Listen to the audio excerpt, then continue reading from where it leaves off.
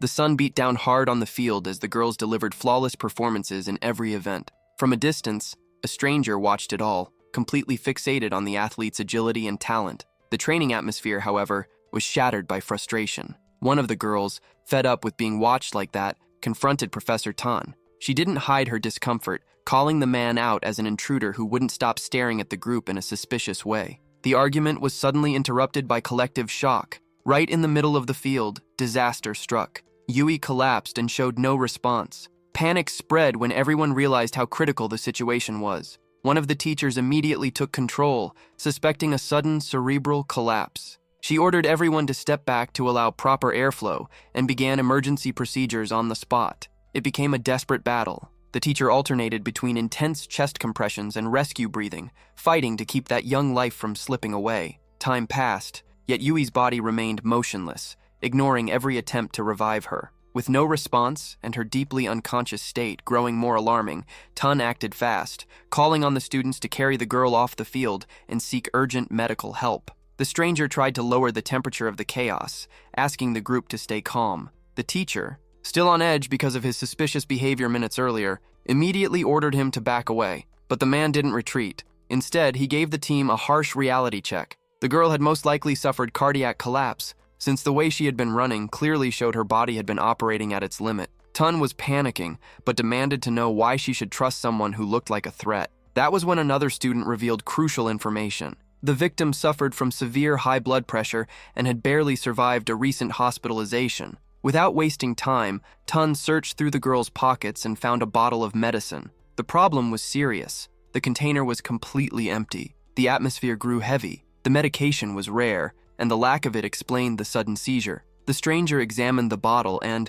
just from the scent, immediately identified it as an advanced traditional Chinese medicine compound for the heart, something only a master physician would prescribe. He finally introduced himself as Nico Yuir, a student in the medical field. Faced with the revelation and the student's critical condition, the teacher set aside her suspicions and begged for any method that could revive the girl before it was too late. Nico was direct. The girl's survival depended on a new round of resuscitation efforts. Tan doubted him instantly since her own attempts had failed, but the young man explained that this heart condition required a level of technique and endurance only someone with superior training could provide. The ultimatum hit hard. They had only 10 minutes left to avoid an irreversible tragedy. The teacher felt the crushing weight of responsibility. Beyond the girl's life, the institution's reputation was also on the line. With no other option, she accepted the stranger's help and ordered all the students to step back and avoid looking at the scene. Nico, now fully focused, reminded everyone that for a doctor,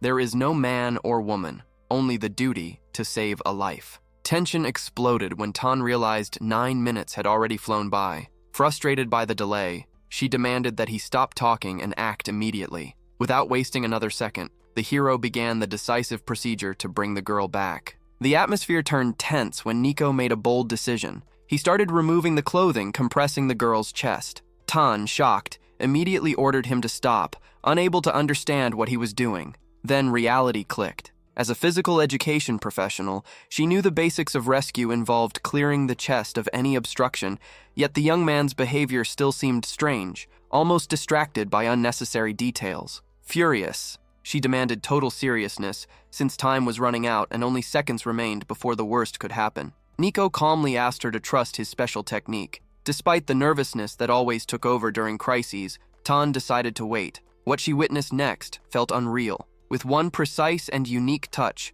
the hero stimulated the student's vital pressure points. The reaction was immediate. The girl slowly began regaining consciousness, leaving the teacher speechless at such unbelievable efficiency. But the process still required one final step. Nico focused and began performing rescue breathing in an intense and continuous manner. To anyone watching from the outside, the motion almost looked intimate, but the technique was executed with a mastery only years of training could explain. Even though the scene made her uncomfortable, Tan remained firm in supervising, closely watching for every sign that the student's life was finally out of danger. Nico finished the procedure and quickly looked around. He knew that if the students had witnessed the details of the resuscitation, scandal would have been unavoidable, but luckily the secret had remained safe. With the situation now under control, he explained that the girl's consciousness would fully return in about 2 minutes, and that it was only a matter of time. Tun watched over the student anxiously, but relief soon arrived when the girl began mumbling her first words. Without wasting time,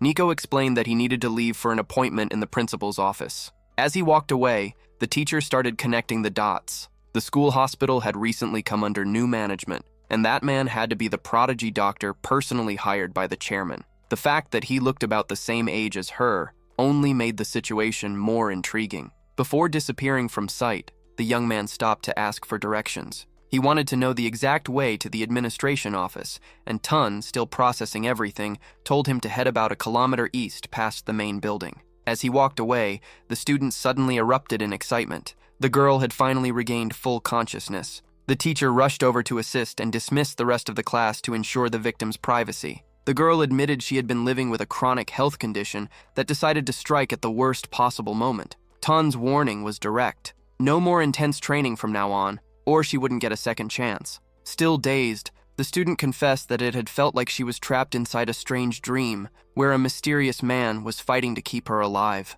As soon as Yusi regained her senses, she realized a piece of her underwear was missing. Tun immediately figured out what had happened. The item was in Nico's pocket, removed during the emergency procedure. The teacher felt the weight of the oversight, but now the priority was damage control. She needed to reach the doctor at the administration office as quickly as possible to retrieve the item and prevent a misunderstanding from ruining both the student's reputation and the school's image. Meanwhile, Nico walked across campus, impressed by the massive structure of that elite university. Upon arriving at the administrative building, he entered the office and was met with a tense atmosphere. Sitting at the desk was the director, a woman of flawless beauty and an icy gaze, accompanied by Lontenyu, a powerful figure from the Dragon Group. The businessman didn't even bother hiding his contempt, treating the young man like someone insignificant who had no business being there. The hostility was obvious. Lontenyu tried to intimidate Nico, bragging about his wealth and supposed close relationship with the director. The protagonist, however, didn't buy into the act. He had known the woman for years and knew the whole dating story was complete nonsense.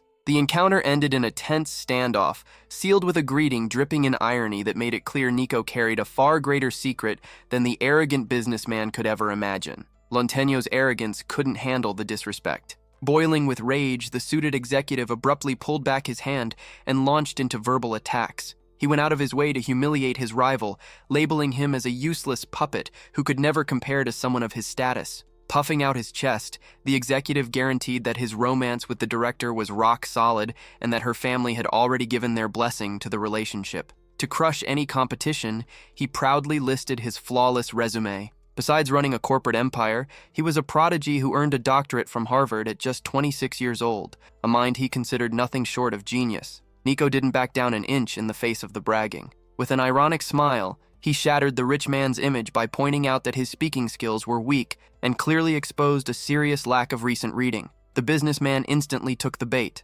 Visibly offended, he rushed to defend his sharp intellect, challenging the outsider to ask him anything to prove his knowledge. Nico's response broke the tension in the most unexpected way. He proudly began listing his own literary background, rattling off countless comics and webtoons about hunters and power levels. The hero cut off the tantrum and demanded respect for the works. He then fired back with a sharp cultural test, asking what concept civilization had revered for thousands of years. Confident, the suited man answered immediately that the foundation of everything was devotion to elders and family. The director silently watched the circus unfold, already predicting disaster. Deep down, she knew the executive's answer was spot on and perfectly reflected the web trapping her, since family pressure was the real force behind that engagement. The argument intensified once the weight of family tradition entered the conversation. Defying the wishes of elders was practically sacrilege, the kind of offense that felt destined to bring divine punishment. Using tradition as his shield, the hero played his card.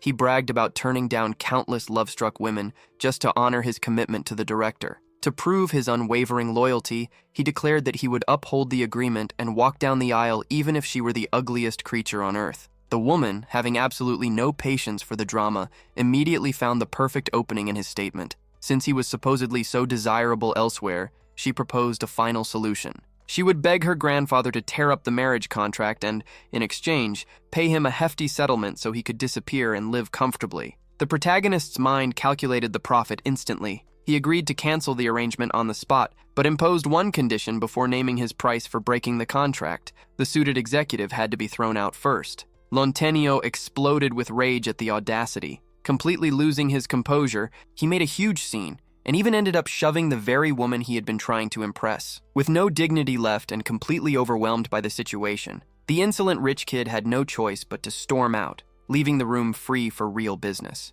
Even though Nico seemed like a cheap fraud, the director felt there was something seriously off about him. To her, it didn't matter how talented or useful he was, she would never walk down the aisle with someone she couldn't stand. The problem was the weight of the past, since the contract was a sacred promise made to her grandfather, who dreamed of continuing the family bloodline. Sensing that the woman felt trapped like some bargaining chip, Nico decided to raise the level of provocation. He was willing to cancel the engagement, but the price had gone up. Besides money, he demanded an unusual favor. He wanted her to introduce him to the beauties of the university. He argued that after arriving on campus, he had seen so many incredible girls that he couldn't help being fascinated. That request became the final trigger for the director's fury. She completely lost her temper and resorted to physical force. Outraged by his audacity and wanting to choose among the institution's 15,000 female students, she struck with a martial arts attack. Nico, with razor-sharp reflexes, instantly realized she had been training since childhood.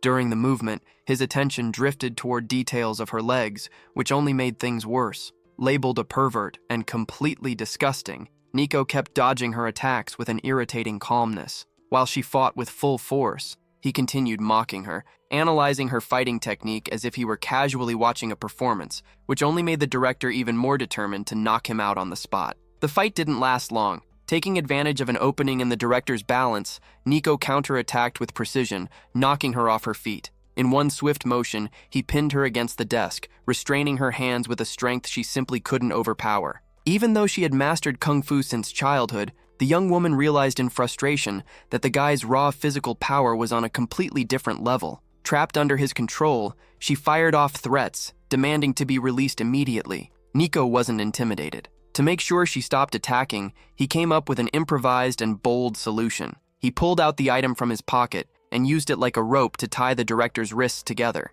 Humiliated and furious, she called him a pervert and screamed that she would tell her grandfather everything, but the hero ignored the insults and admired his own knot, oddly satisfied with how effective the improvisation had turned out. With the situation under control, he crouched beside her with an irritating calmness to discuss business. Nico revealed that he had already checked the calendar and decided next Friday would be the perfect date for the wedding. According to him, there would still be enough time to organize everything without rushing. Trembling with rage, the director guaranteed that her grandfather would never allow such nonsense if he knew how Nico had been behaving. That was when the cold truth hit her. Nico casually admitted that he had already spoken with the old man. Not only had her grandfather approved of the marriage, but he had practically given Nico permission to tame his granddaughter, fully aware of her difficult personality. The revelation left the young woman stunned. She couldn't understand how her grandfather had somehow become the biggest fan of a complete stranger after a single 4-hour conversation. The conversation was interrupted by a knock at the door. It was Professor Tan, looking for the new doctor. Kunin, trying to preserve whatever dignity she still had left, demanded to know why the teacher was looking for that doctor. The reason turned out to be as embarrassing as possible. Tan had come to retrieve the student's item that Nico had taken during the rescue on the field. The atmosphere instantly turned awkward. Seeing the underwear item in Nico's hands, the teacher started imagining all kinds of scenarios, suspecting that the relationship between the doctor and the director was much more intimate than it appeared. She analyzed Kunin's posture and noticed something seemed off about her clothes, yet somehow failed to realize that the director's wrists were literally tied up with the very item she had come to retrieve. Feeling guilty for accidentally leaving the accessory with Nico during the chaos of practice, Tan awkwardly tried to explain herself. Meanwhile, the director silently boiled with rage, realizing the teacher now believed the two of them were secretly involved, and that Nico had simply forgotten the item there after some private moment together. To Kunin, the nightmare was only getting started because now everyone would assume she and that stranger were having some hidden affair on campus. She said she would return the item later, leaving the teacher confused about why a doctor would even need something like that. Sensing how weird the atmosphere had become, the director quickly dismissed Tan and ordered her to return to her duties immediately. As soon as they were alone again, the tension rose all over. The director offered an outrageous amount of money if the young man agreed to break off the engagement. She admitted he was attractive, but confessed she had spent countless sleepless nights trying to find a way out of the arrangement forced on her by her grandfather. To her, that contract felt like a prison keeping her from living her own life. Nico, however, crushed her hopes with cold reality. He explained that the agreement had been sealed by the patriarchs of both families, meaning neither side could cancel it without mutual consent involving every relative. He even challenged her to ask her own brother or grandfather if she doubted how serious the promise really was. The woman grew frustrated, unable to understand how someone who seemed so carefree valued obedience to elders so deeply. She insisted she wasn't the right wife for him and continued throwing threats around, demanding he accept her terms to cancel the marriage once and for all, promising to fulfill any other request he might have. Nico got straight to the point. Her resistance wouldn't change the fate decided by their families. He painted a future where she wouldn't need to worry about a single household chore since he planned to hire an entire staff to handle everything. His idea was simple. They would live independent lives during the day, only sharing the same roof at night. The proposal infuriated the director, and she demanded that he disappear forever. But Nico revealed her grandfather had already planned everything, including securing him a job at the university. With clear disbelief, she questioned the young man's qualifications, doubting he had the credentials necessary to work at an institution of that level. Nico admitted that he had spent his entire life traveling with his grandfather and had never even stepped into a school before, making him a complete beginner in formal education. When asked about his specialties, he listed only two: medicine and combat. The director laughed at the skills he presented. To her, martial arts were completely unnecessary since campus security was already flawless. As for medicine, she was even harsher, proudly boasting about the elite team running the university hospital. If anything, the challenge only made him more curious, and he demanded to meet the so-called chief physician in person to evaluate her abilities himself. Surprised by the young man's boldness, the director agreed to take him to the campus hospital. The university was so massive that transportation was required just to get around, reinforcing its reputation as Shanghai's most prestigious elite institution. She explained that the school hospital was considered top tier and that many of its professionals had turned down offers from major medical centers just to work there, drawn by exclusive benefits and cutting-edge facilities. During the ride, Nico still found time to joke around. He complimented the director's luxury car and shamelessly suggested trading it for his old bicycle, claiming the vehicle suited him better. Her response came in the form of an outraged yell, as she was already running out of patience with his ridiculous behavior. When they arrived at the medical complex, they were informed that the doctor in charge, Miao Zhen, was still with a patient. While waiting in the hallway, Nico noticed something strange on one of the monitors. Yui, the girl he had rescued on the field, was unconscious again. He couldn't understand how her condition had worsened so quickly since she had been stable when he last saw her. The truth surfaced moments later. After waking up, the young girl became the target of cruel jokes and bullying from classmates because of the confusion surrounding her personal belongings during the rescue. The psychological pressure became so brutal that some students forced her into exhausting physical activity, causing her to collapse again. Faced with such injustice, Nico reaffirmed that his top priority was keeping the girl alive, while the director, horrified by the seriousness of the situation, realized she would have a lot of explaining to do to the girl's grandfather and relatives. The atmosphere in the hospital grew tense with the arrival of the director and the new doctor. The concern wasn't only medical, it was political as well. Yusi's father, Mao Guntan, was a powerful figure in Shanghai public security and the leading candidate to take over as police commissioner. Any mistake involving his daughter's health could turn into a disaster for the director's career. The physician in charge, Miaowen, admitted she had reached a dead end. Despite all the modern testing, the girl's body showed no physical abnormalities, yet she still refused to respond. That was when Nico stepped in, openly criticizing the heavy reliance on Western medical equipment. In his view, machines sometimes mask the real issue instead of curing the patient. Curious, but slightly skeptical, Miaowen questioned the young man's medical background. The director tried to smooth things over, introducing him as a family acquaintance. Nico, however, didn't sugarcoat anything and openly admitted he had never attended college, explaining that all his knowledge came from traditions passed down by his grandfather. Even surprised, the doctor didn't dismiss him. She knew ancient Chinese medical lineages often preserved valuable secrets and produced results modern science couldn't always explain. Respecting that background, she allowed Nico room to make his own diagnosis. With a focused clinical eye on the girl's vital points and internal circulation, the hero immediately pinpointed the issue: a deep heart malfunction. He warned that conventional methods would be useless in this case, and that without more specialized traditional techniques, the girl's life would remain in extreme danger. Nico was firm. The only way to bring the girl back was through needle therapy. He explained that the procedure was 1,000 times more complex than any modern electrical stimulation method, requiring surgical precision to avoid irreversible damage. Still skeptical of her fiancé's abilities, the director tried to interrupt, reminding everyone that Dr. Meowen was an authority in the field with 10 years of international experience and that Nico should watch himself. Meowen, however, was genuinely impressed. She knew diagnosing that specific heart condition without equipment was nearly impossible for an ordinary doctor, proving Nico possessed real talent. She gave her approval, trusting the confidence she saw in his eyes.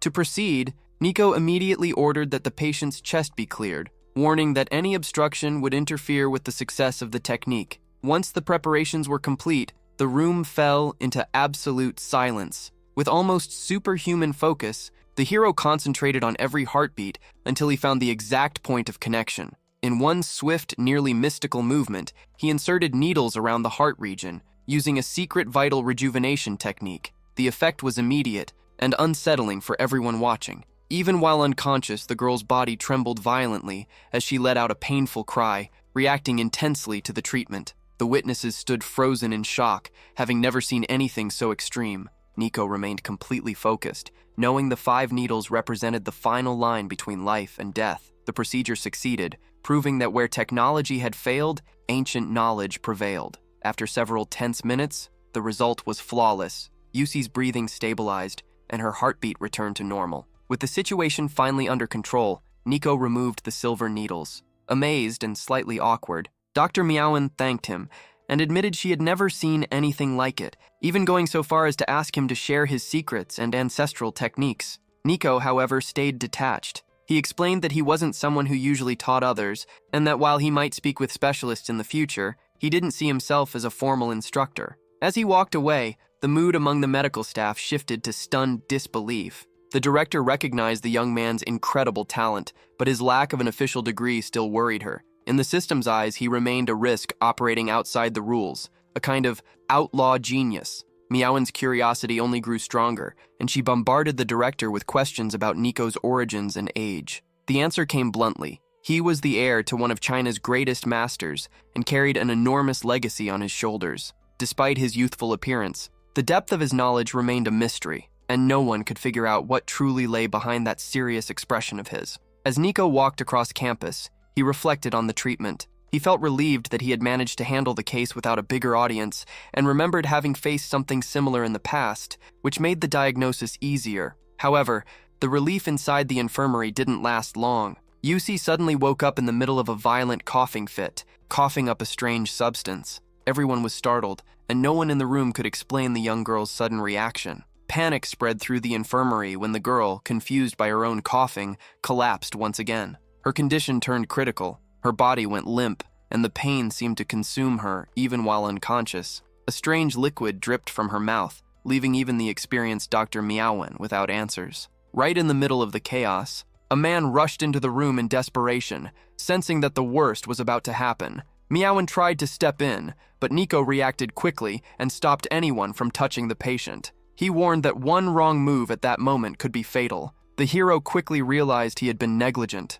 The girl's body had been weakened by years of chronic illness and simply couldn't handle the intensity of the first treatment. The shock triggered a violent reaction, requiring a far more delicate and gradual approach. Under immense pressure, Nico ordered the needles to be sterilized immediately. While checking the patient's pulse, he carefully planned a new strategy to stabilize her without causing another collapse. Once the needles were heated, he ordered everyone to step back to ensure total focus. This procedure was much more surgical, targeting vital points in the neck and abdomen. Nico then began a deep therapeutic massage, working to unblock the girl's energy pathways and cleanse her system. Every movement was calculated and precise. Watching his dedication, Meowen started seeing him differently, realizing that beneath the arrogance was a doctor of genuine character, completely focused on saving a life. After the intense effort, the hero finally relaxed. The immediate danger had passed. Handling cases this severe required extraordinary preparation,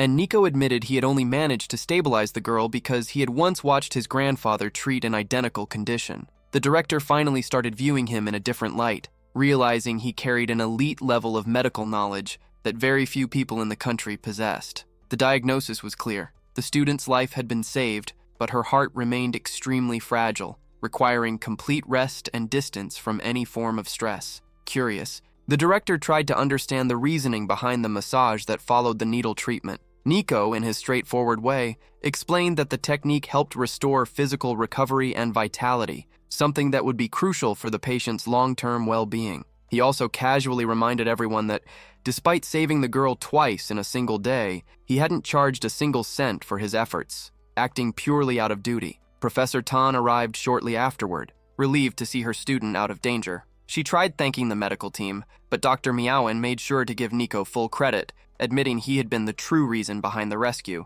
Not wanting to drag out the drama any longer, the hero noticed lunchtime was approaching and mentioned that he already had plans with friends. Before leaving, he promised to return later to continue his conversation with the director, as long as his meeting with friends didn't go on for too long. As he walked away, the mood among the women remained completely divided. To some, he was nothing more than a strange and arrogant guy. To others, he was an incomprehensible genius who mastered ancient techniques capable of performing miracles. In the end, no one could deny that he was the only person capable of pulling the student back from the brink of death, twice in a row. As soon as Yui regained consciousness, the girls around her quickly helped her gather herself. Still groggy, the student tried piecing together what had happened. She remembered being on the training field, then suddenly waking up in a hospital bed. Curious, she wanted to know who had saved her and what miraculous technique had been used. Professor Tan explained that the situation had been serious, but luckily, someone connected to the director had happened to be nearby and solved the problem. Interested in thanking him personally,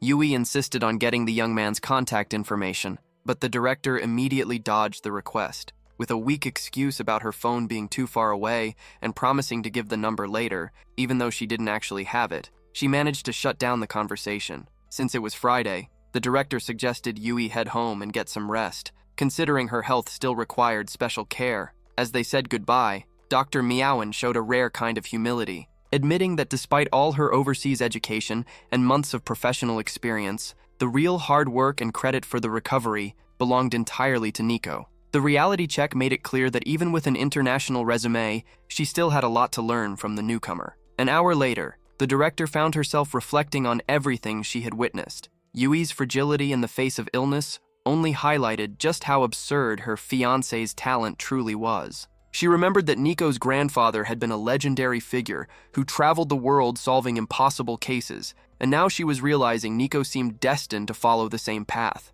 If he was already performing miracles at such a young age, his future would be enormous. The idea of accepting the arranged marriage started carrying a different weight in her mind, blending admiration with unease. The director had reached a dead end. Nico Uir was a walking problem, and she needed a strategy to deal with him. While lost in thought, Dr. Miaowen asked to have a serious conversation over coffee. The revelation hit like a shockwave. The doctor wanted to resign. Her failure during Yusi's case had shaken her confidence so deeply that she planned to go overseas for further specialization before returning to medicine. Kunin immediately grew concerned. The medical department was the heart of the university, and Miaowen was its key figure. She tried convincing the doctor to stay at least until a worthy replacement could be found. That was when Miaowen dropped a surprising suggestion onto the table. The perfect candidate was already there, and his name was Nico. Even without a degree, his talent was undeniable, far beyond that of any specialist currently on the staff. The offer was tempting. A position with a base salary of $50,000, an amount that rivaled some of the biggest names in medicine. The doctor argued that the hospital's ultimate goal was saving lives, no matter whether the method was Western or traditional. She suggested that with Nico joining the team, the Chinese medicine department could expand and help ease the pressure on the other sectors. The director froze. She remembered the chaos she had caused in her office and how harshly she had treated him. After everything that happened, how could she possibly ask him to accept the job? To make things even more awkward, Miaowen was eager to stay in touch and asked for Nico's phone number, putting the director in an embarrassing situation since she didn't even have a way to contact her own fiancé. Miaowen immediately noticed the director's discomfort and quickly figured out she didn't even have the guy's number. Kunin had to admit that despite the long history between their families, that day had actually been their first real meeting, and no numbers had been exchanged. Still, she had a gut feeling. Nico hadn't gotten what he wanted yet, and he would definitely come looking for her again. Miaowen decided to wait, confident that the young man would eventually accept the position, even if the salary seemed low, because she felt he had a real purpose there. The director made one last attempt, asking if the doctor would stay in case Nico turned down the offer. The answer hit like a bucket of cold water. Meowin had already made up her mind to leave for the United States to continue her studies, no matter what decision Nico made. Without the prodigy doctor and without her top specialist, the university would be left completely stranded. Meanwhile, the story's hero wandered through the streets, feeling the weight of reality crash down on him. His grandfather had left him with almost nothing in his pocket. After paying for the trip back and covering the bare minimum to survive, he was completely broke. His only stroke of luck was managing to rent a rundown apartment with dirt-cheap rent. When he arrived home, he came face to face with the landlady, who had officially run out of patience. Nico tried buying time, suggesting they talk after dinner and even offering to cook the noodles and meat he had just bought. But the woman wasn't having it. The rent had already been overdue for a month, and today was the final deadline. Either he paid up, or he'd be sleeping on the street. With an irritating calmness, Nico assured her the problem would be solved quickly. He explained that he had already reunited with his rich fiancée and promised the money would be in her hands by tomorrow without fail. The landlady didn't buy the story about the wealthy girlfriend for a second. In her eyes, a guy who looked like him wouldn't be able to keep someone high-class interested for long. She reminded him that she had already been way too patient, letting him stay there for an entire month while he mostly lounged around and survived on whatever food he could get. The woman threatened to throw all his belongings onto the street if the money didn't show up, but her tone quickly softened, almost turning desperate. She needed the rent money to pay for her daughter's schooling. Feeling the weight of responsibility, Nico promised he would talk to his daughter-in-law and get the money, even including extra for the late payment. That promise calmed the landlady down, and she delivered one final ultimatum. If the money wasn't there tomorrow, he was out. With a temporary truce established, the woman, who oddly seemed to have a strange friendship with her tenant, asked if lunch was still happening. Nico, still smooth as ever, said he would cook whatever she wanted, but since he was completely broke, she would have to pay for the ingredients. The woman agreed and went out to buy vegetables. Meanwhile, Nico discovered that the landlady's daughter, who was supposed to be out with friends, had unexpectedly returned home. Her plans had been canceled because her best friend suddenly got sick and had to leave, without realizing that the very same friend was the girl Nico had saved at the hospital. When the young woman saw the vegetables in the kitchen, she looked confused. But her mother quickly came up with an excuse, saying Nico was broke and that she had bought the food so he could cook for them. The mother kept up the excuses, insisting she had bought the food to help Nico out. The daughter, starving by that point, headed downstairs and commented on how generous her mother had been for buying not just vegetables but also meat, considering the tenant was so broke he couldn't even pay rent. Grateful for the help, Nico promised to prepare a full feast for everyone that night. The landlady, on the other hand, was secretly boiling with frustration. In her mind, Nico had hit the jackpot. He had lived rent-free for a month and was now getting free food on top of it. She mocked the story about him finding a rich girlfriend to cover his debts tomorrow, treating it like an obvious lie. Even so, her soft-hearted daughter invited brother Nico to cook at their place and eat dinner with the family. Always the charmer, Nico casually complimented the girl, telling her she looked especially beautiful that day. That crossed the line for the mother, who absolutely could not stand seeing the freeloader flirting with her daughter under her own roof. Part of her wanted to throw him out immediately. Nico, completely ignoring the tension, casually walked away, leaving mother and daughter bickering behind him. The young woman finally snapped, saying she was tired of hearing her mother constantly complain about him. In the middle of the conversation, the mother asked what had happened to the daughter's friend, the same Yusi. The girl explained that her friend had suffered 2 serious medical crises that day, which was why their plans had fallen apart.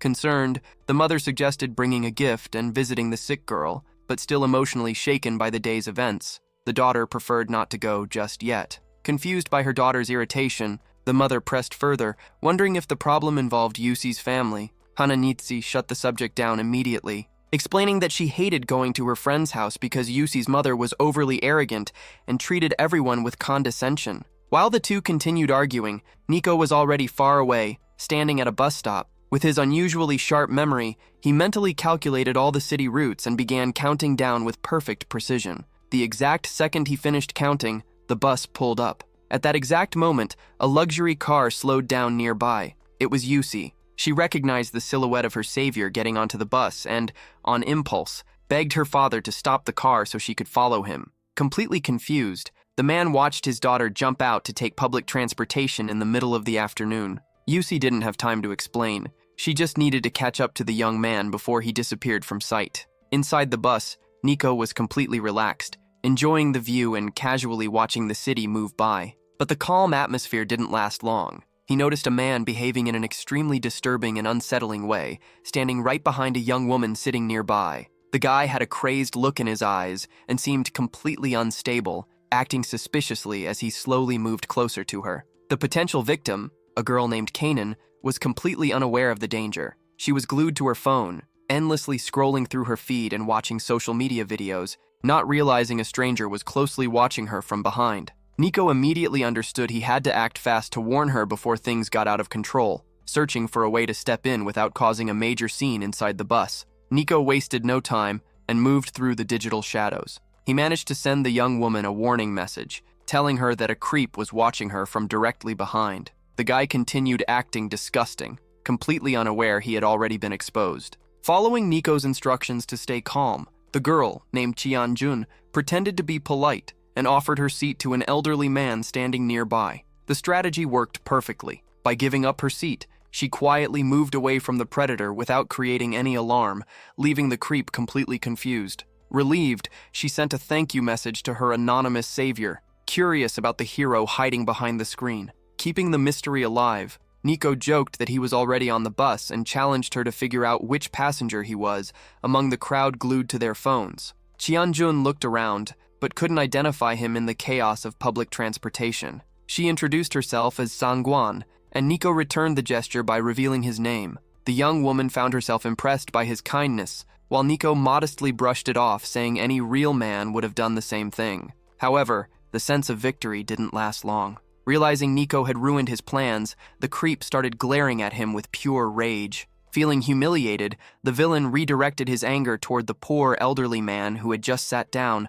suddenly yelling insults and mocking the old man's appearance. The thug was spiraling out of control, and what had been a moment of relief quickly turned into another scene of chaos in the middle of the bus. The atmosphere on the bus instantly turned sour. The bully made up a ridiculous excuse, accusing the elderly man of stepping on his foot, even though it was obvious the old man could barely move. When the retiree complained about pain, the thug completely snapped. Ignoring passengers yelling in protest, he grabbed the old man and landed a brutal punch straight to his face. The impact was so violent that it dislocated the elderly man's jaw, sending him collapsing helplessly. Completely horrified, Chunjun started recording the attack to expose the coward online, but she nearly got hit when the old man's body collapsed toward her. That was the exact moment Nico stepped in. With absurd reflexes, he caught the elderly man and prevented an even worse accident. Turning toward the girl with complete calmness, he simply asked if she was okay. The moment she heard his voice and realized who he was, her face instantly turned red.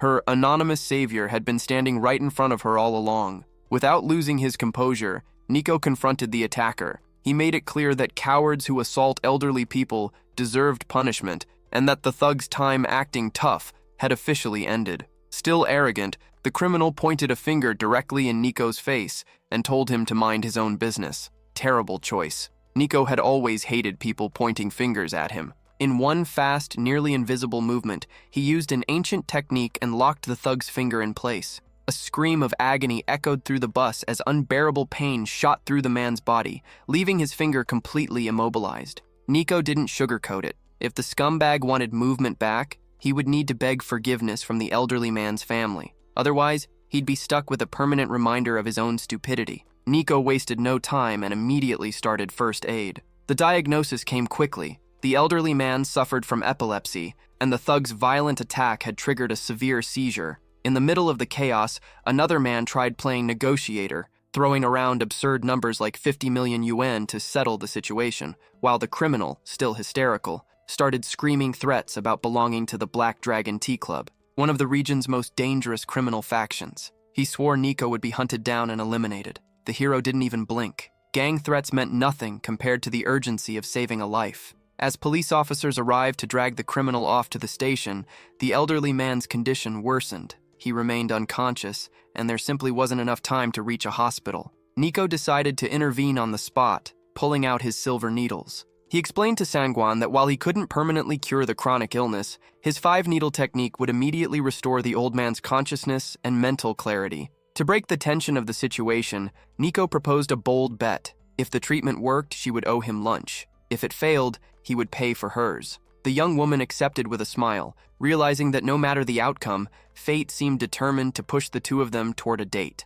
With movements that looked simple but carried centuries of precision, Nico performed the acupuncture treatment. The effect was immediate. The elderly man woke up, stabilized. Sangwan was amazed. She had seen many respected specialists before, but none with that kind of raw, direct efficiency. At that moment, she became certain of one thing. Any university hospital would be incredibly lucky to have someone with Nico's natural talent on their staff. The mystery surrounding him only grew, along with her admiration for him. With the crisis resolved, Nico honored his side of the deal and headed with Sangwan to the restaurant Fumanlo. What neither of them realized was that they were being watched. Yusi, the student Nico had rescued at the hospital, spotted the scene from afar and felt strangely conflicted. She couldn't understand how the guy who had saved her, and who seemed involved with Director Kunin, was now casually walking around with another girl. Yusi's father, Maogun Tan, noticed the situation too. The moment he found out Nico's companion was Sangwan, a nurse at the university hospital,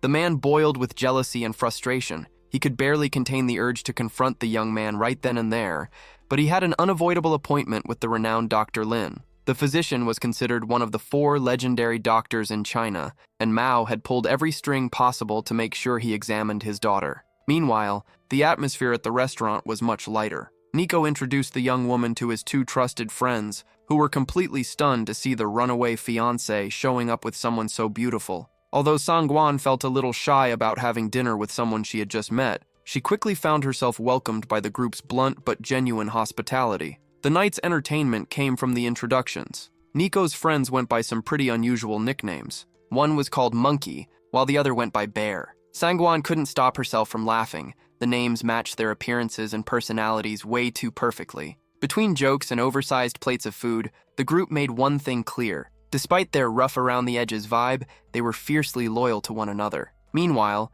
the nurse found herself trying to process how this mysterious guy could jump so effortlessly between performing medical miracles and hanging out with such eccentric friends. Sangwan was dying of curiosity about Nico's bizarre nickname, Hanging Ghost. Laughing, his friends explained that when he was a kid, Nico had been ridiculously skinny, pale-faced, and had a weird habit of sticking his tongue out, making him look exactly like a hanging spirit. The mood at the table was all playful teasing. Monkey quickly pointed out that Bear was rolling in money, making hundreds of thousands, and that she shouldn't hesitate to order the most expensive thing on the menu. Bear wasn't about to let that slide, and proudly bragged about his work ethic, saying he woke up at 3 in the morning just to keep everything running. Monkey fired back angrily, claiming he stayed up all night running the barbecue business and would soon surpass him. Nico simply shrugged and reassured Sangwan, explaining that this ego battle had been going on for more than 10 years and that she shouldn't feel guilty about the bill because his partners insisted on paying.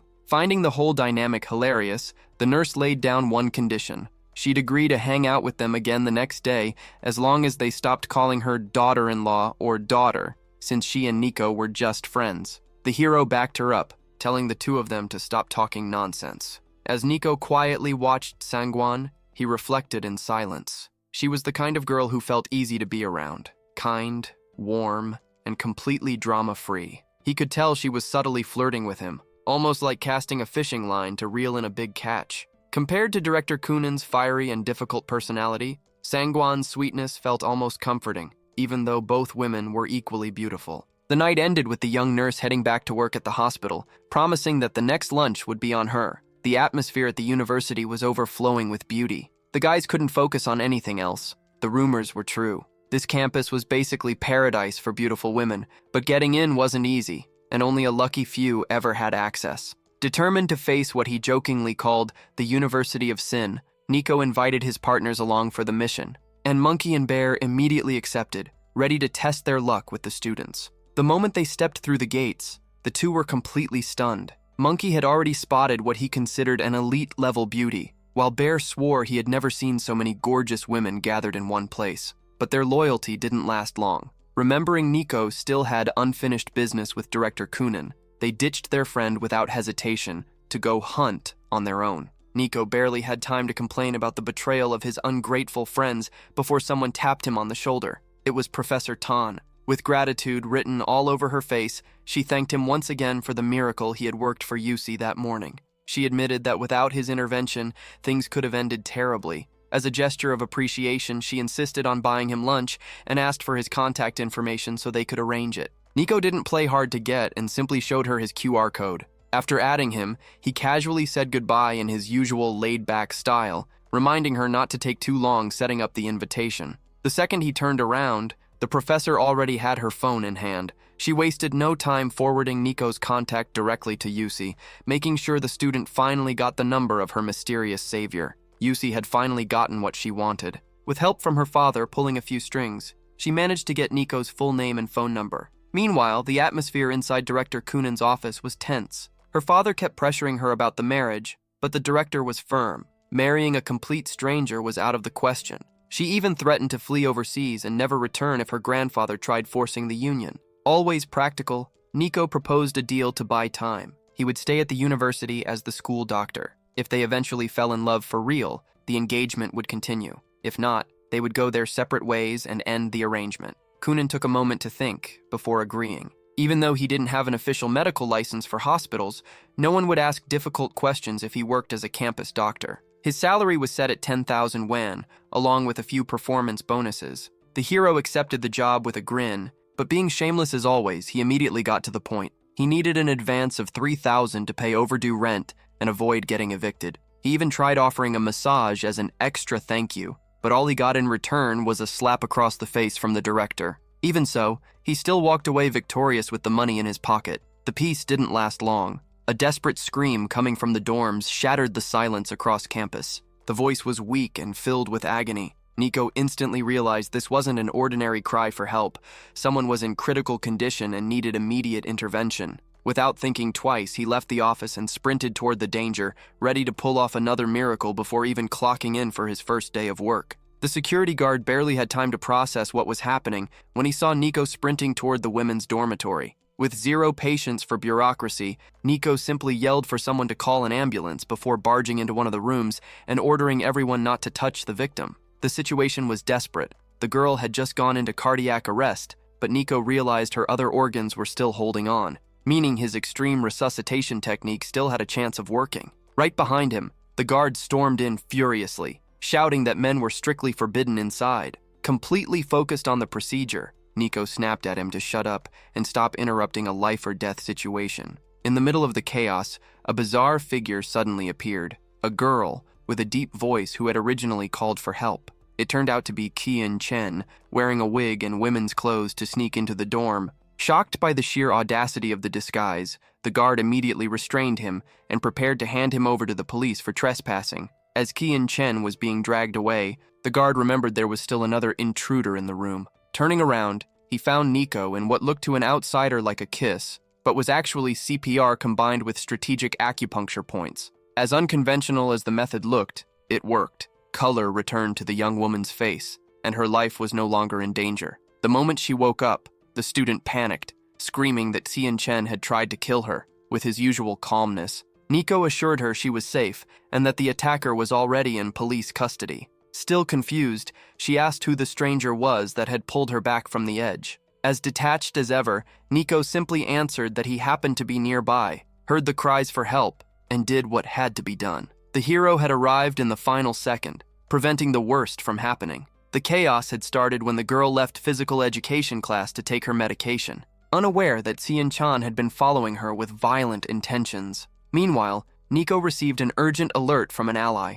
The situation elsewhere had gone bad, and Bear was getting absolutely beaten down. Driven by loyalty and gratitude, the hero rushed to the rescue. When he arrived, the crowd was in shock, screaming at Guantun to stop the attack before things ended in tragedy. The reason for the assault was absurd. Bear had apparently only looked at a girl. Guantun's fury exploded. He had trained several girls without realizing one of them had become his girlfriend, and somehow forgetting that after destroying a few books had made him even more unstable. That was when Nico Jira stepped into the middle of the fight to defend his ally. Jira held nothing back, calling the aggressor cruel before throwing a powerful strike to avenge his fallen friend. Right in the middle of the chaos, a new fighter appeared. The man's speed was unbelievable, and his energy felt completely different from anything they had seen before. The crowd around them wanted blood, hyping up the fight to continue, but the newcomer shut everything down. He demanded the students be taught what justice really meant, claiming his brother had been brutally beaten and that he needed to settle this misunderstanding.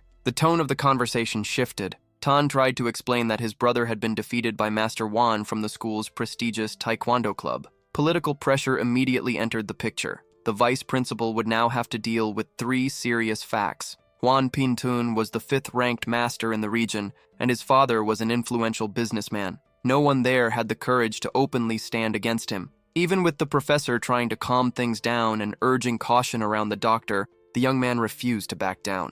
Locking eyes with the villain, he declared that after what had been done to his brother, there was only one way out. The man would have to kneel and beg for forgiveness. The big guy didn't believe he was in any real danger and decided to test Nico Yuir's strength. Nico tried stepping in to prevent the worst, but Wan Pingping made it clear his fists were already ready for battle. Before charging in, the man pulled a wig from his pocket and put it on, revealing his bizarre cosplayer identity. He entered full battle mode. Wan Pingtunse, completely underestimating his opponent, arrogantly claimed he was about to turn him into a handsome man through brute force. The first strike landed cleanly, but the young man barely flinched. With more than 5 years of training under his belt, he decided the best way to respect his opponent was to unleash his full technical experience and completely overwhelm him. The crowd was stunned. No one expected the doctor to possess martial arts skills advanced enough to stand toe-to-toe with a master like Wan Pingtunse.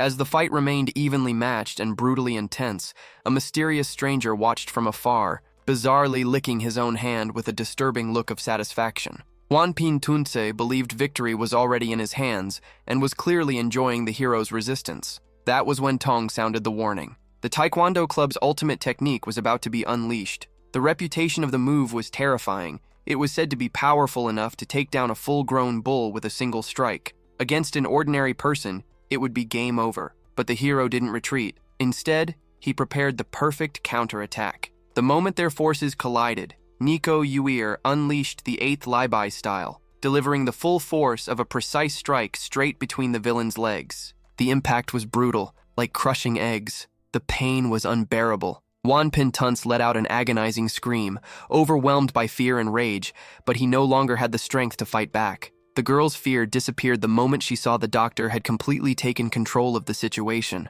With no way out and utterly destroyed, the Taekwondo master dropped to his knees, defeated in humiliating fashion. Clutching himself in agony, the man complained that no one had ever fought that dirty against him before. Suikojira even gave him a bit of advice. Maybe stop kicking so high next time if he didn't want to suffer like that again. He left the fallen wig behind as a humiliating reminder of the defeat. As the dust settled, the mysterious observer decided he would need to find the winner again very soon. The hero approached the girl and tried to calm her down, explaining that the master had his reasons and that the whole situation had been one giant misunderstanding. His main focus now was getting his friends out of there and making sure they received proper medical attention. Foaming with rage, the professor demanded the young man's name for a future reckoning. Without hesitation, he introduced himself as Sunako Yuira and said he would be waiting. The master's condition was critical, and the hero bluntly told him to stop talking and get to a hospital immediately. Unable to stand on his own, the man had to be dragged away by his own students,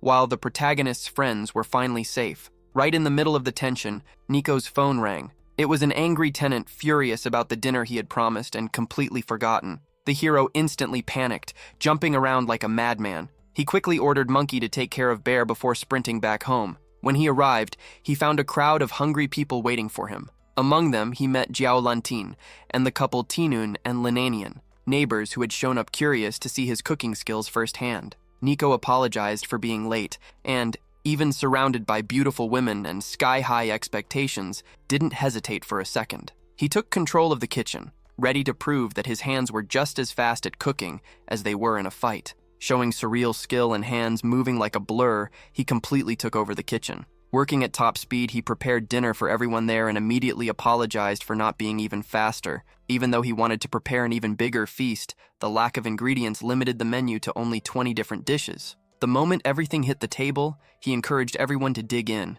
and after the very first bite, the guests were completely blown away by the flavor. The food was on another level. Nico Yuir's culinary talent was so obvious that one of the women admitted his dishes were better than the food served at her own restaurant. Impressed, she suggested he work as a professional chef, offering him a salary somewhere between 4,000 and 5,000. Nico rejected the offer immediately, explaining that he already had a new job lined up for the next few days. That was when the teasing started. One of the men commented that without a degree or formal education, Nico would be lucky to land anything better than a cleaning job. The man's girlfriend seemed disappointed by how poor he appeared, even though both of them had graduated from the prestigious University of Shanghai. To them, life in the city was already hard enough, and they saw Nico Jira as someone destined to become nothing more than a waiter or a small-time janitor. One of the women even tried to ease the tension, asking them not to humiliate him just because he lacked formal education. Nico, however, didn't seem bothered at all, and casually remarked that being a chef wasn't really what he was aiming for anyway.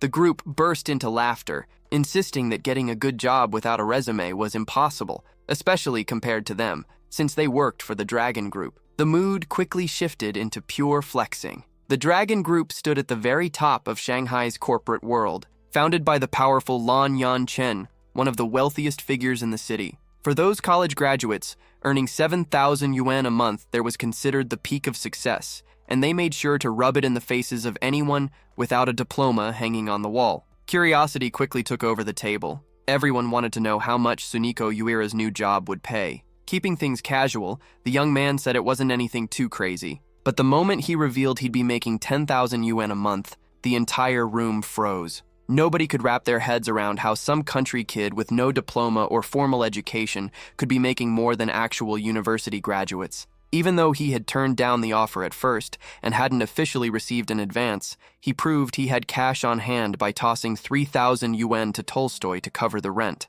Everyone sat there stunned, watching the stack of bills land on the table. For people who had underestimated him, the scene felt unreal. The vibe changed fast when one of the men, trying to recover his bruised ego, challenged the hero to a drinking contest. The guy proudly called himself 80 cups, bragging about how he had even outdrunk beer festival champions. Suniko, completely unfazed, casually replied that he could probably handle about 4 drinks. The answer was met with laughter and mockery, like he was some clueless amateur who knew nothing about nightlife or corporate entertainment. An hour later, the situation looked completely different. Empty bottles covered the table, but the only person yelling nonsense was the challenger, now completely wasted. Lin Xian, who had been arrogant and ignored the girl's warnings, ended up humiliating himself, passing out in front of everyone and wrecking the reputation he had brought with him from college. Meanwhile, Suniko's little sister watched the chaos unfold in confusion. She knew for a fact the hero could drink twice as much as that guy without breaking a sweat,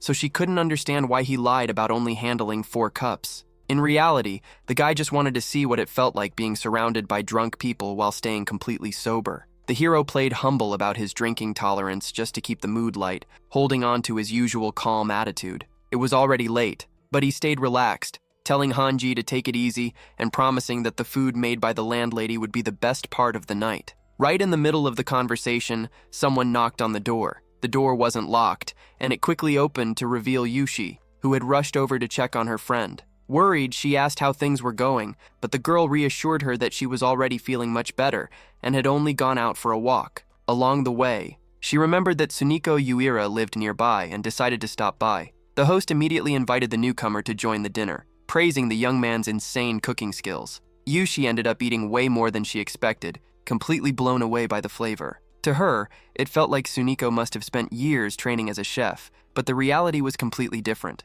His real focus had always been traditional Chinese medicine, and he was basically a master at saving lives. The hero joked that sometimes when girls passed out, mouth-to-mouth was the only thing that worked. The comment instantly made Yushi blush. Sensing the awkward tension, the mother and the other woman quickly changed the subject and headed into the kitchen, leaving the two alone. Still embarrassed, the girl finally worked up the courage to ask what had really happened that morning. She wanted details about how he saved her after collapsing on the sports field. The guy paused for a moment, replaying the rescue in his head. At first, he almost apologized, but sticking to his usual blunt personality, he admitted that mouth-to-mouth had been the main reason she made it back alive. Noticing the hesitation in her expression, the young man realized she was holding something back. After letting out a heavy sigh, she finally gathered the courage to ask him the truth about her condition. The hero didn't sugarcoat it. She could either hear a comforting lie or the brutal truth. The lie was that another hospital stay would solve things. The truth,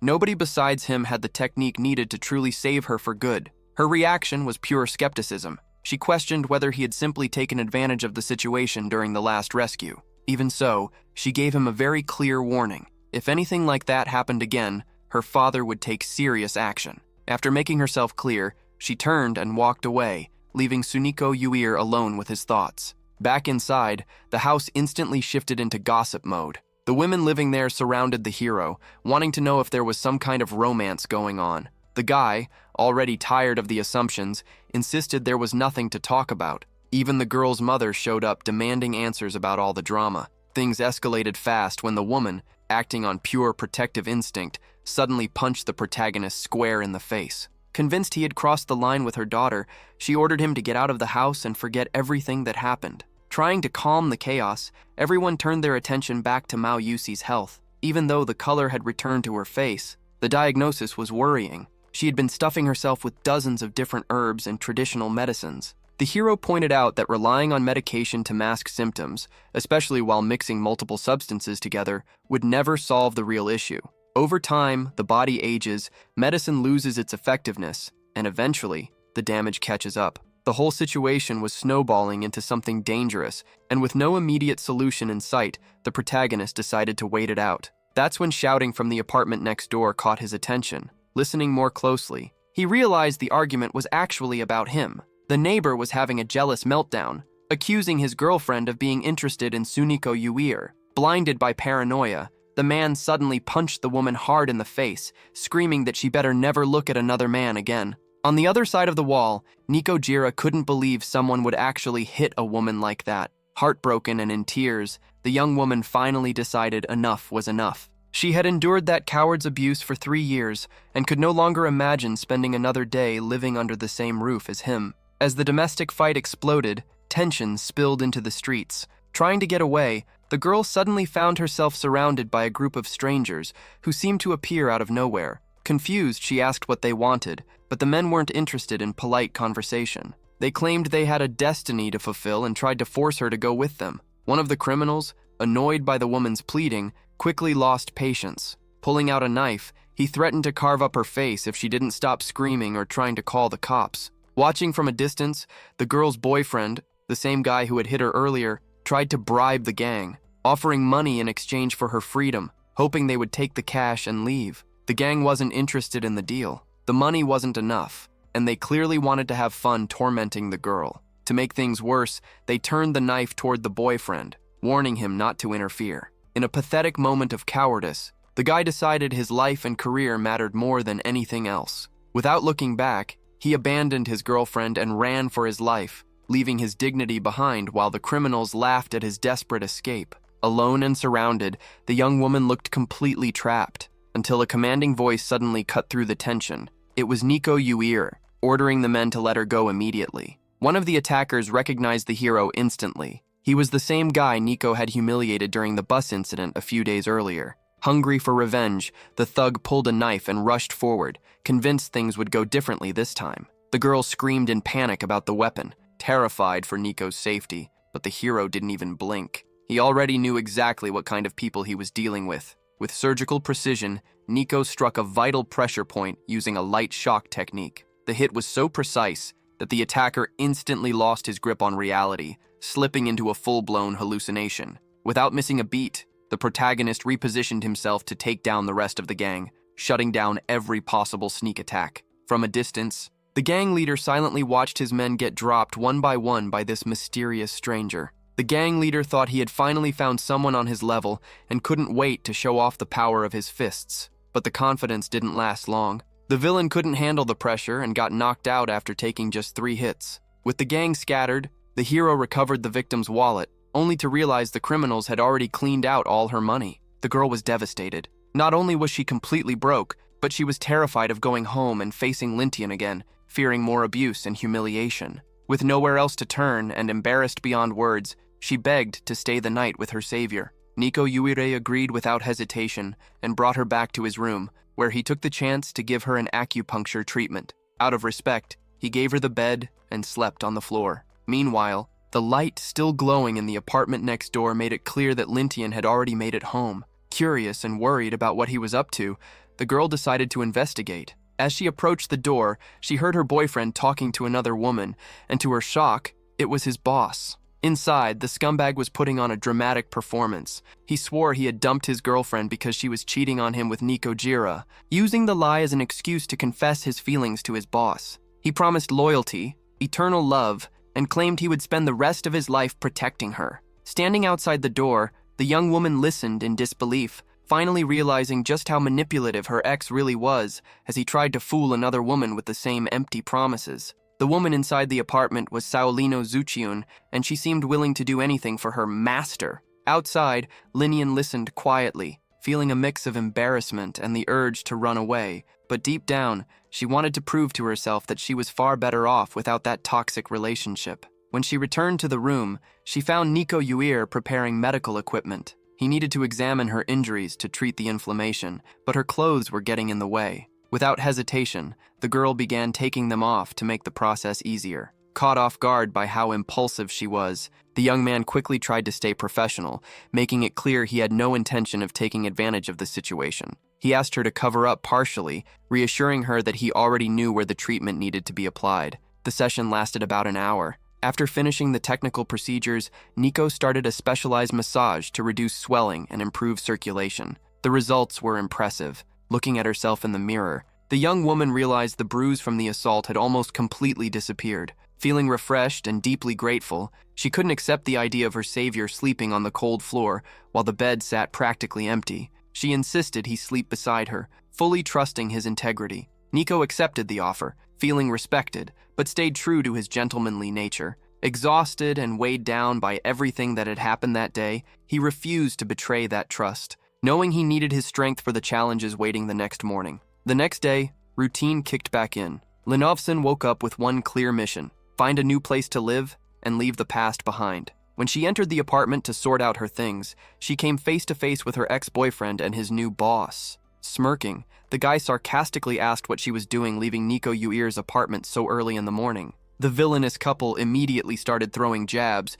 joking that both of them had moved on pretty fast and sarcastically thanking her for the breakup, since now Lintian could openly be with Yaolian. That's when Nico Yuir suddenly appeared behind Linovson and wrapped an arm around her, firing the same energy right back at them. He thanked the ex-boyfriend for stepping aside and giving him the chance to meet someone as amazing as her, making it crystal clear that their lives were no longer anyone else's business. With no comeback left, the toxic couple quietly backed off. Grateful for the constant support, the young woman got ready to head to the university hospital, since she had urgent matters to handle. She looked flawless, and even though she tried to act casual, deep down she hoped Suniko Jira would start seeing her in a different light. The moment he arrived on campus, the hero was welcomed with threats from the director. The warning was crystal clear. If the medical skills he had shown earlier turned out to be nothing but luck or a fluke, he would be kicked out without hesitation. Over in the traditional Chinese medicine department, the staff was tiny, only 3 specialists, and nobody wanted unnecessary trouble. While the young woman got distracted for a moment, Nico suddenly vanished from sight. He had just run into an acquaintance who worked at the institution. The goal was simple. Suniko Jiro was submitting his application for a resident doctor position, meaning that very soon they wouldn't just be friends anymore, they'd be co-workers. With the workday almost over, Sanwan invited the young man to lunch, setting the meeting for noon. He accepted without hesitation. Their growing closeness quickly sparked Tsun's jealousy, making him feel like the hero was winning the girl over way too fast. Nico immediately shut the tension down, insisting he had no hidden intentions and that he respected his own wife, though the young woman quickly made it clear she didn't want to be called that. She pointed toward the university hospital building, explaining that the traditional Chinese medicine department was located on the top floor. As he stepped inside, the hero was impressed by the school's facilities and the constant activity. In the hallway, he overheard a doctor diagnosing a female student with a simple hormonal imbalance, casually suggesting she just get more sleep. The protagonist instantly realized the diagnosis was wrong. Without holding back, he interrupted the experienced doctor and bluntly stated that the issue wasn't hormonal at all. The student was actually pregnant. The school doctor exploded in anger, calling him inexperienced and questioning what some traditional Chinese medicine intern thought he knew. The man kept ranting about how arrogant the younger generation had become, throwing around diagnoses without evidence. Completely unfazed, the hero gave his final word. If the patient didn't improve after following the doctor's advice, she should head upstairs to the traditional Chinese medicine department and ask for Suniko Yuir to solve the problem properly. He even tried to convince the student not to waste time on the wrong treatment. The student ignored the hero's warning and decided to follow the arrogant doctor's advice instead. Meanwhile, the protagonist headed to the top floor and finally reached the traditional Chinese medicine department. The place was practically abandoned,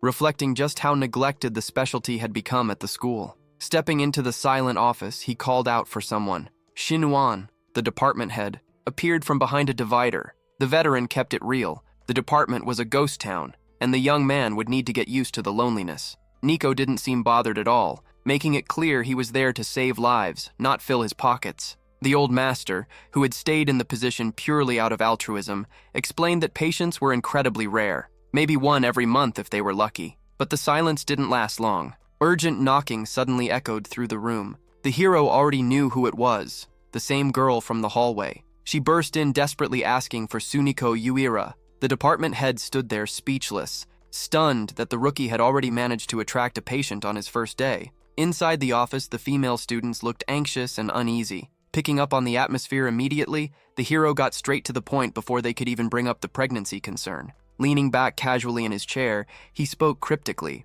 saying her own body already knew the truth. He bluntly added that if she already doubted his ability to read her condition, there wasn't much point in asking for his help. Since Dr. San's diagnosis hadn't solved anything, the student, now fully panicked, tried to explain that she had been living in a constant state of exhaustion. Thinking the hero was just mocking her with riddles, she stormed out, convinced he was nothing more than a fraud. The protagonist knew he needed to clear his name and prove himself, but life moved fast. Barely 15 minutes later, he was informed that he had already received an official complaint on his record. The punishment was ridiculous. A symbolic one-reel fine and mandatory formal apologies to the victim. Furious, the doctor confronted the director, demanding to know how they could punish him without even hearing his side of the story. The director simply shrugged, claiming the patient's word was law in that place. Seeing how cold and unfair the system was, Nico Uir quickly realized things were completely arbitrary, but he didn't back down. He fired back, saying she could just as easily become the target of complaints for making such senseless decisions, leaving the woman stunned by his nerve. Even after leaving the office, the tension didn't die down. The woman made it clear she had the power to crush him and that he was untouchable, since her sister was none other than the school director herself. Staying calm, the young man asked her to stop for a moment. Instead of arguing back, he pulled a piece of paper from his pocket and handed it to her, a detailed medical prescription. He had already noticed that the director herself was struggling with serious health issues and urgently needed treatment. The woman exploded in anger, thinking he had lost his mind for diagnosing her without being asked. But as she looked into the doctor's calm, serious eyes, she realized he wasn't joking about how severe the situation actually was. Right in the middle of the argument, the director was suddenly hit with a sharp pain in her chest. The hero understood instantly. All the stress and bottled-up anger had overwhelmed her heart, pushing her illness into a critical stage. There was no time left to argue. He already knew the only solution was to act fast with his silver needles. Things got even worse when the director collapsed, causing panic to spread everywhere. Kanun arrived at the exact moment, and the hero immediately gave an order. She had to run to the traditional Chinese medicine department and grab his medical kit. A rival doctor, still bitter and jealous, tried to interfere and take over the case, but the protagonist shut him down with authority, warning that any interruption now would be fatal, since the patient was slipping into a coma. Meanwhile, in a rush to find her brother's belongings, the young woman ended up digging through his stuff and got an embarrassing surprise. A woman's bra suddenly fell out of his bag. She froze in shock, completely confused about why it was there, but there was no time to ask questions. When she handed over the medical case, the nurse's face was burning red. She tried to play it off, claiming it was just from running around so much, while secretly wondering whether her brother had some weird fetish or if it was all just a misunderstanding. The hero, completely focused on saving a life, didn't even notice the awkward tension in the room. Under the watchful and skeptical eyes of everyone present, he prepared the massive needles, ready to perform the procedure that would decide the director's fate. Without hesitation, Nico Uir pulled out an even more impressive needle to finish the treatment. He made it clear that this was just basic acupuncture and, jokingly, suggested that if the other doctor felt grateful, he could always send a little donation to the traditional Chinese medicine department. The only thing that mattered was saving the director's life, and Nico confidently assured everyone that she'd wake up within moments, despite her difficult personality and overworked body. The moment she opened her eyes, the director immediately wanted to know who was responsible for the miracle. The rival doctor quickly stepped in, trying to take credit while telling her not to move because of her weakened condition. With sharp chest pain still lingering, all she could think about was going home to rest. Watching everything unfold, the protagonist wondered if this incident would finally help improve the bad reputation of his department, though he knew the road to recognition would be a long one. Just as he was about to head out for lunch with Kanan, another student recognized him and interrupted his plans. She lived in the girls' dorm, and knowing he was now working at the university hospital, came looking for him because she still wasn't feeling well. In the office, Nico checked the young woman's pulse, and the diagnosis came instantly. She had been destroying her health with cigarettes, alcohol, and sleepless nights. Curious, he asked why someone so young would put herself through that kind of suffering. With a sigh, the girl admitted he was too good to fool. She explained that she had been working as a waitress under brutal conditions for the past 2 years for a noble reason. Her boyfriend came from an extremely poor family, and she had been covering nearly all his expenses through sheer hard work. The disappointment hit hard. The girl eventually discovered that her boyfriend wasn't just a liar. He had been using her money to spoil other women. Their breakup nearly turned tragic when the completely unstable guy snuck into the dorm disguised as a woman to try and kill her. Even after hearing all that, the doctor still couldn't understand the alcohol abuse until she revealed the second reason behind it, the shadow of the Taiyun family. The girl explained that she belonged to the clan and was threatened every time she tried to escape their control. The Taiyun family's power was so overwhelming that she felt forced to suffer in silence. Fighting back tears, she thanked the doctor just for listening to her.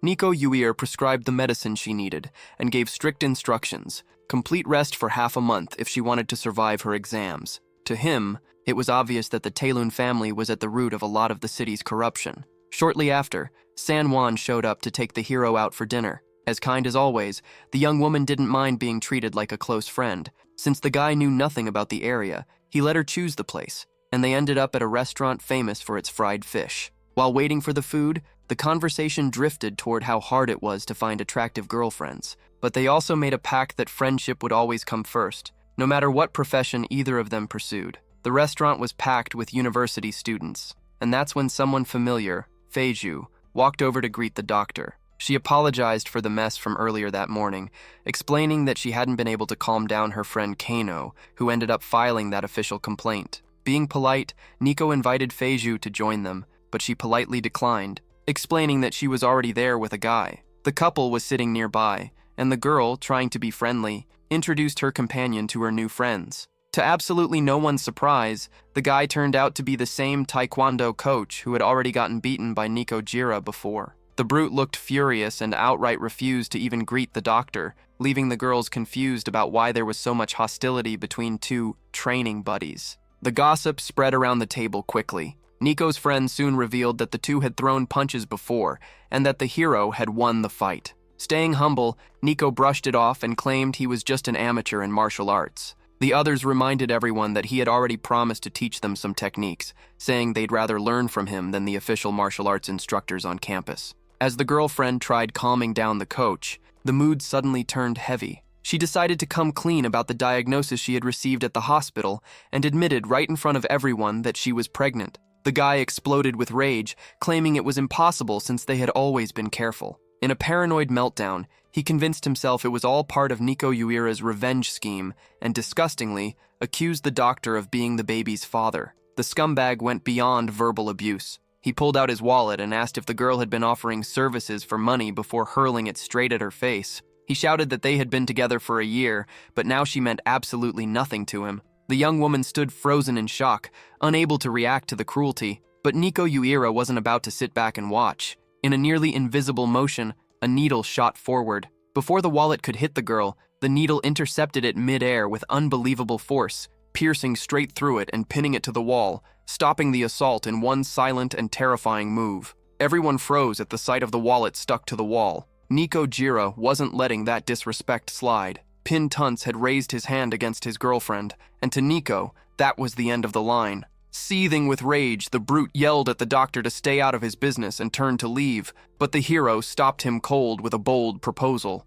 A bet was sealed right there on the spot. If the villain loses, he'll have to get on his knees and apologize to Feiju. If the protagonist fails, he promised to disappear for good. But if he wins, Pin will become his servant for an entire month, obeying every order without question. The challenge? Black Bear, Nico's friend, would have just 3 months to train and defeat the taekwondo master in a duel. Pin accepted immediately, laughing at the whole thing. To him, Bear was nothing but trash, a punching bag he had already humiliated on the sports field. But the hero stayed confident. He promised that with brutal training and total dedication to martial arts, 2 months would be enough to turn his friend into an absolute machine, with impressive muscles and enough confidence to win over any girl. While the villain stormed off, eager to crush Bear in the future, Nico walked over to Feiju to make sure she was okay. The girl, still shaken, thanked her savior, but things got heavy when she admitted that if she really was pregnant, she planned to get an abortion. The doctor stepped in immediately, revealing that he had much safer and far less traumatic ways to handle the situation, asking her not to rush into anything. Confused but grateful, she promised to think things through before making any drastic decisions, while Bear, already locked into his new mission, didn't waste the chance to try and get the girl's attention. The last clue about Bear surfaced at Feiyu Bridge and rumors spread fast. The girl was actually interested in him. Wasting no time, Nico Jira dumped the bill on his friend and made his exit to deal with his own problems. The damage wasn't cheap. After everything was added up, the total came to 2,400 yen, and Bear took the full hit by himself. During the conversation, Monkey decided to embarrass Nico Yor, calling him a pervert and saying he had been chasing girls since he was a kid, apparently a habit passed down from his grandfather. Nico smacked his friend upside the head and tried convincing the girl he was a saint, but Bear kept going. He revealed that when Nico was 10 years old, he became obsessed with a village girl known as the Widow of Van. The story was weird. She was only a 12-year-old girl raised by the late Van, but the nickname stuck for years. On the day she decided to leave, Nico pulled her aside and stole a kiss while she was napping, just to make sure she would never forget him. The plan worked so well that even the villagers got fooled by the gossip. 10 years passed without any news about her, and Nico's friends still believed the whole thing was destiny. Nico Jira decided to leave the past behind and brought the crew to the Chinese medicine department for some intense basic skills training. Bear felt the pressure. Only 3 months remained before the final showdown, and he needed to lock in. Meanwhile, the organization's boss stayed hidden, monitoring everything behind the scenes. He ordered his people to report any movement, but then came the shock. The so-called widow showed up in person. He couldn't believe Nico Uir was standing face-to-face with that woman again. Their connection felt written in the stars. Mastering Bear's training fundamentals would double his progress, and even with the challenge of facing an elite fighter ahead, Nico Uir's friends still believed in his potential. The training was intense, 40 minutes of daily practice. Within a week, the duo was already balancing on poles, focused on flexibility and endurance. The hero knew he couldn't blame himself. The whole mess had been caused by other people. Meanwhile, the guys were already showing their first signs of muscle growth, and Kunin wouldn't stop teasing them. Nico Uiri answered his phone, hoping his fiancée had finally changed her mind about the marriage,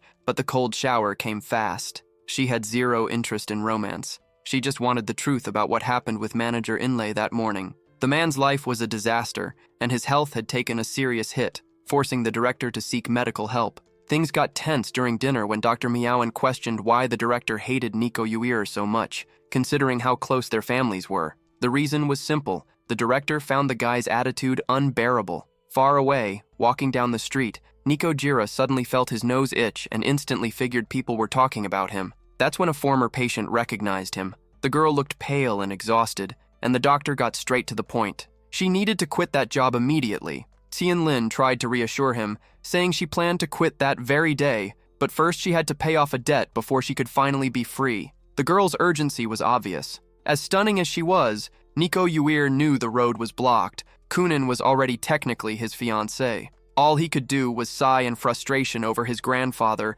trying to force him into marriage with someone so ruthless. The engagement situation had completely shifted, and now Nico Jira had officially taken his position as a doctor at the university hospital. There he ran into Miaowen, who recognized him instantly and congratulated him on the new chapter. Her confidence in him was absolute. She boldly claimed that within just 2 months, his name would be the most talked about one in the hospital. But the hero wasn't focused on fame. He was more interested in where dinner would be. Kunin mentioned a restaurant famous for grilled fish, where the director had already reserved a table. Even though Nico remembered eating there once with a beautiful woman, nothing stopped him from going back. Still, something strange immediately caught his attention. Tian Lin was there, with the same villain he had recently fought. Nico read the situation instantly. He decided it was time to straighten out the mess, but first, they had to get to the restaurant. Meanwhile, Nico Yuir tried to smooth things over with Meo Yen, who was waiting in the main dining area. Armed with a flower and a rehearsed apology, he approached her,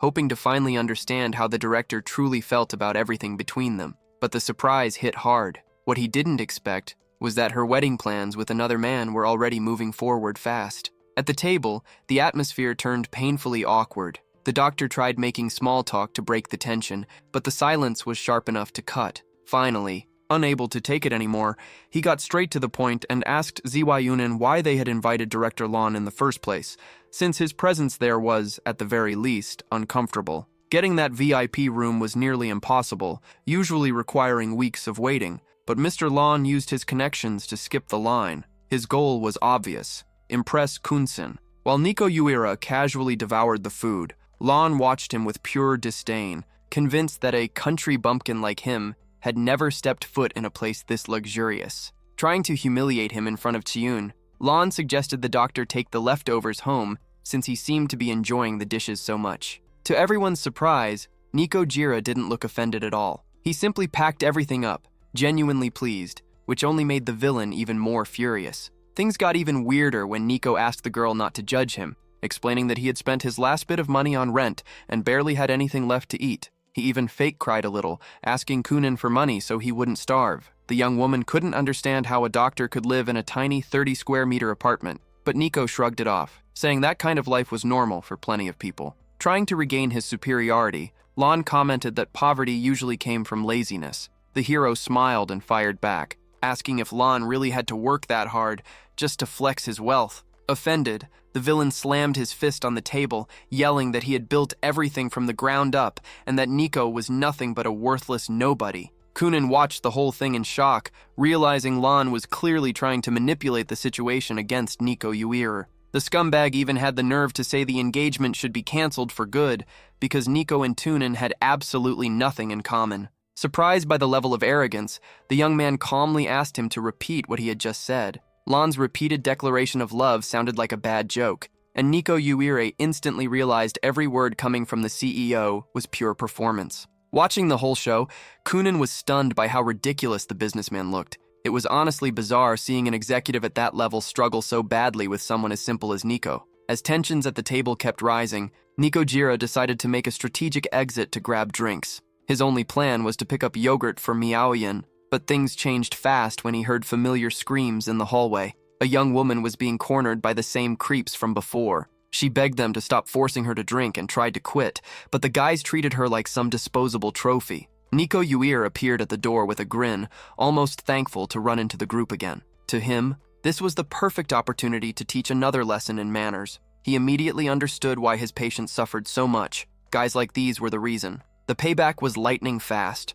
Within a minute, the attackers were sprawled on the floor and kicked out of the room. The intervention couldn't have been more perfectly timed. If Nico had shown up even a little later, things could have gotten much worse. Grateful and tipsy from the alcohol, the girl tried to thank him in a more intimate way, but the doctor stopped her immediately, telling her to keep herself together. She admitted she was more clear-headed than she looked, having only drunk one beer, but confessed that the villains had drugged her drink. Realizing she was about to lose control from the effects of the substance, Nico acted fast. He apologized for touching her, lifted her up, and used 2 acupuncture needles to help her fall into a restorative sleep while flushing the toxins from her system. Without hesitation, he carried her back to his VIP room so she could safely rest. Not long after, the other girls recognized the young woman, who finally passed out under the group's care. Nico Jira didn't keep the rescue a secret and quickly explained that he had just saved a girl from 2 creeps. Kunin, suspicious as ever, assumed it was just another excuse for him to take advantage of the situation.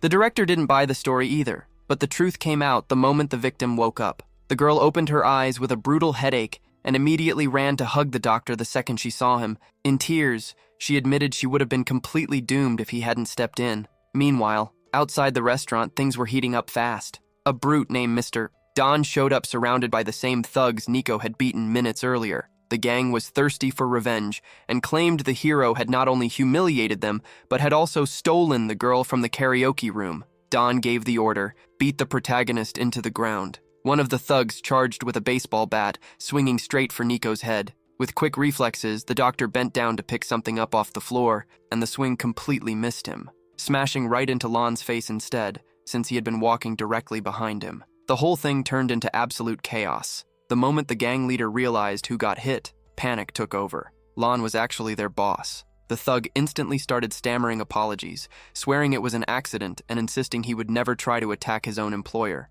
Nico took full advantage of the mess to expose the truth, revealing that Lon's men had been forcing the student to work against her will. Cornered and desperate to save face with Kunin, Lon had no choice. He tore up the girl's exploitation contract and ordered his men to stay away from her from now on. Safe and finally free, the young woman thanked Nico endlessly, though she also awkwardly gave Lon some forced gratitude. Watching the scene unfold, Kunin started questioning her assumptions. Maybe her fiancé wasn't the villain she had imagined after all. The businessman left the restaurant, but the feeling remained that the score between them was far from settled. The villain tried to stop Nico from leaving, not realizing he had just awakened a monster. What triggered the hero's fury wasn't the threat. It was the fact that his bag of leftover food had fallen to the floor during the chaos. Staring at the guy like a predator sizing up prey, Nico coldly said he had just destroyed his entire food supply for the month. The atmosphere instantly turned deadly serious. Realizing his mistake, the thug stuttered out an apology,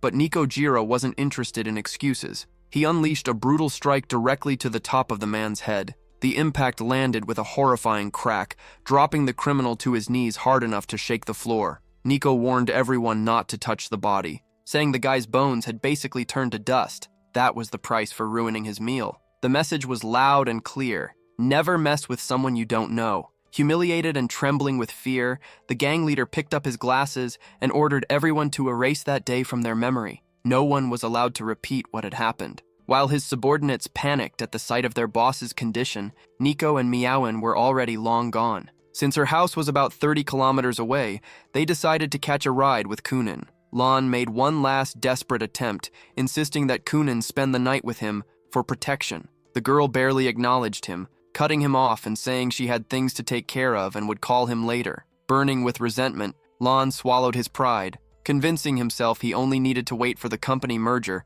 before finally putting Kunin in her place. The final surprise came in the parking lot. Kunin showed up with a gift from her mother, an absolutely stunning Rolls-Royce. While Nico joked that the car probably wasn't even worth 500,000 yuan, Miaowen corrected him immediately. It wasn't an ordinary car. It was a limited edition Bentley, with only 20 units in the entire world. The girl's family wealth was on another level. The flex was unreal. A car like that wasn't for just anyone, easily costing between 7 and 8 million yuan. Nico's financial reality was so far removed that he couldn't even process a vehicle being worth that much. Numbers like that simply didn't exist in his world. If he accepted the girl's conditions, he could pocket 100 million yuan and instantly change his life, but he turned it down without hesitation. To him, talent and freedom mattered more than a loaded bank account that tried to buy happiness. Tensions rose when the girl made it clear that the forced marriage was still completely off the table. As they got closer to the doctor's place, everyone was shocked. The narrow streets and rough living conditions made it painfully obvious just how simple his lifestyle really was.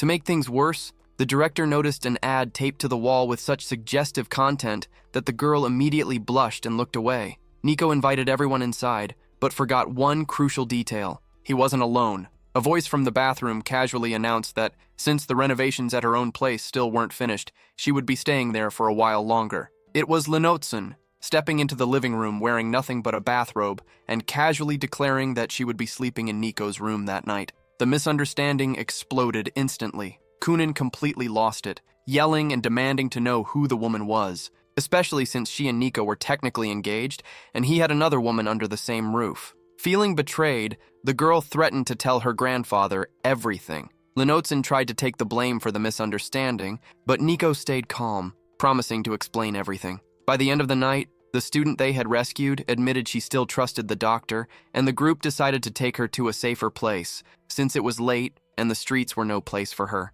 The protagonist left with the student and immediately ran into a drunk couple. The guy, in a mocking tone, pointed at the waitress and joked to Dr. Suniko that the waiter there sure was lucky to have a girlfriend like that. The situation was pathetic. The student quickly recognized the man as a regular customer at the restaurant where she worked, mentioning that he was always seen leaving with a woman named Zua. His reputation checked out, a dangerous womanizer putting his own wife at risk with his reckless lifestyle. The moment he realized he had been exposed, the man lost it and rushed after his partner, desperate to stop things from getting even worse.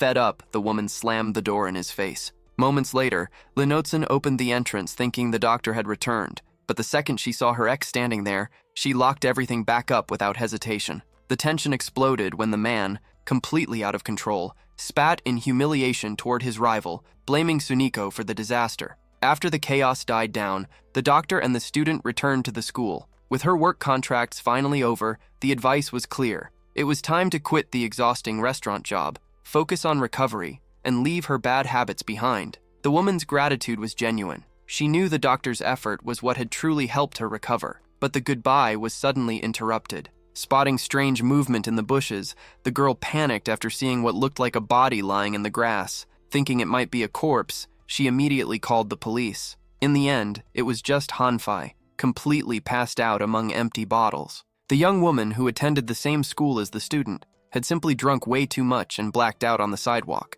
Seeing the unconscious girl, the doctor stepped in. He strategically inserted acupuncture needles to force her awake. The effect was immediate. The young woman jolted back to consciousness with a scream, terrified by the needles in her body. The treatment had been precise and efficient, using only 2 pressure points to bring her back to reality. The moment she fully regained consciousness, reality hit her hard. She apologized for doubting his earlier diagnosis, admitting that she really was pregnant. Panic took over, and through tears, she begged the doctor to terminate the pregnancy. The student watching the scene was completely stunned, even briefly wondering if the doctor had some personal connection to the situation, before remembering his position and engagement to Nico. Nico confronted the patient about her self-destructive behavior, asking why she had been drinking while pregnant. Her answer was bitter. She just wanted to erase the existence of the child. She confessed that she hated the baby's father, a man she had already cut out of her life but still felt trapped because she was only a student. Sensing the girl's anger, the doctor offered her an alternative: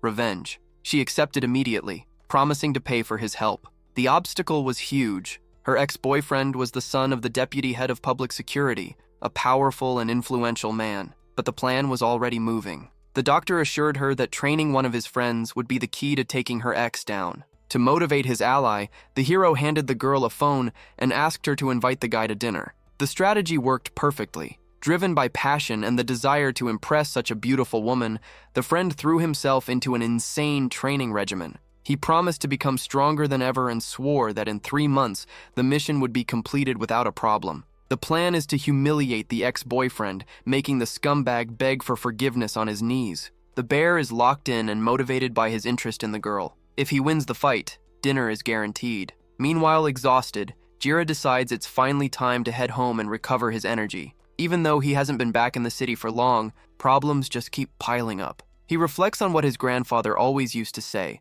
the men in their family never deal only with their own problems. They always end up carrying everyone else's burdens too. Realizing he's gotten rusty, he decides he can't put off martial arts training any longer. Meanwhile, a young woman working tirelessly to support herself and the children feels completely worn out. On her way home, she comes across clothes and belongings scattered all over the ground that seem to belong to a doctor. Confused by the mess, she starts picking everything up to organize it, but Jira suddenly appears and orders her not to move. The next morning, the place is still a complete mess, with items scattered everywhere. His phone rings. It's Grandpa Sai calling him to a family dinner. Jira accepts without thinking much of it, but once he fully wakes up, he's shocked to find Xiaolantan nearby. Trying to piece things together, he remembers going into the forest the night before to train martial arts with the chicken. The training had been as intense as ever until nearby footsteps signaled someone approaching. The students showed up for treatment. The doctor led them into the room to begin acupuncture. Seeing their fear of pain,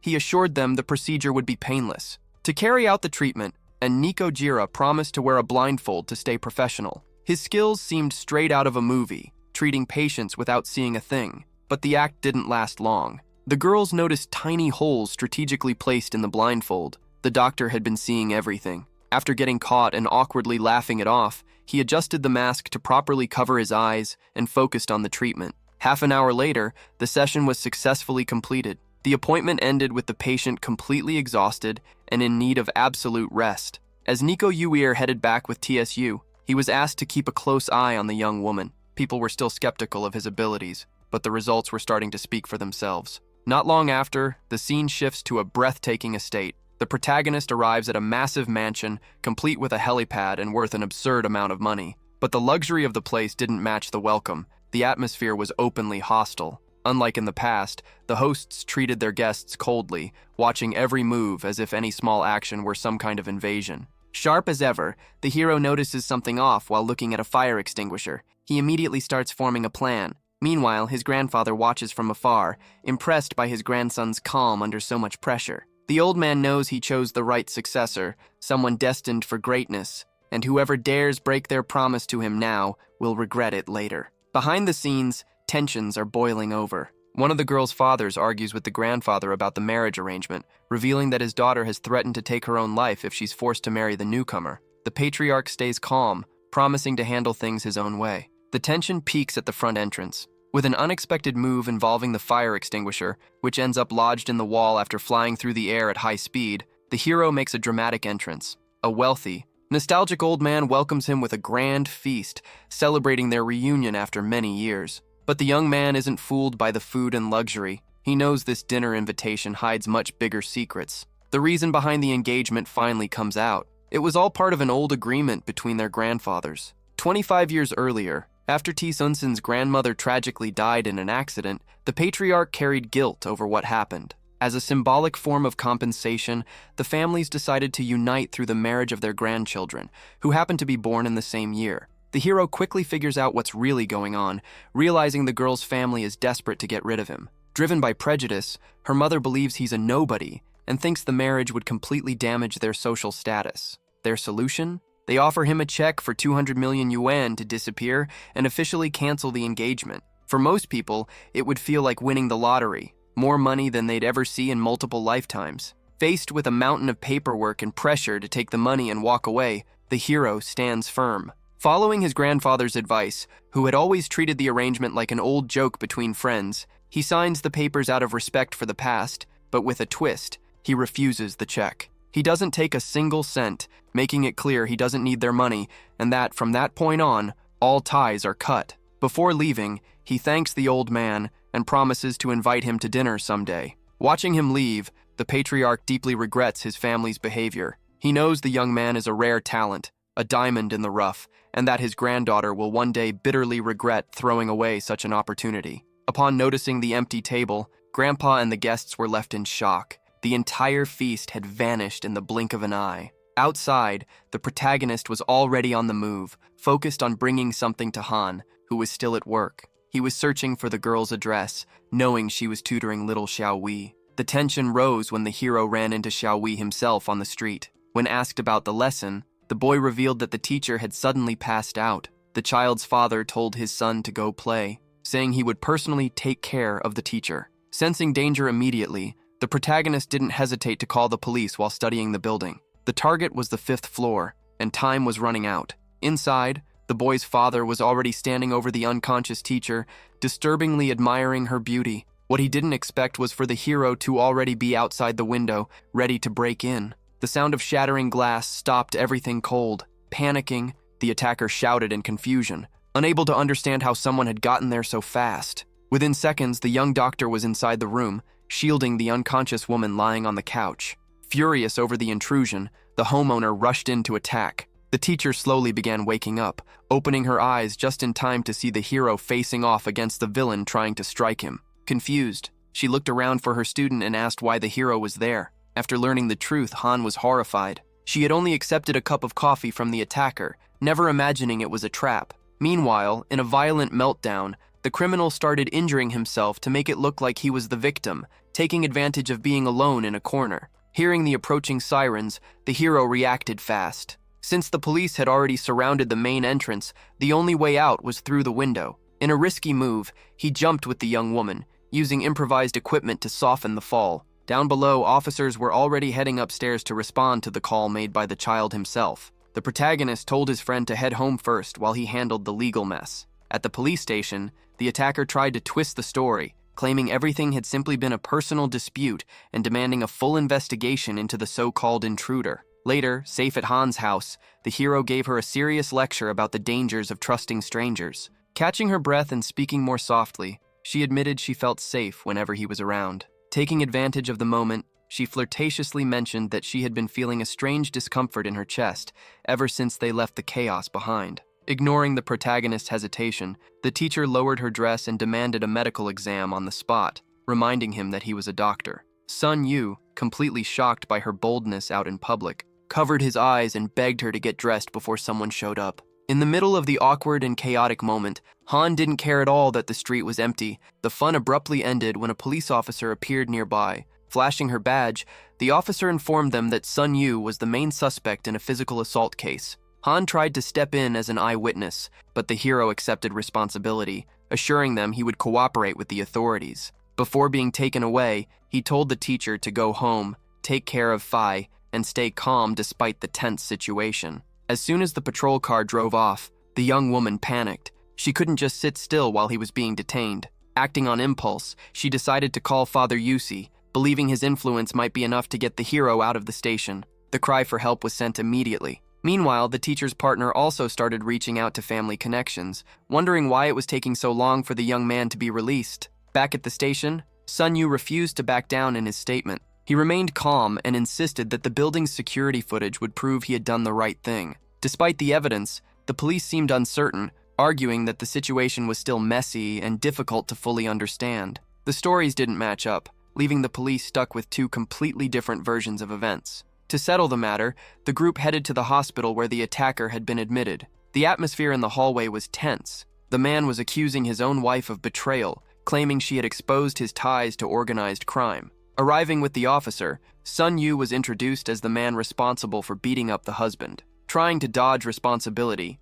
the wife blamed a mysterious company her husband had gotten involved with. The doctor requested a private moment with the so-called injured man, and the officer allowed it, even though she found the request suspicious. Inside the hospital room, the villain tried to intimidate the hero with serious threats. Sun Yu didn't even blink. He reminded the man that he had already taken down plenty of his goons and that their last fight had left the attacker with a serious condition that probably couldn't be fixed. Changing tactics, the criminal tried bribing the doctor, offering peace in exchange for treatment, but the hero just laughed. He made it clear he was there to investigate, not negotiate. When Sun Yu stepped back out of the room, he exposed the patient's rage to everyone, proving that the whole helpless victim act had been fake. To seal the case, police found the sleeping pills used in the crime, leaving the criminal with nowhere left to run. As the man broke down crying and begged for forgiveness, Father Yusi arrived to close out the case. With a detective's instincts, he helped connect all the missing pieces. In less than 12 hours,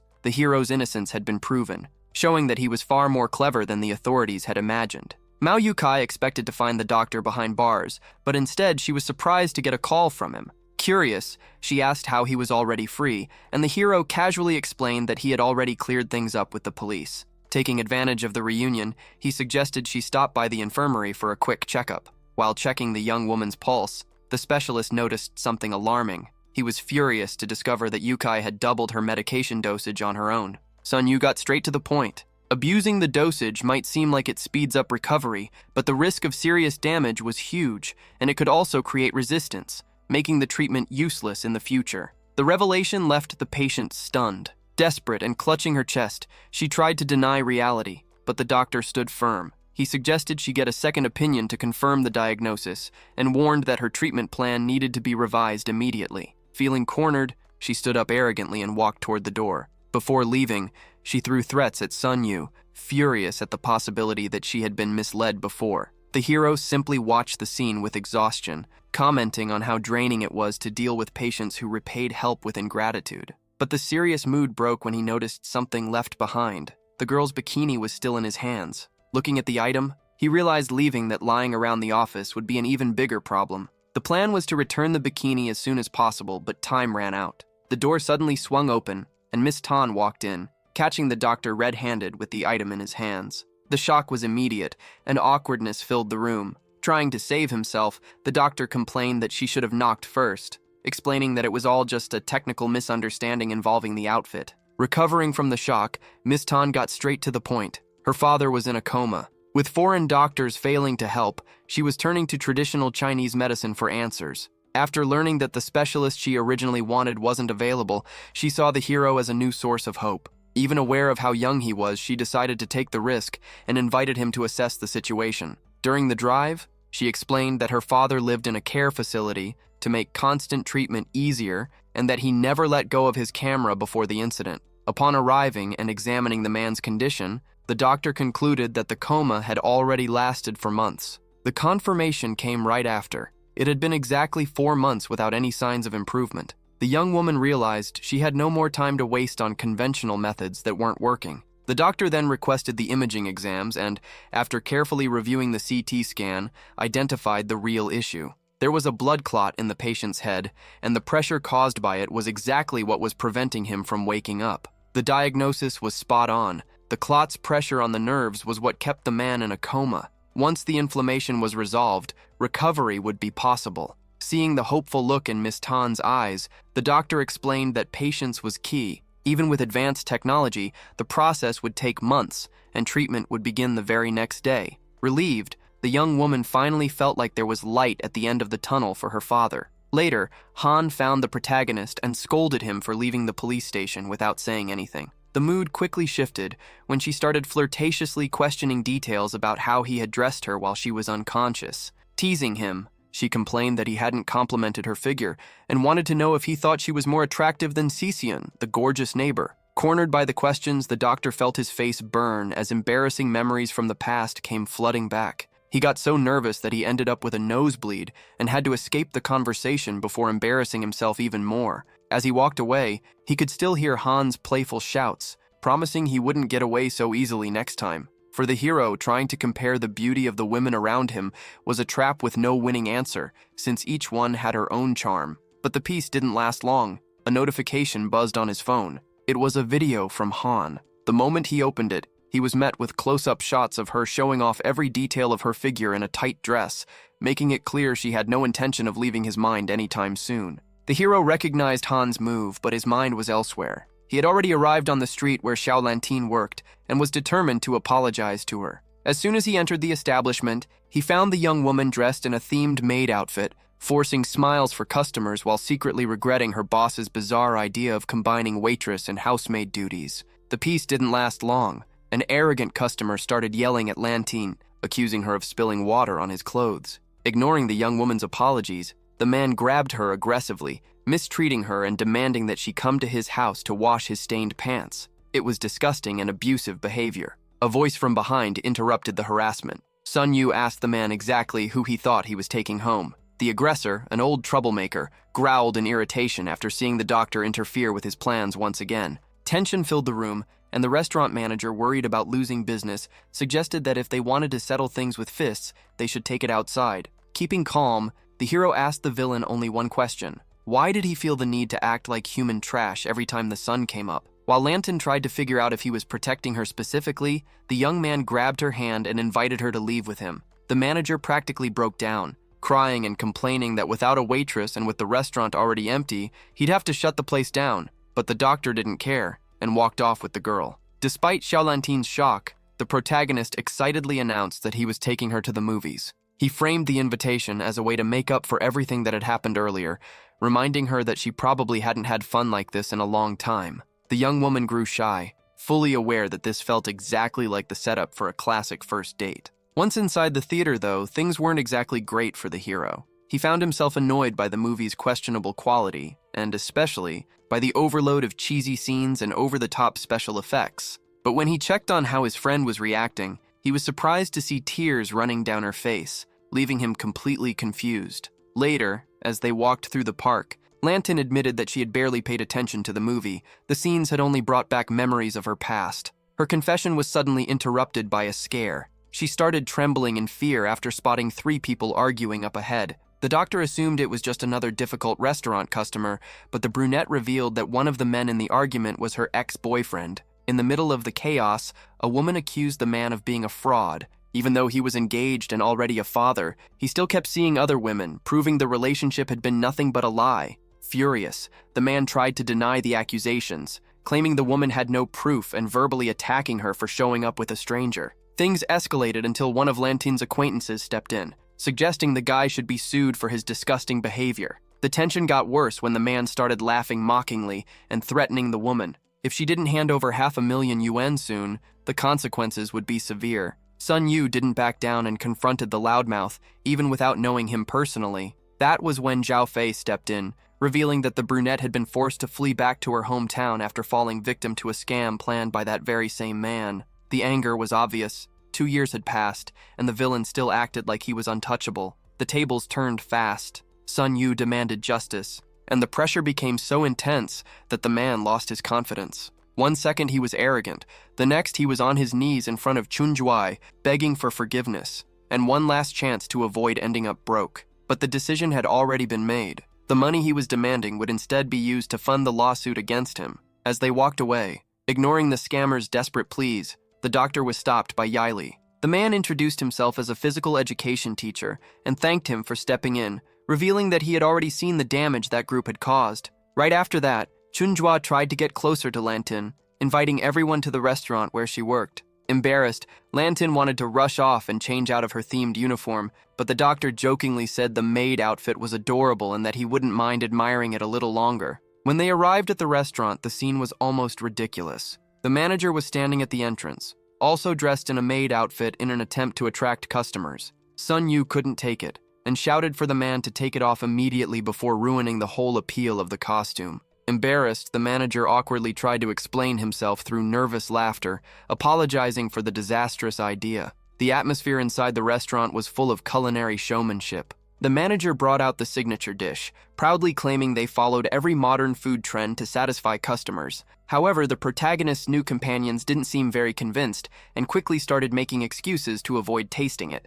The restaurant owner looked confused, unable to understand why anyone would reject the house specialty. Sun Yu decided to take control. Putting on gloves, he announced that he would show them the true meaning of elite Chinese cuisine. The restaurant owner, arms crossed, mocked the challenge, pointing out that they were completely out of meat and doubting the young man could somehow pull off a vegan miracle. Only 15 minutes later, the hero presented a platter of grilled strips coated in sweet and sour sauce. The aroma smelled so identical to beef that the owner stood there in shock, swearing there hadn't been any meat in the kitchen. That was when Chunjua revealed the secret. It was tofu. Sun Yu's technique was so absurdly good that the texture and flavor could fool even an expert. Recognizing the rare talent in front of him, the owner immediately tried to negotiate for the recipe. Clever as ever, Sun Yu used the man's interest to help Lantin. He hinted that the secret had a price, and the manager got the message instantly. Praising the young woman's hard work, he announced that starting the next day, she would stop working as a waitress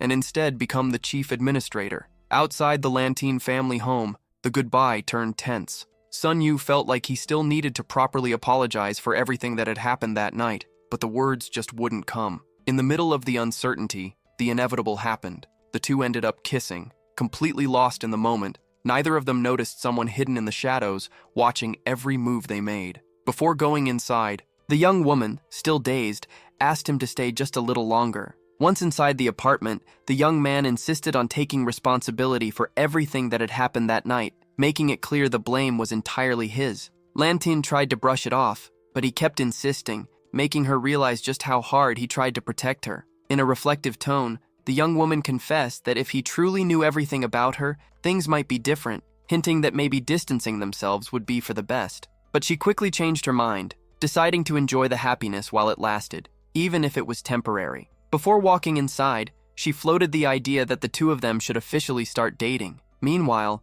the brunette watched everything from the doorway, feeling left out after his outing with Lantin. Despite the pain, she still held on to hope of figuring out what her true place in the doctor's life really was. The next morning, during a walk through the park, the protagonist felt like life was finally getting back on track after everything that had happened. His mind drifted to the martial arts lessons his grandfather used to teach him. The peaceful mood was broken by a woman's voice teasingly accusing him of being jealous. He immediately denied it, making it clear there was no emotional connection left between them. Shunjua, grateful for his help during the divorce process, pointed out that while a close friendship was probably off the table, they could still maintain a professional relationship. To mark the beginning of this new chapter, she invited him to lunch. Acting in her role as the institution's director, she mentioned there would be time later to discuss personal matters and relationships, but for now, the focus was food. So the group headed to the nearest restaurant, well known for its excellent cuisine. The brunette's companion mocked the restaurant's name, but she didn't let it slide. Cutting him off coldly, she told him to keep his distance and walked into the restaurant alone for lunch. The man stayed behind, furious, bitterly stewing over his failed plan to marry her and mold her into the kind of woman he wanted. Inside, the hero sat down for a technical discussion with the veteran doctor. Between compliments about his performance, the young man cracked a joke about using honey to treat digestive issues, making his colleague laugh, who reassured him that his health was just fine. Impressed by the young man's early talent, the veteran admitted he was progressing way too fast and would soon need to be referred to top-level specialists. The mood shifted when the director of CEU brought up the pressure of an upcoming audit, stressing that there was no room for mistakes or dishonesty. In the middle of the discussion about deadlines and checks, Kanan Lin interrupted the meeting. Fully recovered, she offered to become the doctor's assistant, claiming she was a quick learner. The hero didn't give a final answer, leaving the decision up to management. The manager asked the young woman to wait and promised to arrange the assistant position. As they walked out, an older employee commented that this was a golden opportunity for the young doctor, nostalgically recalling his own clinic days. Alone with the hero, Kanan begged to learn his techniques. Unsure if she would really be interested in traditional medicine, the doctor grabbed a stack of books and warned her that the learning process would start there. Tension rose when a group of officials entered the room right as support for new students was being discussed. One of the men immediately frowned, complaining that the strong smell of medicinal herbs made the place unbearable and suggesting the department should be shut down to avoid wasting public funds. Miss Tsu didn't back down and fired off a sharp warning. If they shut that department down, the hospital would lose its status as a general hospital. Sun Yu stood his ground and shot back at the official, saying his ignorance kept him from making any sensible decisions. Pressured by the Ministry of Health, the director snapped and started insulting the young doctor, claiming he was a nobody and that traditional medicine specialists only got jobs through connections and favoritism. Without flinching, the hero challenged the official to test his skills right there on the spot. With a sharp glance, he diagnosed the man with a serious kidney problem and even dropped embarrassing details about his health. Panicking, Juan tried to deny everything, but things got worse when the official's wife started yelling, accusing him of lying about where he had been the night before since he claimed he was at a casino. To make matters even messier, the doctor landed the finishing blow by suggesting the wife had her own late-night secrets with another man. The office instantly turned into a battlefield of embarrassing revelations. Watching the spectacle, the ICU director realized the doctor was simply exposing the rot within that family. In the end, not knowing how to react to the public humiliation, the couple decided it was better to stop fighting and bring the young specialist aside for a serious talk, realizing he knew way too much to ignore. The woman exploded, accusing the protagonist of making up lies without a shred of proof about her involvement with another man. Taking advantage of the chaos, Juan shouted that the police were already on their way, and the young doctor would be arrested if he couldn't prove what he said. The hero knew that if they kept denying everything, things could get ugly, but backing down wasn't an option. Not wanting the doctor to get screwed over alone, Kan Lin decided to step in. Against her friend's wishes, she revealed that she knew exactly where the official spent his nights, in the arms of a woman at a local karaoke bar. She offered to take everyone there and expose the lie. Juan lost it, while his wife, desperate, no longer knew who to believe. Cornered, the official got a phone call and suddenly changed his tone, suggesting it would be best to cancel the hospital audit before the disciplinary board got involved. Panic took over the couple as they desperately tried calling an influential doctor to bury the case. While the man ranted about throwing everyone in jail, the hero began listing the crimes, identifying Congressman Juan Zenu and his wife as the people responsible for the misconduct. In the middle of the chaos, Juan lost his balance and collapsed on top of his wife, who screamed for someone to get that dead weight off her.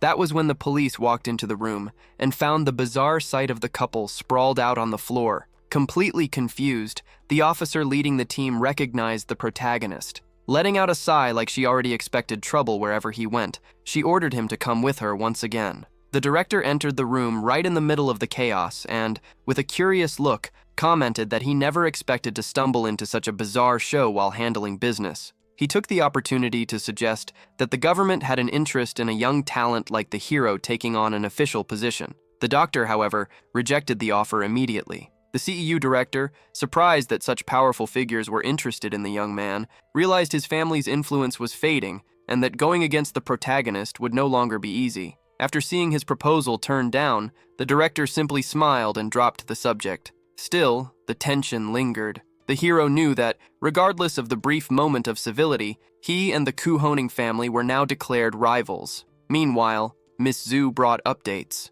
The nurses involved in misconduct had already been detained, and an official investigation was underway. Just as she was about to leave, the doctor stopped her, offering to do a quick health checkup. Caught off guard by how direct he was, the officer grew flustered and told him to keep his distance. That was when the young man brought up a sensitive topic, the birthmark on her forehead. He noticed it bothered her and offered a procedure to remove it permanently. The blonde tried to play it cool, saying she needed time to think, but she couldn't stop thinking about how confident and skilled the guy seemed. Completely won over by his charm, she eventually changed her tone and invited him out to dinner. The dinner invitation was enthusiastically accepted by the protagonist, sparking a hint of jealousy in Kane and Lin. Even bothered by it, she accepted that the doctor's work involved dealing with other women. To lighten the mood, the young man offered his assistant a ride, instantly cheering her up as she no longer minded sharing his attention with others. Later, at a seafood restaurant, Sun Yu observed Miss Zhu. The place felt familiar to him, bringing back memories of previous visits. The conversation soon shifted to the police officer's scar.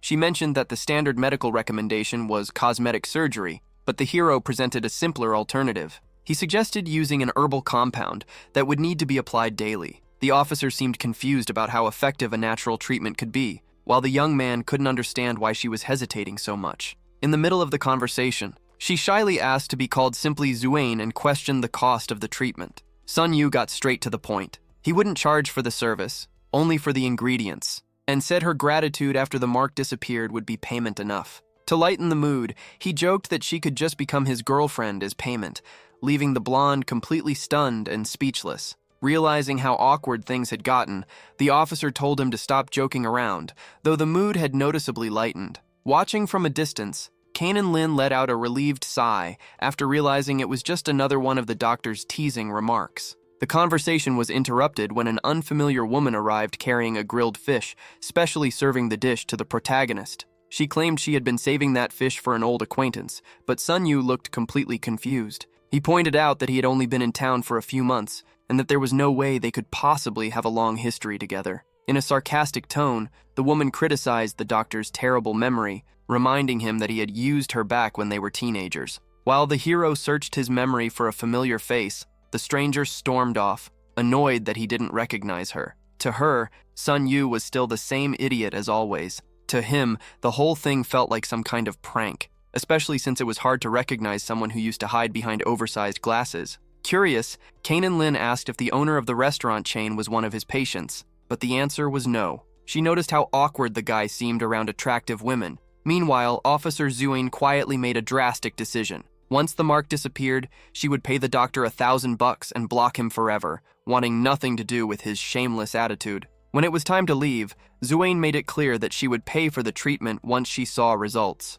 Sun Yu was confused by her sudden coldness, unable to understand what he had done wrong. He told Kanan he needed to head back to school, feeling like the day's mood had taken a turn. From the restaurant window, the mysterious woman watched the hero walk away, torn between revealing her identity or staying hidden, bitter over an infertility issue that made her believe no man would ever accept her. The protagonist received praise for his ability to cure almost anything, but he stayed grounded, admitting that cancer was still a barrier better handled by other specialists. He shared that his grandfather had successfully cured 3 cases of the disease during his lifetime, leaving Kanan Lin stunned. She immediately pointed out that if such a method were revealed, it would spark a global medical revolution. The doctor explained, however, that his grandfather's research had been left unfinished and that his mission was to complete that legacy. The conversation shifted when news broke that Chen Kong had been released. The statement accepted by the police claimed everything had simply been a fight between young people, with no real intent to kill.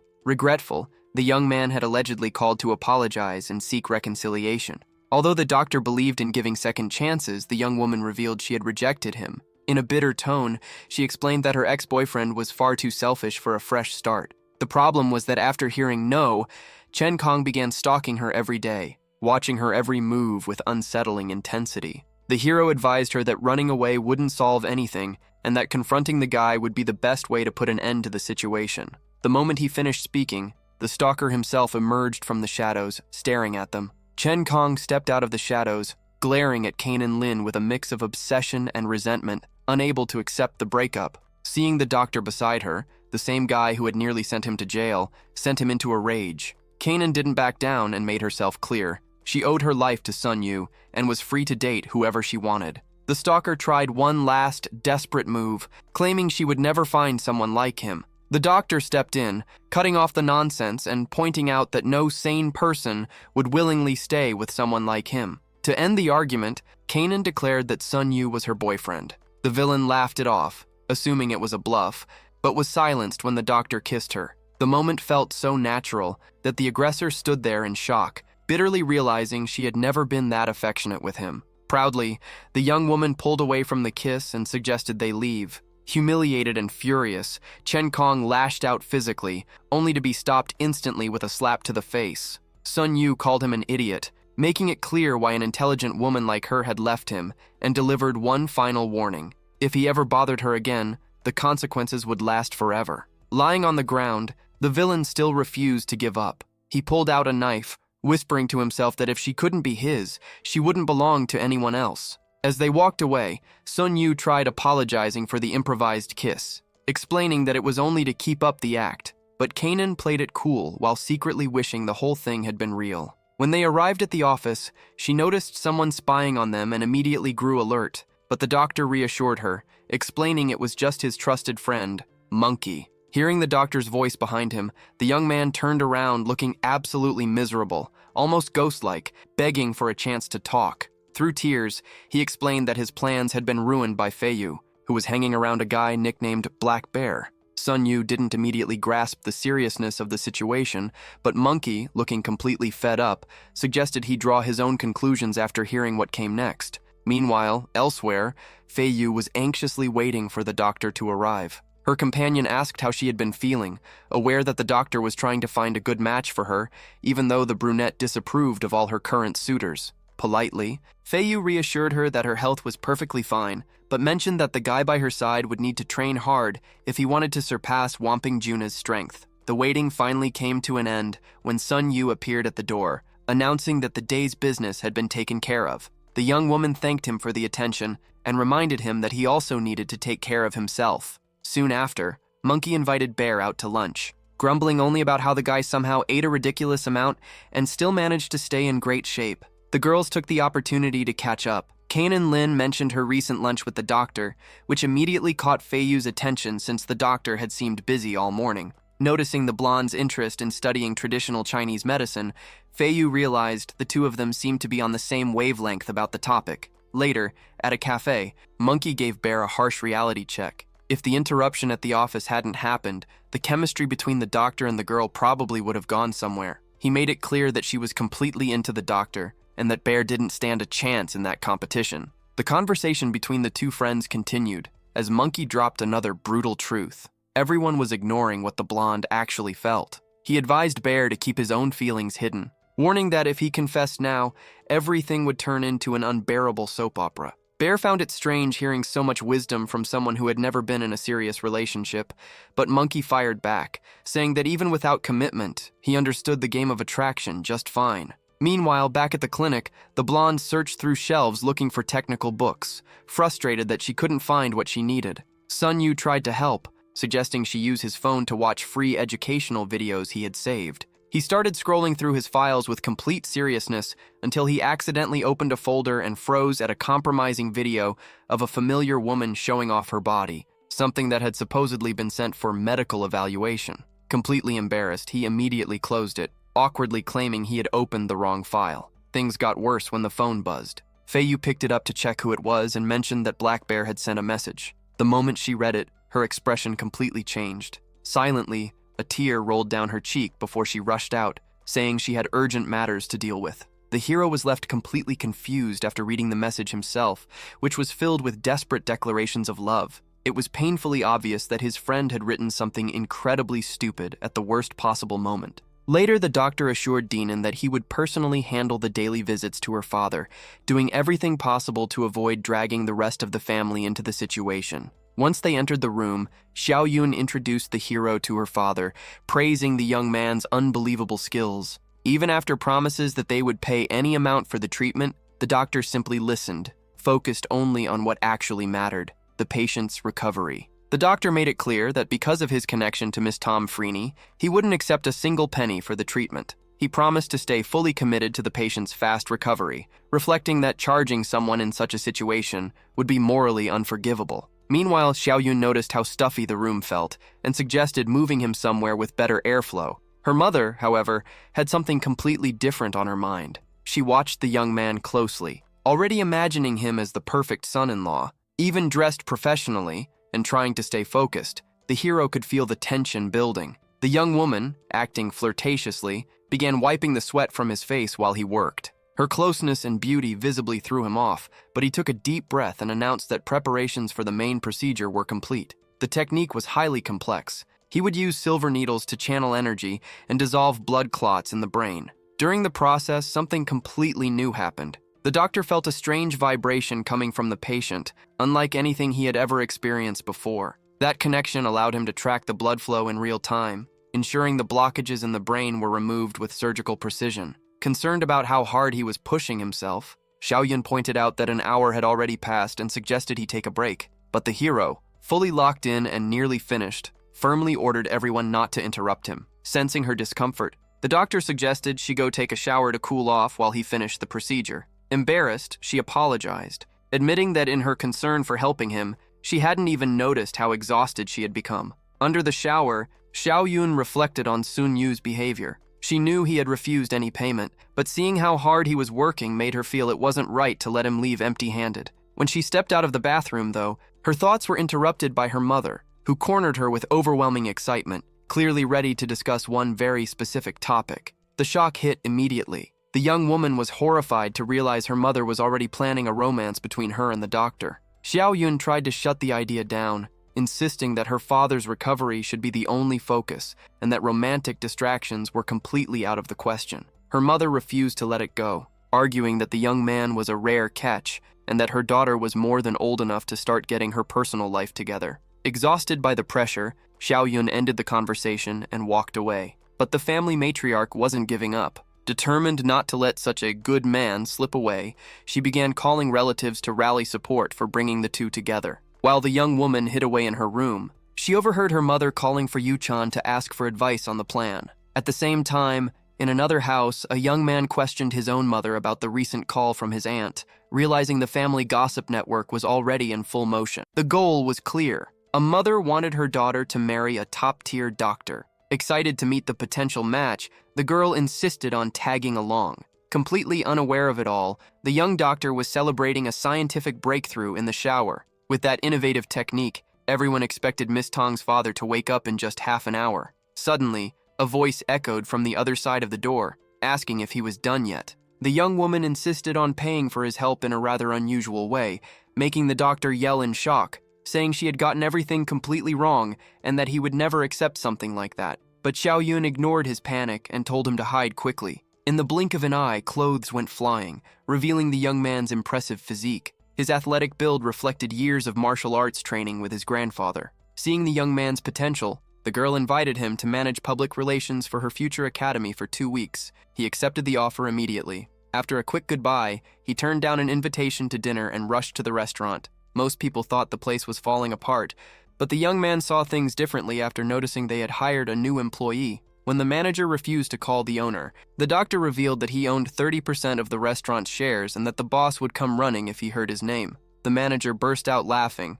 doubted the story, and called security. Within seconds, a huge bodyguard surrounded the doctor, claiming he could take him down without breaking a sweat. The doctor simply smiled at the threat, fully aware that no one there had the power to lay a finger on him. The employees kept mocking him, joking that the only thing left was for him to claim he was the big boss's father. The joke instantly stopped being funny when the real owner suddenly appeared out of nowhere and knocked the rude employee flat with a perfectly landed punch to the face. The owner recognized the hero immediately, admitting the restaurant had been packed thanks to his recipe, and quickly asked for more money-making ideas. Completely unfazed, the young man replied that he was only there to pick someone up. Around them, the security guards realized just how badly they had messed up and immediately changed their attitude, promising to behave. The manager nearly fainted in panic after realizing she had disrespected the shareholder who practically ran the whole place. Lanton was called over and dismissed by the boss, who even guaranteed her a day off the next day. On the way out, feeling shy, she suggested taking the bus so she wouldn't be a bother,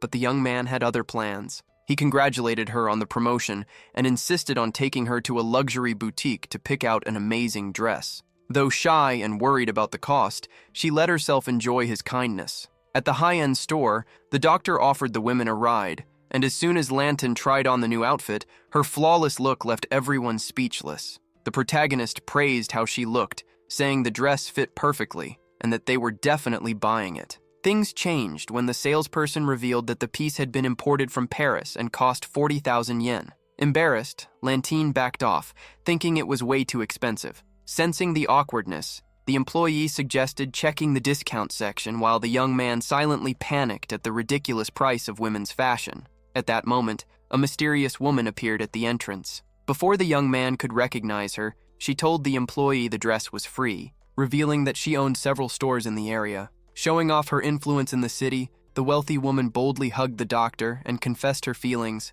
asking him to finally become her boyfriend. The hero immediately shut it down, making it clear he planned to earn his own living and had no intention of being supported by anyone. When she suggested revealing her true identity, he fired back, saying that if she really wanted to show herself, she wouldn't be hiding behind those sunglasses, and he insisted on paying. Lanton watched everything in amazement, impressed by the doctor's connections while feeling insecure about her own humble background and scared of losing her place in his life. After the two left, the employee questioned the owner about why she was giving free clothes to strangers, but she simply ignored him and responded with a question of her own. The store owner told the employee to shut up. Her focus was entirely on the doctor's companion, carefully observing the sharp contrast between that young woman's behavior and the doctor's personality. On the drive back home, Lanton noticed the protagonist seemed down and asked what was wrong. He brushed it off, saying he was just thinking, but the truth ran much deeper. It had finally hit him. He was no longer a carefree single man. Now he carried the responsibility of supporting and protecting the woman he loved.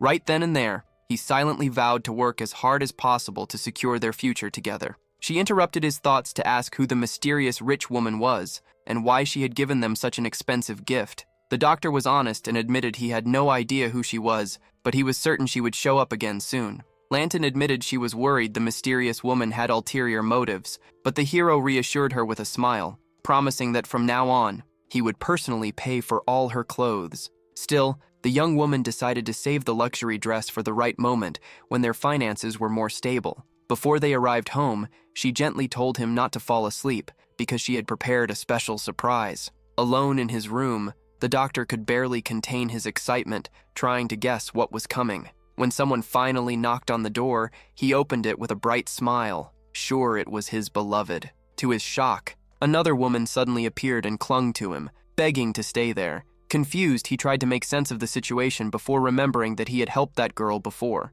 She explained that she only wanted to repay the favor, but the young man shut her down immediately. He told her it was late, ordered the visitor to go home, and locked the door, relieved that Lanton had not witnessed a scene that could have caused a massive misunderstanding. A few seconds later, the sound at the door echoed once again. This time he hesitated and slowly turned the doorknob. Standing in the doorway was Lanton, wearing a surprisingly bold and unexpected outfit. With a shaky voice, she quietly asked if she could come in. The next morning, the doctor woke up still stunned by his companion's boldness and creativity in choosing that outfit. The mood from the night before had been incredible. Since he had the day off from his hospital shift, the doctor decided to visit Miss Tong earlier than planned to continue treating her father. On the way there, Sayos crossed paths with him and casually brought up the surprise from that morning. Without hesitation, she dropped a bombshell, revealing that Lanton had spent the last 2 nights with company. The protagonist reacted with humor, and the informant assured him she would keep the secret locked away. He simply warned her that the gossip would turn into a massive problem if it ever got out before saying goodbye. As she watched him walk away, the young woman thought her discretion might change the doctor's opinion of her, silently regretting that her jealousy kept her from accepting the idea of sharing him with someone else. When he arrived at Miss Tong and Mrs. Duan's house, the hero was caught completely off guard. The living room was packed with women. Fenshin quickly explained that the crowd was simply the entire family gathered together. The doctor understood the situation instantly. This was basically an evaluation committee trying to figure out whether he was good enough to marry into the family. One suspicious relative wasted no time asking whether he was actually capable of curing their uncle, or if the whole medical thing was just a flimsy excuse to flirt with Xiao Yun. The girl's mother was furious at the rude comment and immediately demanded an apology, but the doctor simply laughed it off. He defended the young woman, saying honesty was never a bad thing. Eager to escape the never-ending family interrogation, he cut the conversation short and headed to the bedroom to begin treating Mr. Dunn. Back in the living room, the women couldn't stop praising his attitude. Meanwhile, in the bedroom, remembering how exhausting the last session had been, the doctor took off his shirt to work more comfortably and finish everything as quickly as possible. Suddenly, the door creaked open. The young woman herself stepped inside shyly, apologizing and offering to help. Focused on the procedure, the doctor responded bluntly, warning her not to do anything that might distract him. Her only job was to wipe the sweat from the specialist's forehead. While he remained fully focused on the treatment, the girl moved closer from behind and gently held his shoulders, taking advantage of his silence to stay near him. The doctor chose not to react, secretly hoping the household's attention would stay focused on the patient's treatment instead of this convenient little moment of closeness. The hero was saved when Xiao Yun's voice suddenly echoed through the hallway. Startled, the assistant quickly stepped away, claiming the room felt stuffy before leaving. Shortly afterward, Xiao Yun passed by, still half asleep, but her exhaustion vanished the moment she looked toward the bed. Her father's hand had moved. Shocked, she briefly thought she had mistaken the doctor's movements for her father's. Her mother immediately stepped in, insisting exhaustion was making her imagine things. After all, only 2 treatment sessions could never bring such an unbelievably fast recovery. The doubt disappeared the very next second. Right before both women's eyes, the patient's fingers began moving clearly and consistently. The protagonist examined his own hands, realizing that while his raw strength had not increased like before, his technical control and medical precision had improved dramatically. Knowing the man would wake up very soon, the young woman, torn between excitement and nervousness, asked how she could possibly repay such a miracle. Xiao Yun's mother immediately cut in, suggesting that the closeness between them made formalities unnecessary, making it very clear she already saw him as part of the family. Xiao Yun nearly died of embarrassment because of her mother's behavior. In the middle of all the chatter, another relative commented on how many women seemed interested in the young man, while someone else dismissed him, reminding everyone that he was still just an employee without a permanent position at the university hospital. Fed up with the endless family questioning, the doctor announced that his time there was up and left. The young woman kept admiring the doctor from afar, convinced he was completely out of her league. As soon as he stepped out the door, Fen Chen scolded her daughter for being too shy, urging her to make a move before another woman stole him away. The mother even warned her sister that if Xiao Yun hesitated, her own cousin might swoop in instead. Sitting on the couch, Xiaoong overheard the entire conversation and decided that if her cousin refused to act, she would take matters into her own hands, since she was interested in the doctor too. Meanwhile, at Red Bar, an employee questioned Director Chu about her meeting with the protagonist, reminding her that famous specialists had already been called in to examine her grandfather. The director explained that conventional medicine would not solve a mental disorder like his. She revealed that the hero was the grandson of the elderly man's best friend, and that the old man was completely determined to see the two of them married. The young woman made it clear that she would never accept an arranged marriage, even though she knew rejecting it would deeply hurt her grandfather. One of her close allies reminisced about the years the director had lived with her father, reinforcing the strong friendship between them. Despite warnings that the old man's health would only worsen without traditional medical care, the director stood firm, trusting that an honest conversation with the young man would solve everything. A third woman watched the scene, thinking the director was far too naive. In her eyes, if the doctor got close to the family, the old man's pressure for marriage would become unbearable. Determined to sabotage the plan, the redhead quietly decided to interfere. Shortly after, the doctor was fully informed about the grandfather's condition. The elderly man constantly called out his name, making the meeting absolutely necessary. Out of pure respect for the old man, the young man accepted the invitation, fully aware that despite all the family drama involving the girl's parents and stepmother, he still had to help. Already inside the vehicle, the doctor apologized to Lanton for not being able to stay with her until the end, promising to meet her at home later. One of the hero's female friends felt a sharp pain in her chest, painfully aware that her life as a waitress could not compete with the director's social status, fearing the young man might never get another opportunity this huge. Far away from there, a man with an exhausted expression suddenly jolted awake inside a dark room, opening his eyes and loudly asking where he was. The elderly man complained about the darkness, saying he could not see anything, and asked who was with him. Standing before him, a figure introduced himself as Zhanan Lin, but the old man could not understand who the person standing behind him was. The mysterious silhouette questioned why the patriarch had broken off the marriage arrangement. With wide eyes, the elderly man suddenly shouted the protagonist's name, and only then did Janan Lin realize it had all been nothing more than a bizarre delusion. Although the man briefly considered apologizing to the doctor, the door suddenly opened as Sin arrived, asking whether her grandfather had suffered through another nightmare. She introduced the doctor, leaving the gray-haired old man surprised to see the young man standing at the doorway. Happy about the visit, the elderly man called him over. However, the doctor felt frustrated after realizing how severe the patient's mental condition truly was, quietly assessing that his current abilities would not be enough to fully reverse it. Nearby, the young woman decided to leave them alone, making up an excuse about needing to deal with urgent school matters. She had barely walked away when Menchenchu called, immediately questioning why she had not come up with a better excuse to leave, doubting she truly had no interest in overhearing the conversation.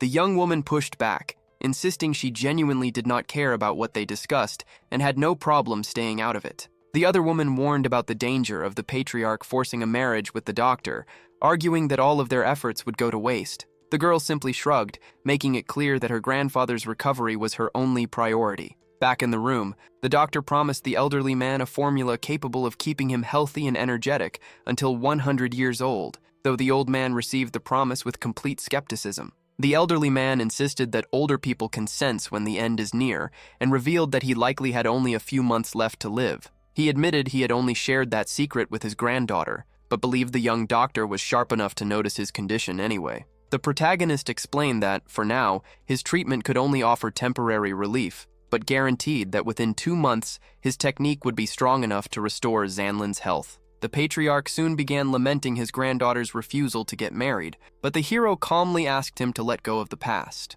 Moments later, the old man asked the young doctor to make him some noodles and promised to quietly support whatever decisions he made. The hero reassured him that he held no grudges and had no plans to take revenge on Blue, in case that was the old man's concern. Deep down, however, the young man admitted that anger still burned inside him, because not everything could be spoken out loud. As soon as he stepped into the hallway, he ran into Menchenchu, who immediately demanded to know what had been discussed with the patriarch. The young man quickly realized he needed to stay cautious around that woman. She bluntly declared that she would never allow him to end up with the family's young heiress. The hero found her arrogance amusing and fired back, pointing out that the grandfather was the one calling the shots in the household, meaning nobody in that wing would dare challenge his authority. He ended the conversation by casually announcing he was heading to the kitchen to cook noodles for Xanthlini in celebration of the newly accepted engagement. Before he could walk away, the woman suddenly changed her tone, saying she had something important to tell him in private.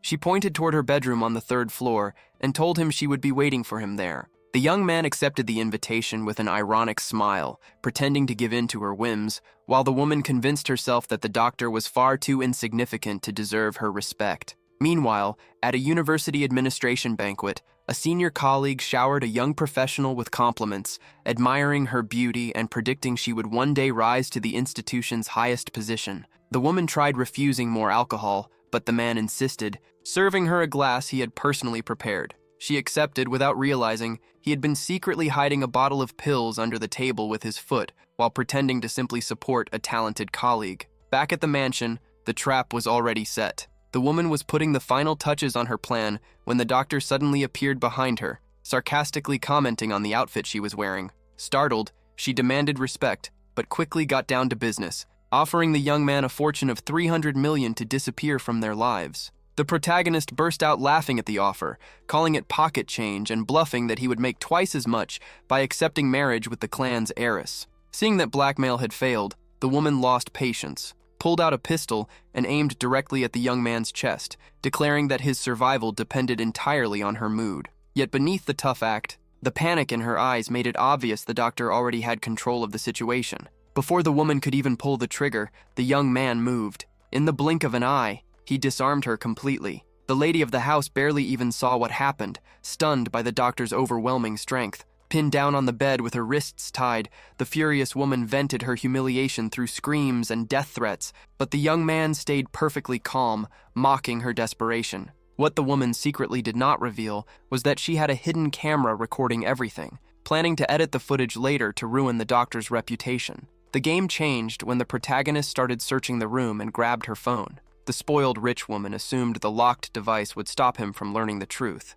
but his focus turned elsewhere. The doctor began scrolling through old pictures of her wearing cosplay outfits and revealing clothes. Holding up the screen with a teasing grin, the young man praised the woman's bold fashion choices and joked about how shocked her husband would be if he ever saw the secret gallery. Panicking and dying of embarrassment, she demanded her phone back, but the hero slipped it into his pocket, warning that the photos would now serve as his insurance policy. Not knowing how to react and desperate to get her phone back, the woman tried convincing him to leave as quickly as possible. The protagonist continued teasing her, commenting that the collection contained even more impressive pictures and sarcastically asking who would ever be crazy enough to reject someone like her. Torn between feeling insulted and oddly flattered, the woman ultimately concluded that, deep down, the doctor was just another predictable man. As he walked out the door looking exhausted, the young man casually stated that he was not attracted to older women at all. Even though the lady was only in her 30s, his goal had been to hit her ego where it hurt. An hour later,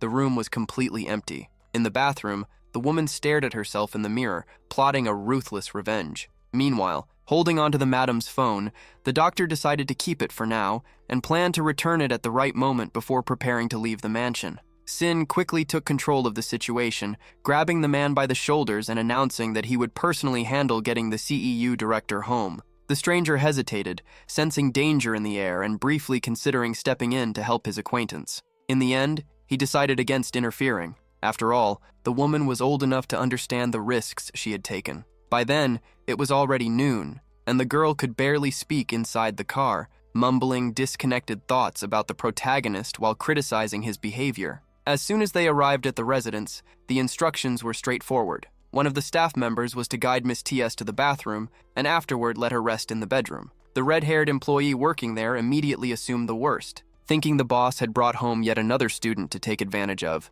However, her expression changed the moment she peeked inside the car and recognized the unconscious director. Panicked and unsure how to react as nothing more than an employee, she froze on the spot. The tension shifted when Sunu grabbed the worker by the arm, demanding an explanation about the condition of the sick man. Relieved, she changed her tone and explained that she knew him from the university where she studied. Sunu processed the information. It was lucky she had noticed Sandagon's car taking a strange route, but the audacity of dragging the CEU director all the way there still made little sense. Without wasting time, the young man ordered the student to take the blue car and assured her he would handle everything from there. Inside the house, the vice director was already enjoying the success of his scheme, fully convinced that his connection with the boss would guarantee everything unfolded exactly as planned. He entered the living room with complete arrogance, boldly declaring that the moment of truth had arrived. The vice director expected to find his wife waiting in the room, but instead came face to face with a stranger.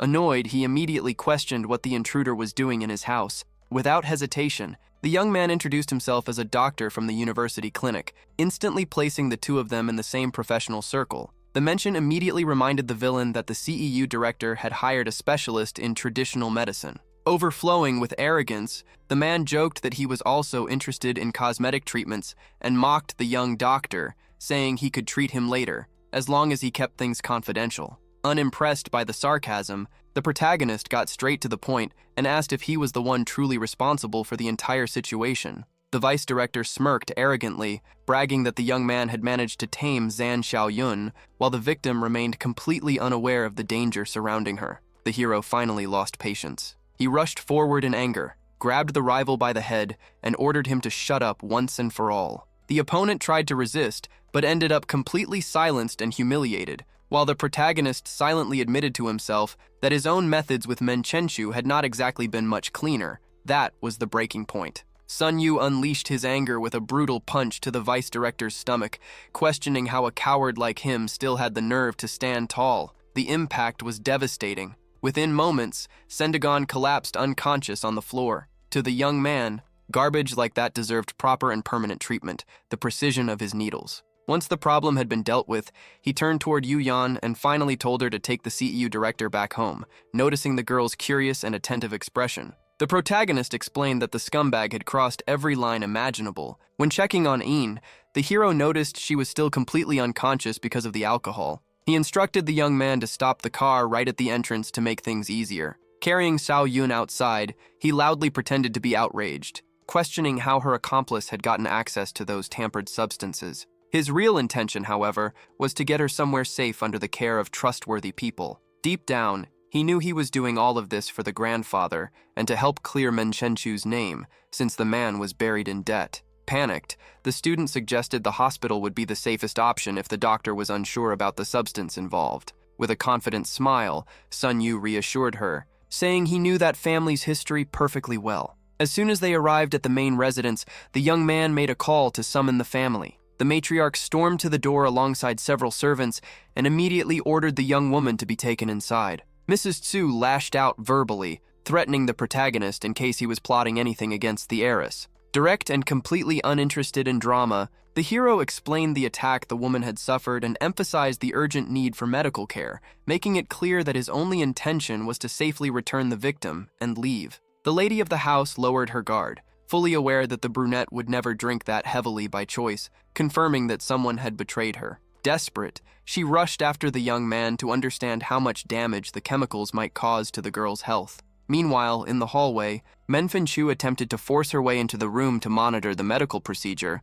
but the hero blocked the entrance, suggesting she put on a mask and stay outside. Faced with the woman's growing frustration, the young man sarcastically pointed out how stubborn that entire family was, continuing the treatment without paying any attention to the complaints. The matriarch eventually backed off, knowing she had no authority to interfere with his work. Still, her patience quickly wore thin. Pacing back and forth in the hallway, anxiety slowly took over as the treatment dragged on. Unable to control herself any longer, she ignored every warning and stormed into the room to see what the doctor was doing. The moment she stepped inside, she found the protagonist completely focused on his work while the pet chicken stood nearby like a guard. Mrs. Tsu broke the silence, asking Sin how the procedure was going and what condition the patient was really in. The interruption instantly irritated the young man, and he scolded Menchenchu on the spot for barging in without the slightest respect. Convinced the young man had reached a level of concentration completely beyond her understanding,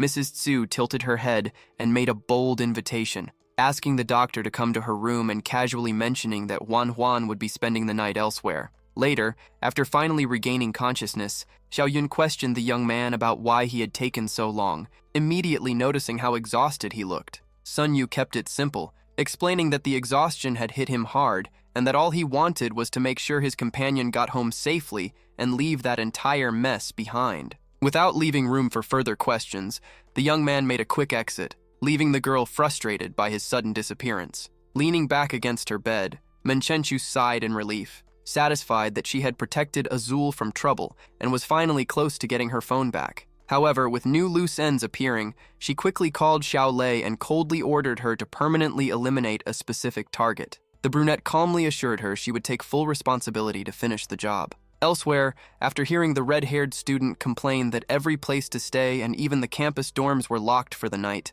the hero offered his own place for her to spend the night. Not long after, Xiaoyun watched the hero say goodbye, wishing her a good night's rest before walking out of the room. Meanwhile, Lantin sat alone in her room, drowning in frustration, completely convinced the young man would never manage to rescue the CEU director. Her thoughts were suddenly interrupted by loud knocking at the door. It was Sun Yu, demanding that she open up immediately, leaving the brunette completely confused by the urgency in his voice. From behind the door, Lantin fired back that she did not want to see him anymore. On the other side, the young man tried calming her down, asking whether her frustration came from jealousy over Azul. He quickly explained that there was nothing going on between him and the director, and that the girl staying with him was just a student who needed shelter because it was too late to leave her out on the streets. The young man insisted that if he had any romantic intentions toward Xiaoyun, he never would have come there in the first place. To prove he was telling the truth, he even offered to call the student and let her confirm the story herself. When the argument still refused to settle down, Sun Yu threatened to give up and just go to sleep. The thought of him leaving immediately made the administrator back down, worried she had crossed the line. Acting on impulse, she grabbed the doorknob and begged him to stay, confessing that she believed what he said. Overcome with guilt, she began apologizing, admitting she had been terrified he would simply throw her away. Right there, Sun Yu pulled her into a hug and took things even further by proposing marriage. Lantin, however, pulled back and tried to avoid the topic, explaining that her low fertility made her unsuitable and suggesting the doctor find another woman to give him heirs instead. The protagonist immediately shut that down, making it clear that he wanted her exactly as she was. Even so, she resisted. calling his attitude selfish. In her eyes, if he had feelings for other women, then he should live those romances freely, as long as she still had a place in his heart. The entire emotional argument was overheard perfectly by Seo Chae-gun, who had been secretly listening from the neighboring room. She found Lantin's attitude surprisingly generous and quickly realized it opened the perfect opportunity for her to try winning over the doctor too. Meanwhile, downstairs, Yan tossed and turned in bed, unable to sleep because of the noise coming from upstairs in the middle of the night. The next morning, the neighbor decided to go upstairs and invite the young man to head to college together. But when she knocked on the door, it was Xiao Yun who answered. The shock hit instantly. Completely confused and stunned, the girl started screaming for her mother, panicking as she yelled that a thief had broken into the doctor's apartment. Yan's mother rushed into the hallway, unable to understand what anyone would even want to steal from Sun Yu. Pressed awkwardly against the wall, the red-haired student hurriedly defended herself, insisting she was not a criminal and that the homeowner himself had invited her to stay the night. The two women froze, staring wide-eyed at the stranger. With a mischievous tone, Han commented that the strange noises from the previous night suddenly made perfect sense, though she never imagined the doctor had secretly been getting involved with students. The mother tried calming her furious daughter, suggesting the late-night noise could have come from any other neighbor,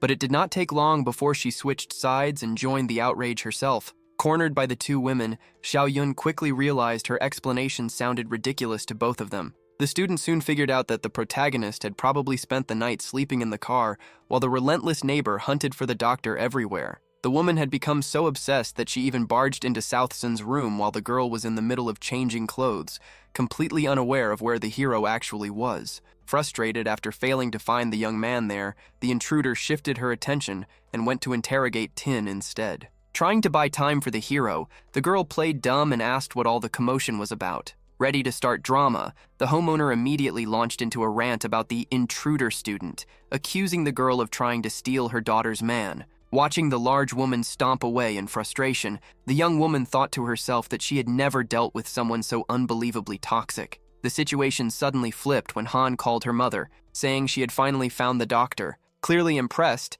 the girl mentioned that he was driving a brand new car, leaving the matriarch confused by her daughter's sudden mood change. She admitted that while Sun Yu might have a bold lifestyle, he was nowhere near the villain the landlady had made him out to be. Over the phone, Han cleared up the misunderstanding. The young man had simply slept inside his car, and nobody had even given Xiao Yun a chance to explain herself. The two girls calmly talked things through, cleared the awkward tension, and decided the best solution would be for the hero himself to give them a ride to college. The protagonist let out a relieved sigh when he saw everyone finally calming down, reminding them that he needed to hurry because work was about to start. Deep down, he silently thanked himself for having the idea to sleep in the car overnight, knowing the nosy neighbor already had a terrible opinion of him anyway. The hero remembered that his evening appointment with Mr. Tan was still on, which meant absolutely no time to rest. He could feel his confidence and medical skills improving quickly, but the mystery surrounding Grandpa Sai still nagged at him like an itch he could not ignore.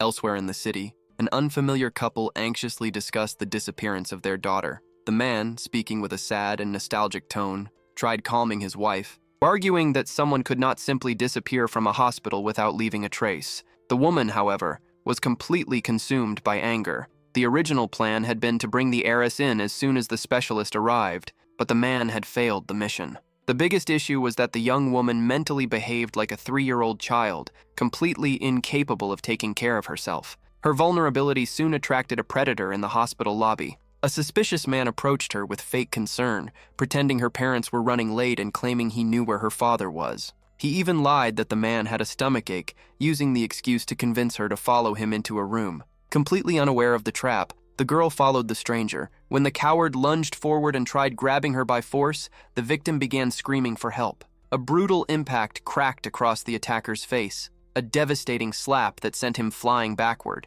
Sun Yu had stormed onto the scene. The hero coldly declared that a monster like him belonged behind bars and regretted not having his medical needles on hand, but promised that a brutal beating would make for a painfully effective alternative treatment. A witness who had watched the beating unfold praised the sheer force of the protagonist's strike, jokingly asking whether he belonged to some kind of vigilante squad. The hero found the comment oddly amusing, mentally labeling the guy stylish but kind of clueless. Safe from danger, The young woman immediately threw herself into Sun Yu's arms, completely amazed by the rescue. Focused on solving the problem, the doctor cut through the emotional moment and simply asked if she knew where her parents were. Not long afterward, the mother tearfully hugged her daughter while scolding her for wandering off with strangers. Moments later, she turned toward the hero and revealed that the medical appointment they had scheduled was actually with him. The matriarch explained the family's history. Jin Yinlan had nearly died during childbirth, and although she survived, she suffered severe brain damage. Her body had grown normally, but her mind had remained stuck in early childhood. She also revealed that the young woman had previously been targeted by kidnappers, which explained the panic over what had almost happened just minutes earlier. The father cut off his wife's emotional explanation, insisting they focus entirely on their daughter's health before worrying about calling the police on the attacker. Sun Yu asked Jinlin to enter the examination room. He knew this was his first major official challenge at the clinic and was determined to do his absolute best without making mistakes. As soon as they entered, the doctor immediately made his diagnosis and prepared the treatment, explaining that he would administer 2 injections right away. The patient recoiled in fear, complaining that the procedure seemed suspicious. She jumped out of the chair and started yelling that she refused to get any shots, protesting that her mother never kept promises about buying toys after treatments. Watching her resistance, Sun Yu silently pitied the painful life the young woman had endured. Without wasting time on the tantrum, the doctor lifted her onto his shoulders to carry her to the recovery room and begin the treatment. The young woman's father panicked when he suddenly saw his daughter lose consciousness and immediately confronted the hero, demanding that she be returned at once. The matriarch firmly stepped in, stopping her husband and arguing that the doctor would never have rescued their daughter in the restroom if his intentions were harmful. After completing the first stage of treatment, Sun Yu informed the family that he needed to make an urgent phone call outside and stepped away for a few minutes. On the other end of the line, Jin Yui demanded answers from the large-built accomplice, asking whether the coward had run away from the crime scene. Frustrated, the criminal explained that he had been awakened by the cleaning staff and, unable to stop the police from being called, had been forced to find a hiding place in a hurry. The price for failure came quickly. Jin Yui immediately started threatening the kidnapper, accusing him of ruining the plan and announcing that the promised 500 yuan security payment had been completely cancelled for breaking the agreement. In return, the hired man cut off the complaints and demanded guarantees that whoever had ordered the job would stay far away from police attention if the investigation escalated. After ending the call, the mastermind secretly hoped that, even under the care of the new doctor, the victim would remain unable to remember anything or identify the people responsible for the attack. Shortly afterward, the hero returned to Mrs. Jin with an optimistic outlook on the case. He explained that the condition was reversible, revealing that severe pressure on the brain's nerves had prevented the patient's mental maturity from developing alongside her physical growth. The permanent solution would require surgery to relieve the internal pressure. Sunu admitted he did not know the exact total cost yet, but estimated that the rare medical materials alone would cost somewhere between 20 and 30,000 yuan, immediately upsetting the mother because of the high price. Desperate, the father suggested selling their house, and even proposed that the young woman work as the doctor's servant to repay the debt. His wife instantly scolded him for trying to hand their daughter away so easily, but he insisted he was only trying to save her. The protagonist immediately rejected the idea of servitude and simply told the parents to find a place nearby for the time being. He then revealed his real plan. He would have the university cover the treatment costs, since curing such a difficult case would bring tremendous prestige to the institution's name. The couple crossed their arms skeptically, doubting that an ordinary employee could convince upper management, but the hero confidently assured them that the administration already knew exactly what he was capable of. Back at CEU, the director sat in her office, suffering through a brutal hangover. She remembered Mr. Tan helping her into a car, but her aunt insisted that the one who had actually saved her was Sunju. To make matters worse, the vice director was pretending to know nothing about what had happened the previous night. Hesitant to call the young man, the woman briefly considered breaking off the engagement, convinced the doctor was impossible to deal with and fully aware that he probably saw her as spoiled. Still desperate for answers about her blackout, she decided to investigate the situation herself. At that exact moment, the hero suddenly pushed open her office door. The protagonist walked in, proposing a direct deal, catching the director completely off guard. When she questioned the purpose of the meeting, the doctor seriously explained that he needed financial sponsorship for the treatment of a new patient. Without hesitation, the director admitted he would never move forward unless he was absolutely confident in the results. She immediately agreed to support the project, pointing out that a successful treatment would bring enormous recognition to the university. However, she emphasized that the biggest winner would ultimately be the protagonist himself, because even if he changed jobs in the future, his reputation as an elite specialist would be permanently secured. Watching the woman's composed and confident attitude, Sun Yu silently admitted that there was a reason she had reached such a high leadership position at such a young age. The young man promised he would continue working at the institution as long as she remained in charge, though his mood shifted after learning that releasing the funding depended on approval from the head of finance, a man notorious for causing problems. Completely ignoring the fact that she had not thanked him for saving her the night before, the hero casually teased her about where she had ended up that evening, instantly making her blush. Annoyed, she slapped him in the middle of the argument, but the doctor simply smiled, staying completely focused on his larger goals. Elsewhere in the building, Director Gunn casually questioned an employee named Banu about how satisfied she was with her current position. After hearing her positive answer, the supervisor changed the direction of the conversation and invited her to sit down for something far more suspicious. The vice director revealed that an important management position had opened up, and with obvious ulterior motives, offered her the promotion along with extra money and personal benefits on the side. He emphasized that he needed someone he could deeply trust for the arrangement. Banu immediately understood the criminal undertone and pretended to be shy, saying she needed time to think over Sendagon's proposal. The act was suddenly interrupted when the villain froze in place, overcome with panic. Feeling his health rapidly collapsing and remembering the attack from the previous night, Sendagon completely lost it and started yelling in the office, realizing he desperately needed medical help. Not long afterward, the protagonist entered his rival's office and mockingly commented on the destruction of the scumbag's personal life,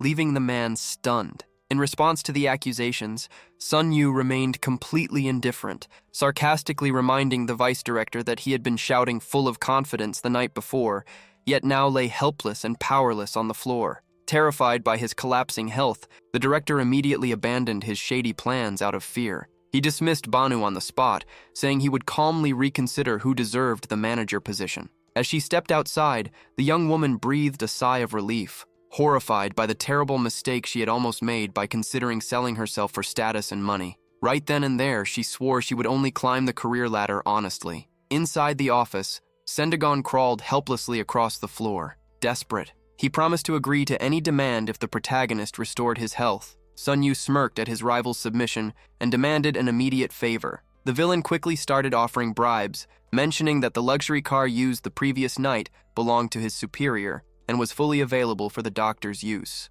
The hero shifted his attention to the criminal's house instead. After hearing the property was worth hundreds of thousands of yuan, the protagonist pushed harder until the vice director collapsed, promising to transfer ownership of the house into Sun Yu's name the very next day. Before ending the confrontation, the young man added one final institutional demand: immediate approval for funding traditional medicine treatments. Completely cornered, Sendagon shouted that he would handle the paperwork with a single phone call while secretly plotting to destroy the doctor the moment he recovered. Done dealing with the scumbag, Sun Yu hurried off to organize his next steps. He decided to stabilize the new patient's condition before turning his attention back to Mr. Tan's treatment. When he ran into Xiaohun in the courtyard, the young man apologized and explained he would need to disappear for a few hours. Feeling awkward, the student admitted that her mother was organizing a dinner and specifically wanted him to attend. At that moment, Mrs. Jin approached the doctor looking for updates about her daughter's future. Completely confident,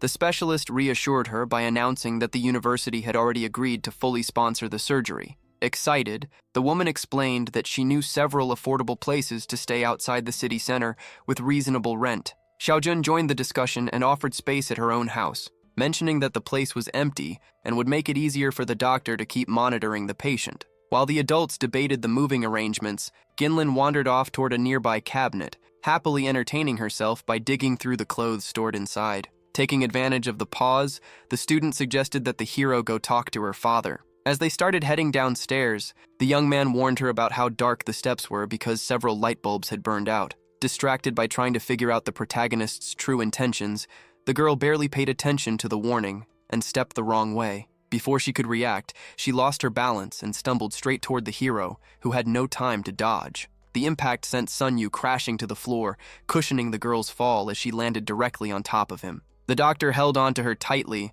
and immediately checked whether she was hurt, but the mood shifted instantly. Trapped in that awkward embrace, embarrassment quickly took over, and the young woman shyly asked to pull away, reminding him that their relatives were still waiting nearby. With his eyes locked on her, the young man seemed completely hypnotized by how close they were, holding her gently by the shoulders. The student froze in embarrassment, confused by an intensity she had never seen from him before. The magnetic pull between them nearly led to a kiss, but the moment was abruptly interrupted by the sound of her phone ringing. Sun Yu quickly jumped back, internally panicking after realizing how close he had come to losing control of himself. Trying to hide his embarrassment, he cleared his throat and awkwardly agreed that they should return to the family before anyone started getting suspicious, practically begging her to forget the whole incident. The young man came up with some random excuse for the interruption and said he needed to step out for a moment. As soon as he walked away, the girl kept replaying the scene in her head, confused by the almost kiss and his sudden retreat.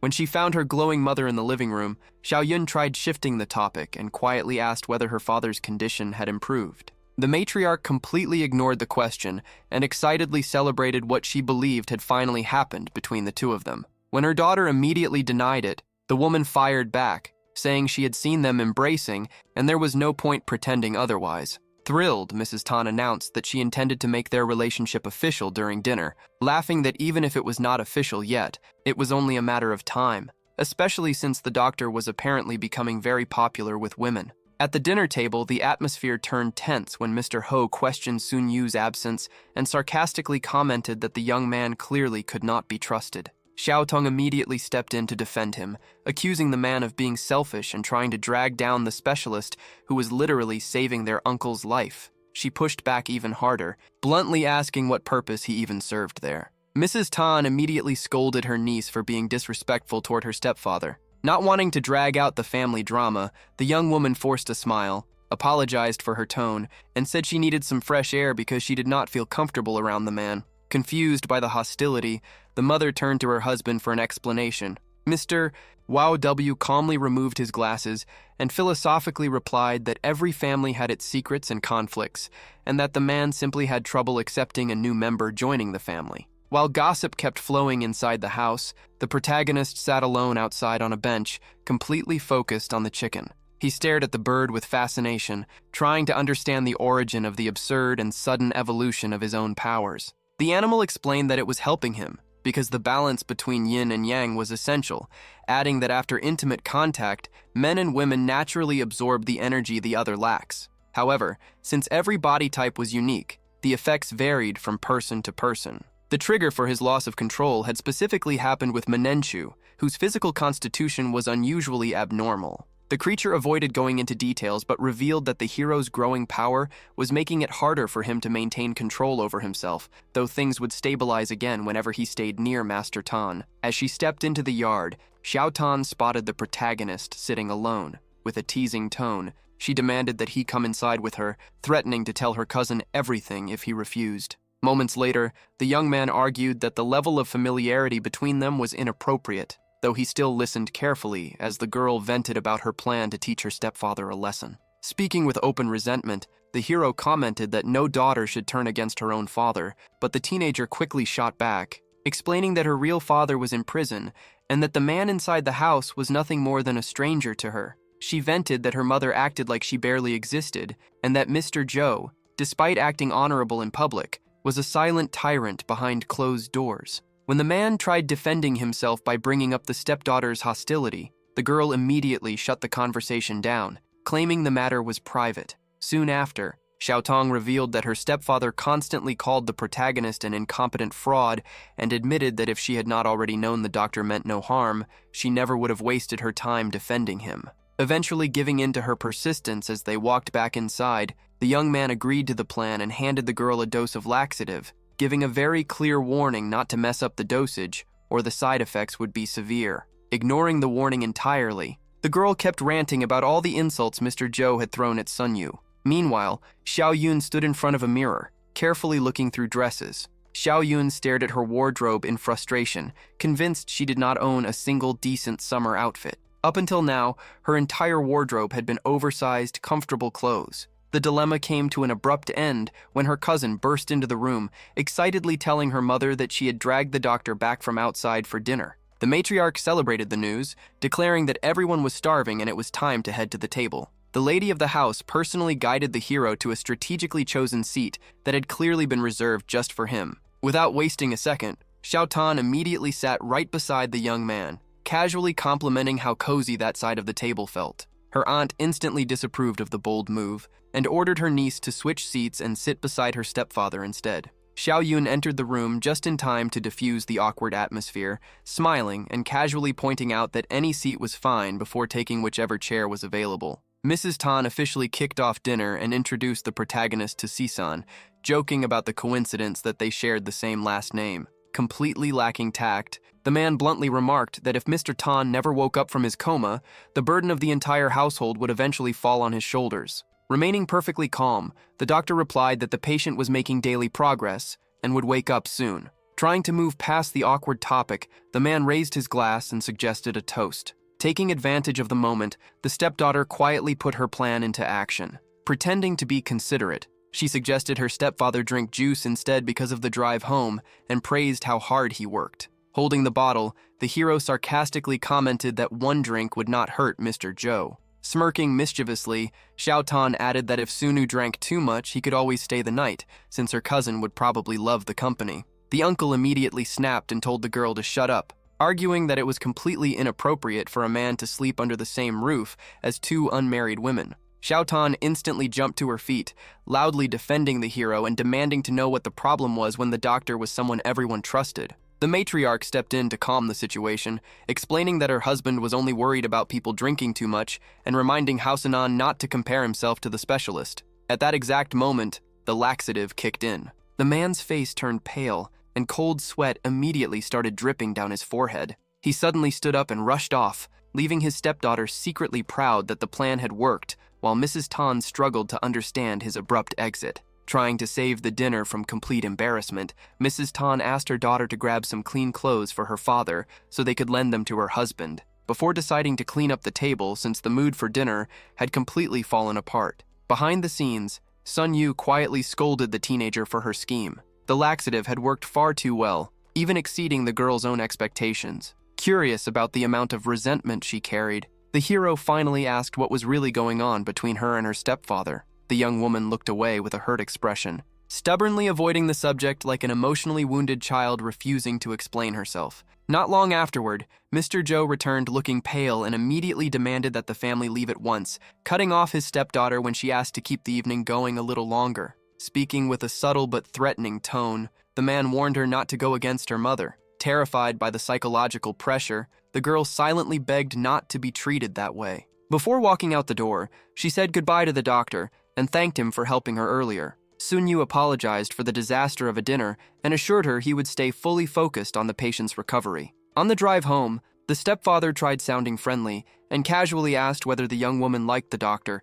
suggesting they would make a nice couple. When she answered with icy silence, the man revealed his true colors. His tone darkened as he claimed she was acting foolish. She fired back that the only reason she had not exposed the monster yet was to spare her mother from heartbreak. The young woman made it clear she knew every twisted intention her stepfather had and promised she would ruin his life if he ever crossed the line again. The scumbag switched tactics and turned to emotional blackmail, threatening to take out his frustrations on her mother while cruelly bringing up the trauma surrounding her biological father's imprisonment. The intimidation attempt completely failed. Standing firm, the girl warned that he would pay dearly if he tried anything. Seeing that the bluff had not worked, the man backed down with a fake smile, telling her to forget the conversation while secretly realizing that Master Tan's recovery had become a genuine threat to his criminal plans. Kanan Lin hurried down the quiet street, fully aware that the neighborhood became dangerous after dark. After stumbling and falling to the ground, she suddenly felt like someone was watching her. Moments later, a familiar figure stepped out of the shadows. Sian Chan-kun, someone she had known for years, mocking her as he celebrated the doctor's absence and smugly claimed they would finally have some privacy. Kanan immediately tried shutting him down, reminding him that he already knew there had never been any chance between them. Ignoring the rejection, the man suddenly lunged forward and tried dragging her away by force, struggling against the girl's desperate resistance. Consumed by bitterness after spending 3 years being rejected while some random doctor had effortlessly earned her attention, Seon-chan-kun completely snapped. He pulled out a knife and cornered the terrified young woman. Panic washed over Kanan as she realized just how unstable he had become. Bitterly regretting not reporting him to the authorities sooner, the maniac suddenly charged at her, screaming that he did not care if he got arrested as long as he killed her first. The deadly strike was stopped at the very last second. Out of nowhere, Sun Yu appeared and intercepted the attack.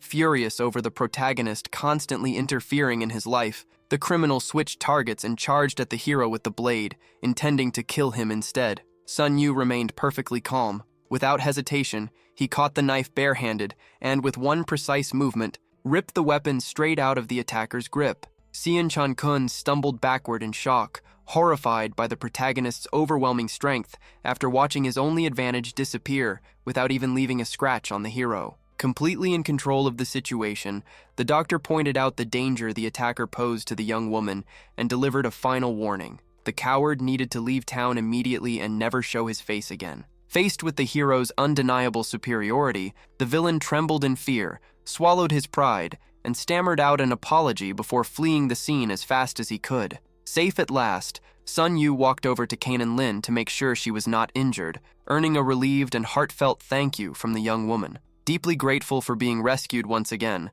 the girl accepted immediately when the young man offered to walk her home, now that darkness had completely taken over the streets. Far away from them, Seon-chan-kun rushed into the avenue in complete panic, wildly waving his arms until he finally stopped a taxi. He demanded the driver get him out of the area immediately, terrified by the realization that the protagonist was not an ordinary person, but an unstoppable hidden force that no one could track down or challenge. As they walked, Kanan Lin asked Sun Yu to teach her how to break blades with ease. The hero explained that learning martial arts required years of discipline and effort, but the young woman stubbornly insisted that her dream was to master kung fu, so she could protect people in need, just like he had protected her. The conversation was interrupted when the phone rang.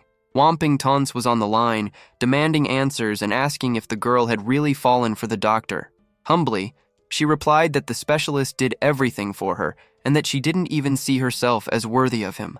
On the other end, her ex-boyfriend exploded in anger, accusing Sunu of stealing his partner and betraying his family, swearing he would destroy his rival.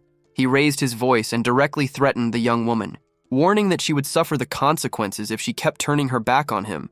Not understanding why her ex was trying to control her every move, Kanan Lin listened as the scumbag insisted that her mother adored him and that getting back together would bring financial relief to the family's doctors. Pressured by the situation, the young woman lied, saying she would consider getting back with him, as long as he fulfilled one important condition. After hanging up, the girl noticed the protagonist had started sneezing because of the cold night wind and showed concern.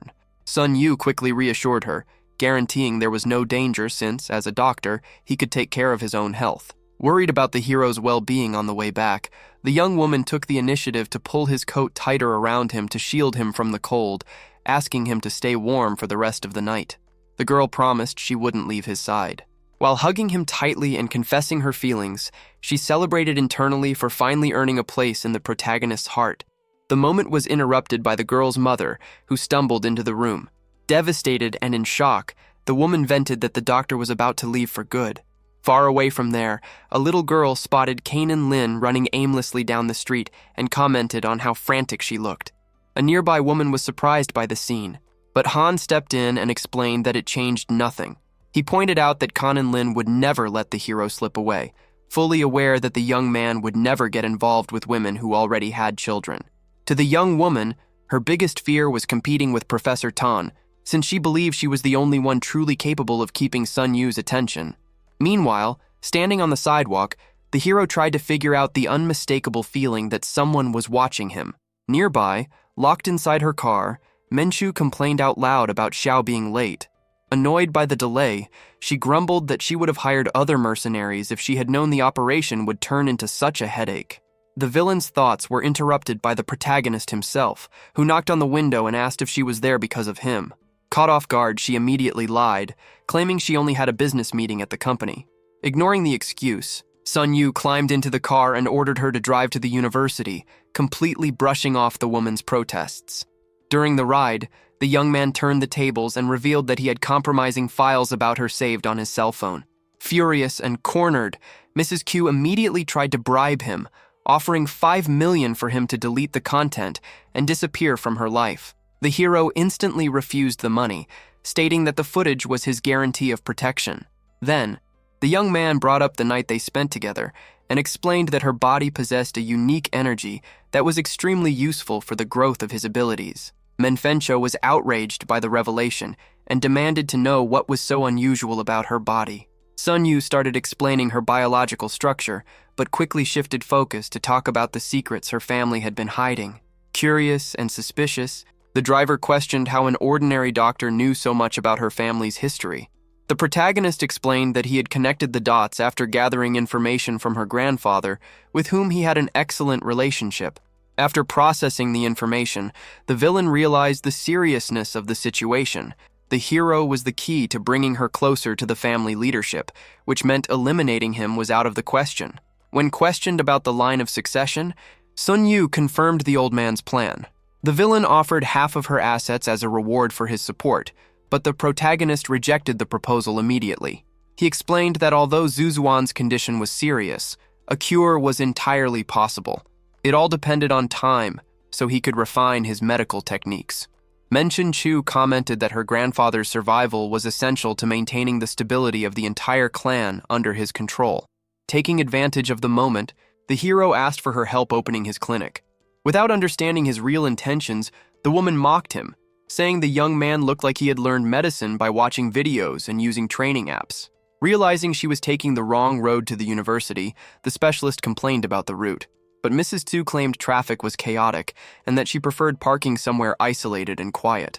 She proposed a strategic alliance, revealing that Zuzuan's stepson was planning a scheme to seize the family's wealth, something she couldn't allow. Looking at the clock, the young woman pointed out that her company meeting was at 11 o'clock and that she needed to leave by 10.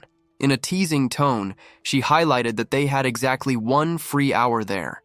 Her goal was to secure the doctor's loyalty at any cost, whether to save the old man or guarantee the inheritance. Faced with the hero's surprise, she asked if he had any objections. Laughing at his audacity, the driver reminded him that time was short and told him not to be late for the appointment.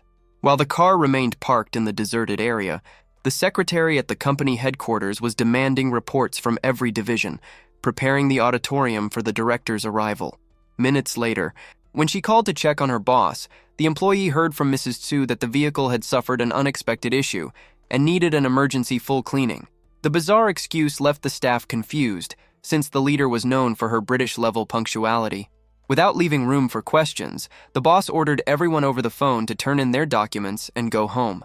Later, back at the clinic, Jinlin finally woke up from the trance caused by the acupuncture needles. Excited and full of renewed energy, the patient asked to watch television. The hero held back the young woman's excitement, warning that resting for the day was already enough, but internally celebrated after realizing the rehabilitation process was working perfectly. The girl's full recovery was only a matter of time, meaning she would soon be able to move into Mrs. Tan's residence. After returning to the couple, the father remained skeptical about his daughter's progress, grumbling that, since they weren't specialists, there was no way to judge whether the protagonist's treatment was actually working. His wife immediately shut him down, forbidding any negative comments about Sun Yu, especially after the young man had offered free treatment, a job, and even a place to stay for the family. Frustrated, the man dropped the argument and announced he was heading out to buy groceries. In the next room, Mrs. Tan was thrilled to see Xiaoyun finally wearing a summer skirt. Embarrassed, the student tried to brush it off, claiming it was only because of the hot weather outside, but her mother teased her, saying the real reason had a first and last name. She insisted her daughter take initiative and invite the doctor out to lunch,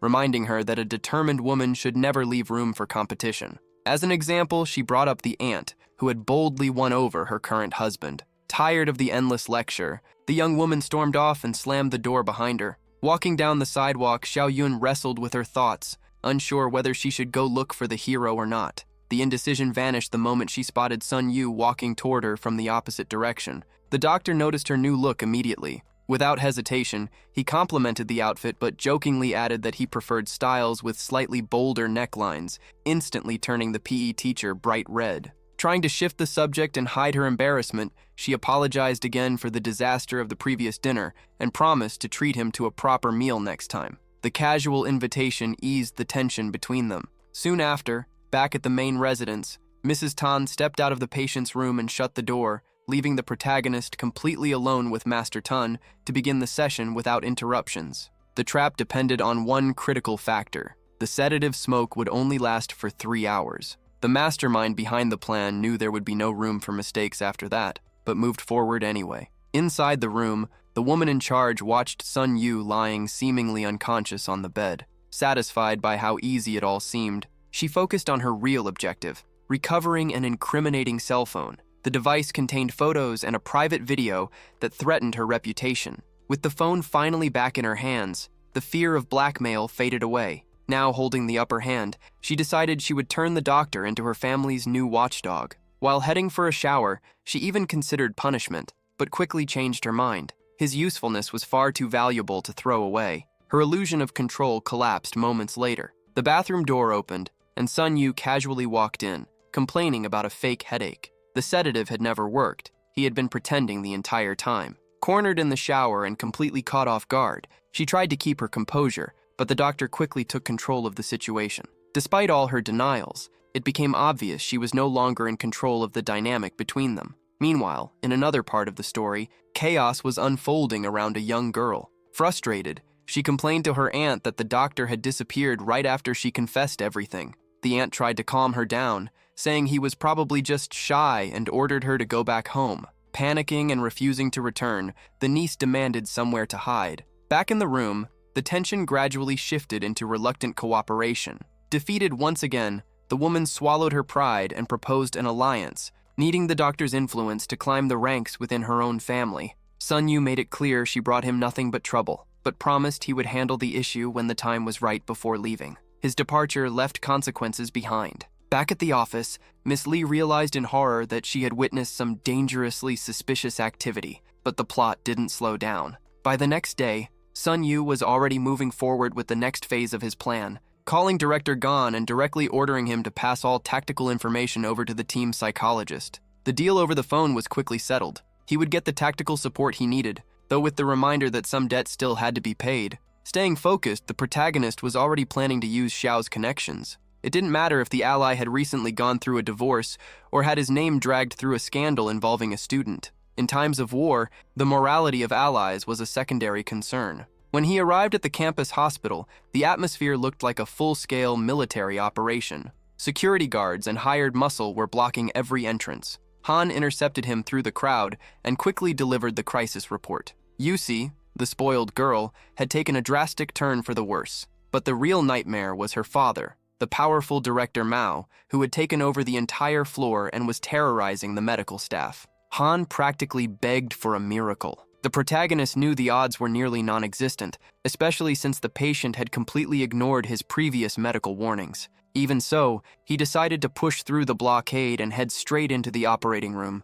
Inside, the mood was pure desperation. Dr. Sananzon, the cardiologist in charge, had already done everything possible to stop the bleeding without using needles, but the limits of the human body had finally been reached. Out of options, he gave the father the ultimate verdict. It was time to prepare for the funeral. Mao's reaction was explosive. Grabbing the cardiologist by the collar, he threatened to bury him in prison for the rest of his life if his daughter died. Pressed against the wall, the doctor admitted that medicine only had one remaining hope: the legendary Piatti technique. The problem was that it was practically extinct, mastered only by a single expert he had met 40 years ago. Eyes bloodshot with desperation, Mao shouted that he would pay any fortune and move heaven and earth to find someone capable of performing the technique. At that exact moment of chaos, the door opened. Sun Yu stepped into the room. Without hesitation, Sun Yu took control and declared that he was the only person there capable of performing the legendary technique. Driven by desperation,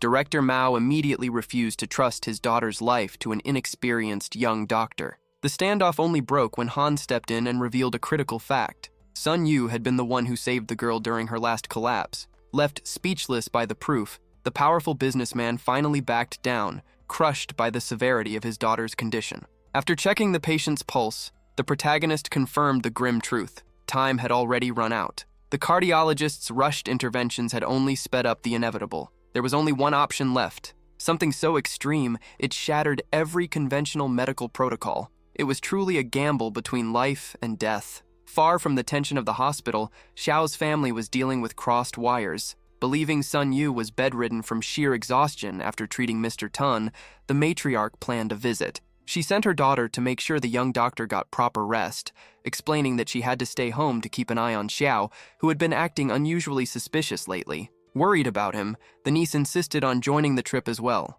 Inside the operating room, Sun Yu mentally reviewed every step of the plan. The method was a double-edged sword, fatal poison for a healthy person, but the only shock powerful enough to restart a heart on the verge of completely stopping. The technique demanded an overwhelming amount of physical and mental energy, and the chances of success were terrifyingly low. His grandfather had explicitly forbidden him from ever using it. Still, as he looked at the girl lying on the operating table, he decided to break that promise and see it through to the end. Outside, the battle continued. The doors had been locked. Thrown out of the room, Director Mao paced the hallway in fury, shouting his frustrations. Han was left with the impossible task of keeping the furious tycoon under control, while behind closed doors, the impossible was being attempted. Han shut down the complaints in the hallway, insisting that isolating the room was absolutely necessary. The tension outside only eased when the elderly cardiologist finally connected the dots. He recognized the young man's bloodline. Sun Yu was the grandson of the legendary Dr. Sun Ziyun.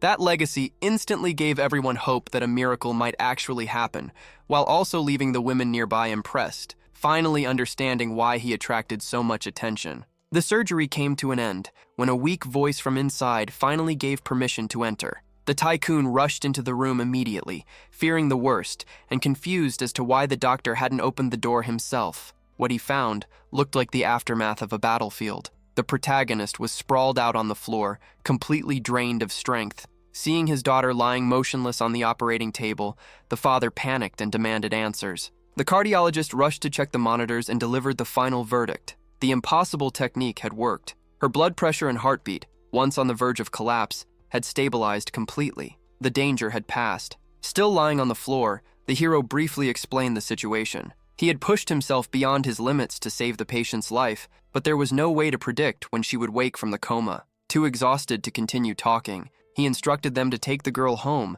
and said any future treatment could be discussed later. With that, the young man ignored everyone around him and slipped into a deep meditative state, focused entirely on restoring the physical and mental energy he had burned through. The offer of loyalty and protection was immediately interrupted by the sound of a phone ringing.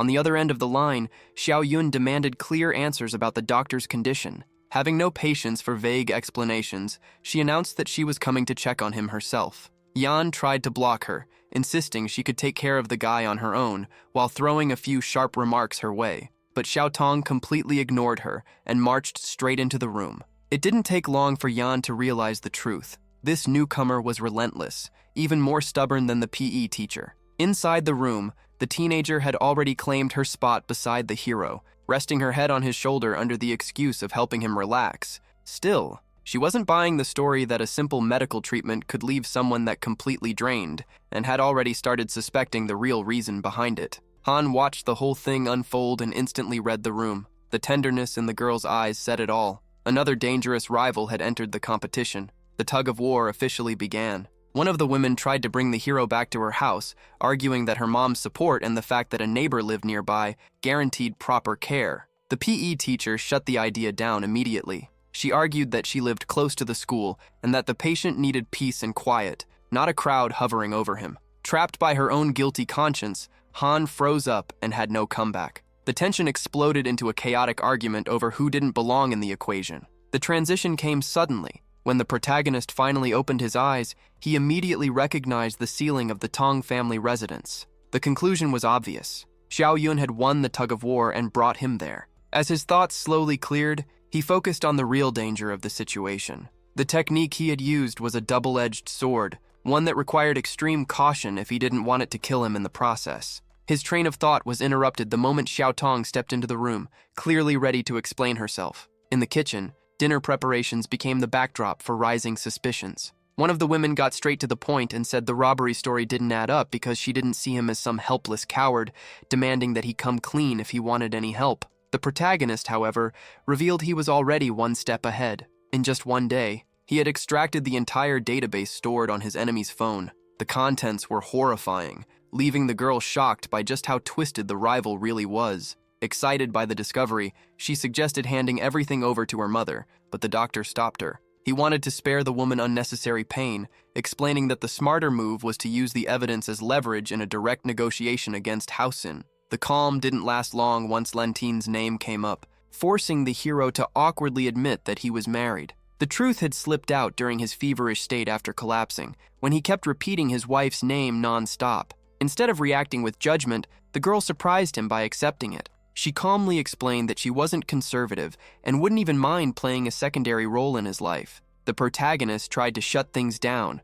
arguing that she was still too young for that kind of complicated situation. But the girl stepped closer and pushed back, challenging his comments about her maturity and even her looks, eventually forcing him to admit that there was definitely nothing childish about her. Her final warning came like an ultimatum. She promised she wouldn't back down and would even use her cousin's influence to get the family to accept Lantine first, and then her right after. The moment she left, the doctor's instincts kicked in. Yanton's behavior felt way too suspicious, and he quickly decided the smartest move to avoid a setup was to leave before dinner even started. Meanwhile, in another part of the city, the atmosphere was full of defeat, as South Sun stormed into Jan's room with news that her mother was devastated. Unable to understand how the family had fallen apart so badly, Jan responded with frustration and bitterness, furious at her own helplessness after losing that battle. Once the doctors and the rest of the staff were gone, the room turned into a space for honest confessions. Without sugarcoating anything, the young woman admitted to her friend that jealousy was eating her alive and that it felt like the guy was slipping completely out of her reach. The brunette agreed, bitterly regretting how long she had waited before finally making a move. Faced with terrible odds, Han proposed an alliance. She argued that if they teamed up, they'd stand a better chance of winning over the protagonist, especially with so much competition around. Trying to do it alone would be a tactical mistake. Her ally, however, immediately poured cold water on the idea, saying that at this rate, Mrs. Fatty's daughter would never win the doctor's heart. Han instantly got defensive, asking if the issue was her appearance, but her friend quickly reassured her. Looks weren't the problem at all. She had an amazing figure that most women would envy. The real issue was her behavior. Han acted too much like an innocent little girl instead of carrying herself like a confident woman. Completely embarrassed, Han admitted she had zero experience and practically begged for a few lessons in seduction. Meanwhile, the protagonist walked home, mentally processing the chaos at the Tong family residence while checking in on the condition of his other patients. As he reached the building entrance, he noticed the lights in Lantine's apartment were dim, as if she might still be waiting for him. But another glow caught his attention. Light was coming from JY's window. Deciding to do a quick check-in and gather updates on Yusi's recovery, the doctor chose a stealthier approach. He climbed up the building and slipped inside through the window. Unfortunately, his timing couldn't have been worse. Inside, the two women were putting those seduction lessons into practice. Sometime later, Sun Yu pulled up in front of the CEU family estate. The welcome was hostile. The guards at the entrance aggressively blocked his path, instantly creating tension. Inside, Fuan casually remarked that the organization no longer had any interest in doing business or partnerships with the doctor. Standing beside his father, stepson TSU Men's questioned whether the young man involved in the recent rumors had really shown up at the mansion. The acting family head responded with irritation, theorizing that the doctor was just another opportunist chasing wealth. The younger man, however, suggested a different strategy. Let the doctor inside so he could see firsthand the former leader's decline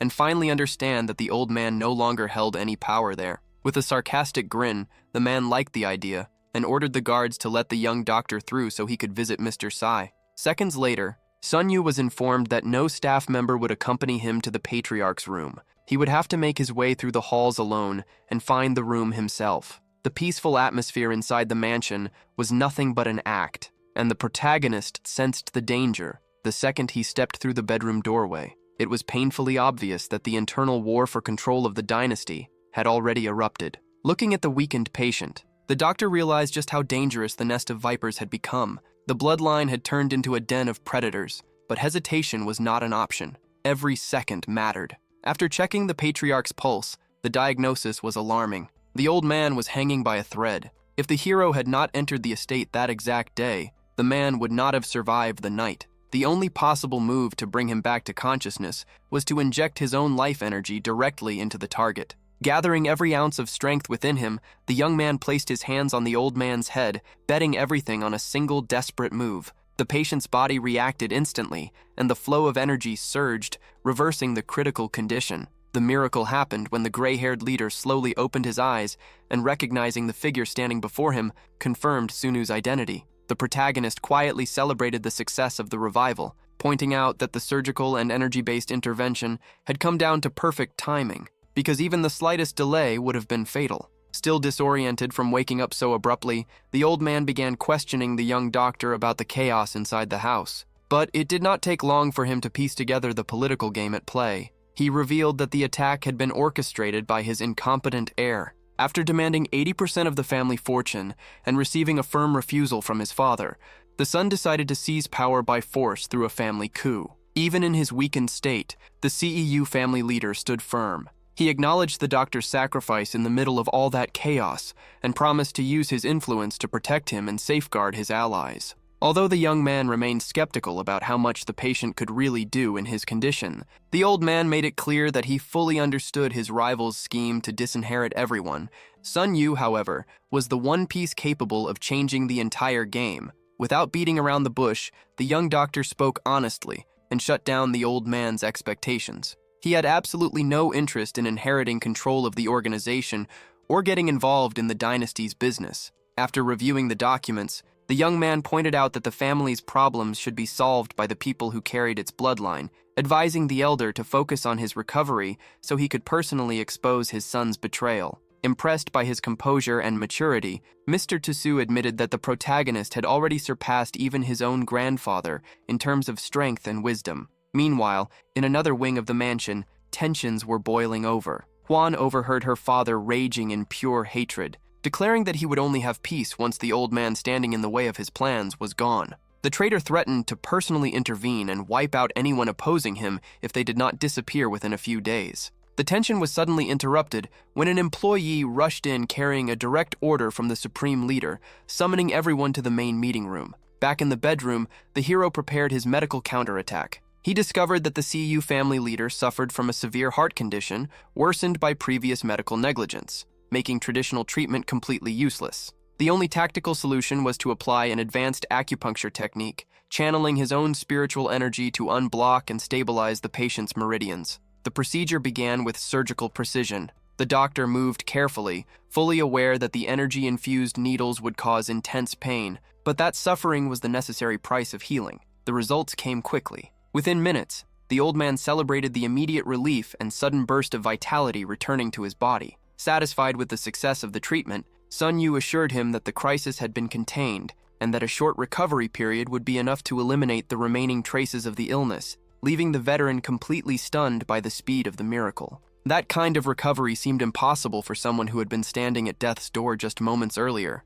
Amazed, the old man once again lamented that a talent of that level was not part of his family clan, but the doctor cut off the sentimental talk, brushing aside the praise and insisting reality was far more complicated than that. Without wasting any more time, the young man announced his departure. The CEU family leader agreed, signaling that they would meet again soon, but that for now, he had to clean up his own house. He immediately summoned his assistant and ordered Zhu Huan to bring every financial report and record from the past few days for a full audit. Inside the meeting room, the traitorous son's mask fell apart instantly. He tried to play the role of the caring heir, pretending to worry about his father's health, but the patriarch cut straight through the act and demanded the company's financial reports immediately. Cornered and panicking, the man tried to stall, arguing that the old man needed complete rest and that paperwork could wait. The response came in the form of a violent slam of the patriarch's fist against the table. He made it crystal clear that as long as he was alive, no one would break the rules of that dynasty. The warning was direct. If Xuan had ties to organized crime, he would be cast out. The family leader allowed operations to continue, but only under the condition that every payment and financial record be settled first thing in the morning. Swallowing his pride with a dark expression, the rival promised to obey and deliver the documents that same night. Meanwhile, tension filled the hallways. Menchenchu walked while constantly glancing over her shoulder, completely on edge. She hesitated in front of one of the doors before a familiar voice pulled her inside, immediately demanding an explanation for her delay. Once locked in the room, the young woman explained that she had been late because she felt like she was being watched. She questioned the point of the secret meeting, reminding him that the patriarch had still been unconscious and that the Zhu family was on the verge of being swallowed whole by Zane's coup, demanding that the protagonist come up with a tactical solution. Completely calm and almost casual, Sun Yu dropped the bombshell. He had forgotten to mention that the old man had not only already woken up,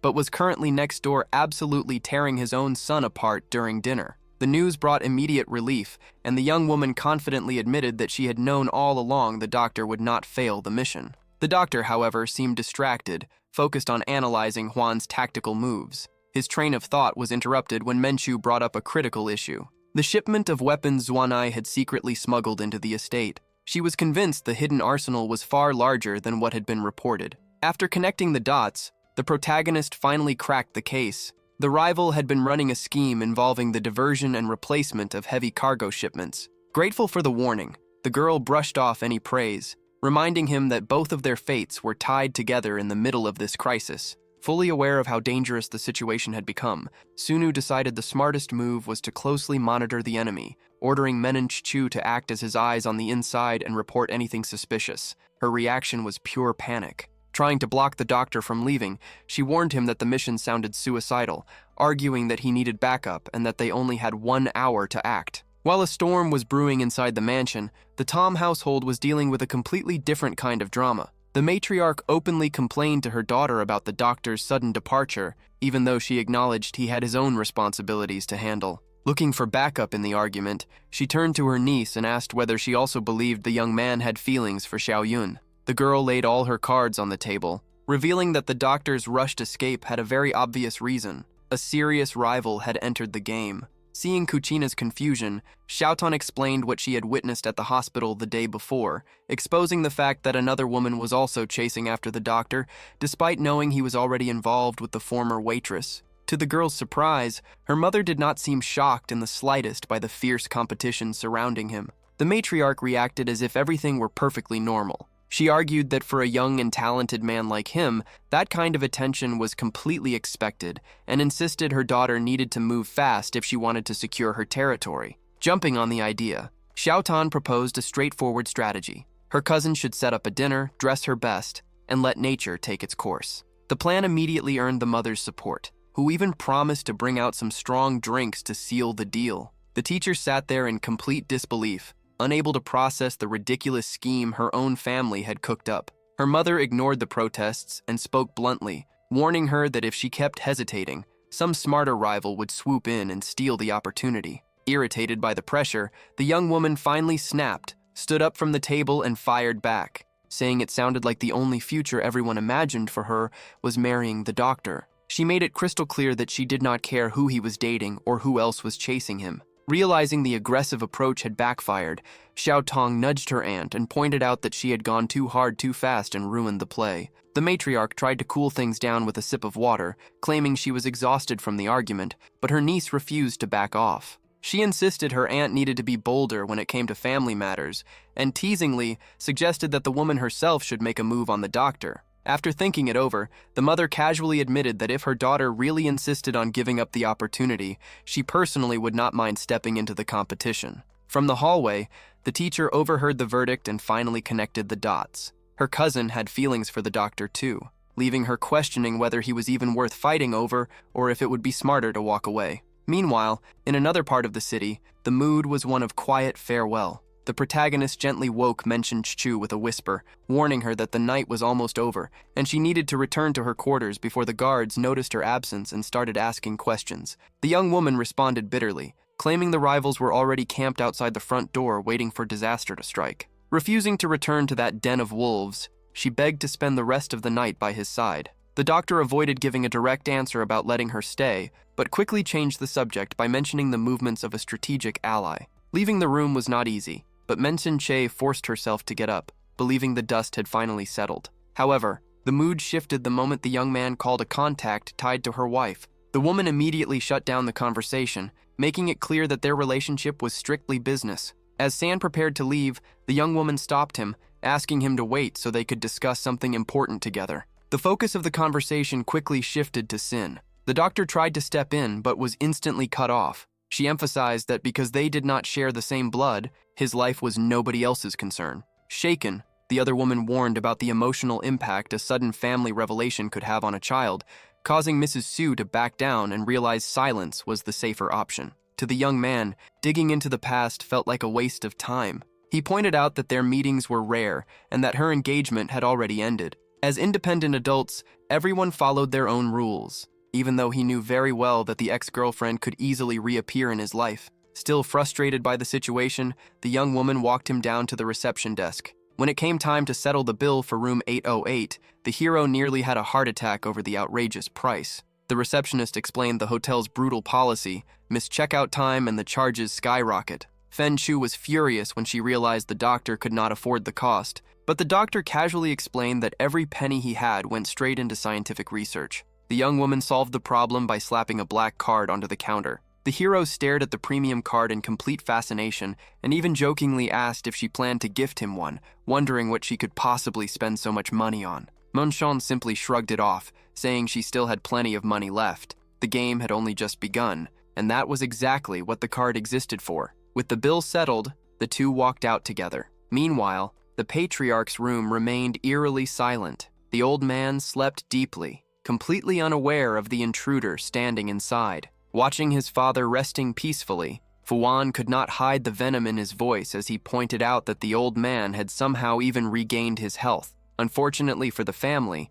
the patriarch's existence had already become completely disposable. The atmosphere in the room still carried the scent of a dying old man. Examining the medicine bottles, the cold-hearted man remarked that the toxin would finish the old man off without leaving any trace during an autopsy. After all, the sudden death of an 80-year-old would never raise suspicion. In his mind, the blame rested entirely on Sue, who had never given his own son the chance to prove himself. Meanwhile, as Men Fenchu stepped back into the residence, she found herself replaying the sudden closeness she had shared with the doctor at the hotel, even briefly imagining what it would be like if they actually ended up together. Knowing she needed to bury those feelings and maintain the image of nothing more than a business partner, her thoughts came to an abrupt halt when she noticed the old Sioux man's bedroom door strangely left open. A chill ran down her spine, instantly warning her that something was wrong. Menchin Che rushed ahead, calling out to the old man as if he were her own father, but the sight waiting for them was devastating. The old man's arm hung lifelessly off the side of the bed,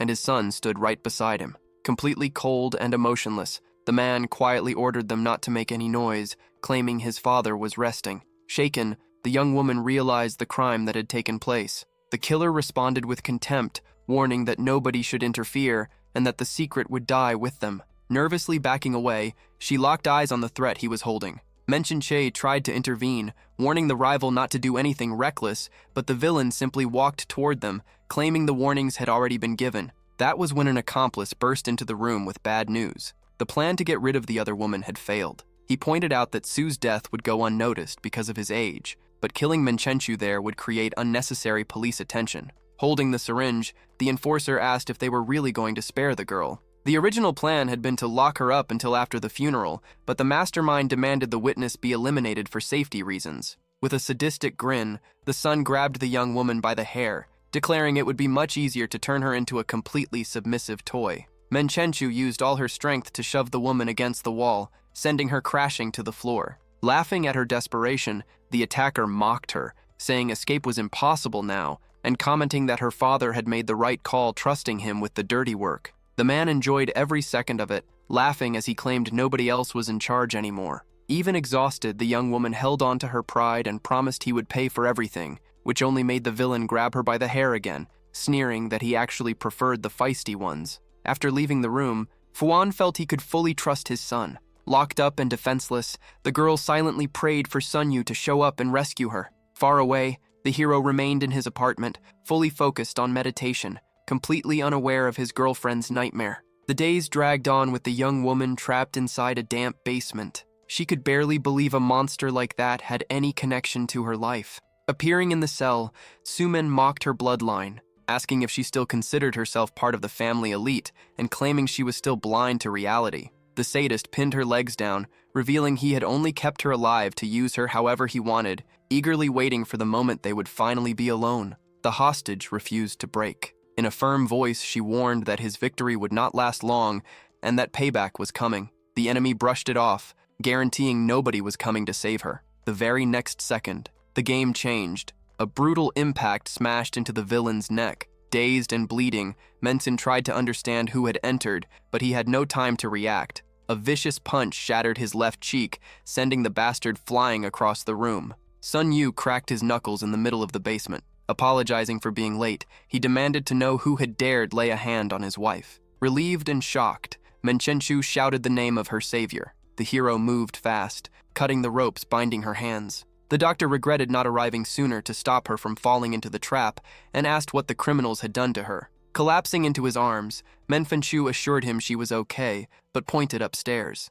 Her voice trembling, she revealed the horror. Xuan had murdered his own father. Aware of the danger closing in, Sun Yu ordered them to get out immediately. Across the room, rubbing the cheek destroyed by the punch, the villain Monse raged that the girl had been the first to betray the clan and that the doctor would pay alongside her. He blocked the exit. With an arrogant grin, the heir challenged the hero, saying he knew about his martial arts reputation, but guaranteed he had the perfect counterattack. Without showing any reaction, Sun Yu simply told him to show what he had. Reaching into his coat, the criminal pulled out a pistol, yelling that nobody there could move faster than a bullet. He never even got the chance to pull the trigger. In the blink of an eye, the weapon was ripped from his hand and sent flying across the floor. Panicked, the rival couldn't comprehend the speed of the strike. Retreating in desperation, the coward cursed them, swearing they would not escape. Watching the enemy run through the halls, Menchenchu begged her boyfriend to chase him down. Sun Yu stayed calm. He explained it was better to let the rat run so he could expose the rest of the operation. During his escape, the fugitive planned to call his father and confess that Sun Yu was a monster far too dangerous to deal with. But halfway through, a needle launched by the hero struck the villain's neck with perfect precision. His vision blurred instantly, and his body froze in place. Feeling the doctor approaching from behind, the man completely lost his nerve and promised to obey from then on, swearing he would expose every dirty secret in 1L's life. With a faint smirk, Sun Yu declared that the enemy was now playing on their side as an infiltrator. Menchenchu still trembled in fear, worried the thug might betray them, but the hero reassured her. The guy was under the effects of irreversible mental hypnosis, and their immediate priority was getting out of the estate. As they crossed the front gate, the young woman noticed the luxury car parked outside and asked where it came from. Sun Yu shrugged, saying it was just a gift from someone he knew. Not fully buying the story of such a generous friend, she asked where they were headed and discovered they were driving toward a luxury mansion. To her shock, the property had also been a gift from the same ally. Confused by all the extravagant gifts, the doctor got straight to the point and revealed that all he had done was cure the rich man of a serious sexual dysfunction. As soon as they stepped out of the car, Menchenchu let out a relieved breath, commenting that their new place made any hotel look cheap. The exhaustion from a chaotic night finally caught up to her. Drained, she said she was heading upstairs but asked her boyfriend to take a look at the bruises on her face. Sun Yu stared at her and froze for a second, overwhelmed with anger at the sight of the injuries. Trying to lighten the mood, the young woman joked that she had been lucky the rescue came in time to prevent anything worse than a few slaps. The hero held back his emotions and simply said he had only done what he was supposed to do. Right there in the living room, he immediately began treating his partner's injuries. After just a few minutes of pure technique, the young man announced the job was done. Touching her own cheek, Menchenchu felt a strange tingling sensation, but smiled in relief when she noticed the bruise had completely disappeared, amazed by how effective the treatment was. When the young woman asked where all that knowledge came from, the guy explained that once he stabilized his inner energy, the answers simply started flowing into his mind. He revealed that his grandfather considered this ability a spiritual shield, although even the old man had no idea how powerful it truly was. It was exactly that strength that had alerted him to the corruption inside the CU clan. After sensing a disturbance in the old man's energy, he realized something was wrong and rushed to the mansion just in time to rescue her. Noticing how pale the hero looked, she grew worried about possible side effects from the technique. Exhausted, Sun Yu closed his eyes and admitted the process drained nearly all of his strength. He added that there was no reason to panic, casually suggesting that some joint practice between them would be the perfect way to recharge his energy. The girl pretended to be offended by the bold proposal, but moments later admitted she had no plans to return to her family anytime soon, leaving the mansion doors wide open for his visits. Men Cheng-chu knew very well that staying close to him would mess with her feelings, but when she turned around, she noticed her boyfriend had already fallen into a deep sleep. Pretending to be annoyed about being left talking to herself, she moved closer and gently touched his chest. In a sincere whisper, she thanked him for saving her and promised that from then on, she would never leave his side again, ending the night by wishing him sweet dreams. The next morning, on his way to campus, Sun Yu asked the infiltrator for updates on the plan. The thug assured him that One Eye remained completely blind to the betrayal and that he had already confiscated all the crucial paperwork. The hero immediately passed the files to Feng Chu's allies and ordered the spy to keep watching his own father closely. Hanging up the phone, the doctor smirked in disbelief at how easily these people could stab each other in the back without a shred of remorse. The hero's biggest concern, however, was Mr. Tan's critical condition, as his days were clearly numbered. Walking into the house while calling for the lady of the house to begin the checkup, Sun Yu was unexpectedly greeted by Xiao Tan, dressed in revealing clothes. Surprised, the doctor questioned the outfit and asked where her cousin was. Smiling, the young woman explained that her cousin was busy and would not be back anytime soon, revealing that she had dressed up specifically for his visit. She stepped closer, trying to make conversation, but the guy immediately lost focus and attempted to shut down the mood, reminding her he needed to see the patient and that she was old enough to handle herself. Irritated by the rejection, the girl grumbled that she would not lose to her cousin and that the game was far from over. In the kitchen, Xiao Tan found her aunt finishing up the preparations. Pointing at the table, the matriarch guaranteed that the family's homemade liquor, made from a secret recipe, would definitely knock the doctor out. Since the young man had already finished treating the patient, the hostess insisted he had been overworking himself and needed to regain his strength, serving him a special meal. The young doctor commented that it was a shame the others were not around to enjoy the feast. As she poured the drinks, the woman insisted he try the liquor, arguing that the mix was guaranteed to strengthen the body and restore vitality, especially for someone who had recently fainted. Xiao Tan backed her up with a teasing grin, saying refusing her aunt's hospitality would be rude. Sun Yu considered that alcohol might further destabilize his already weakened inner energy, but not wanting to appear ungrateful, he accepted the glass while mentally calculating his next move. The doctor finished the drink and loudly thanked them for the meal. At the same moment, the nieces exchanged knowing looks and winked at their aunt. Pretending to suddenly remember something, Mrs. Tan made up an excuse to step away for a moment and asked the young man to keep enjoying himself. Xiao Tan quickly took the opportunity to refill his glass, casually saying that if he ended up drinking too much, she would gladly take care of him herself. Outside, the matriarch rested on a bench, reflecting that her original plan had been to find a good match for her daughter, but her niece had ended up taking the lead. That was when Xiao Yun showed up, confused to see her mother sitting outside instead of welcoming the guest. Completely calm, the woman revealed that the doctor was already inside under her cousin's care. Xiao Yun's eyes widened in shock as she demanded to know exactly who was locked inside that apartment. Her mother shrugged, criticizing her daughter for hesitating and letting the guy slip away, justifying that she could not miss the chance to try setting him up with Xiao Tan.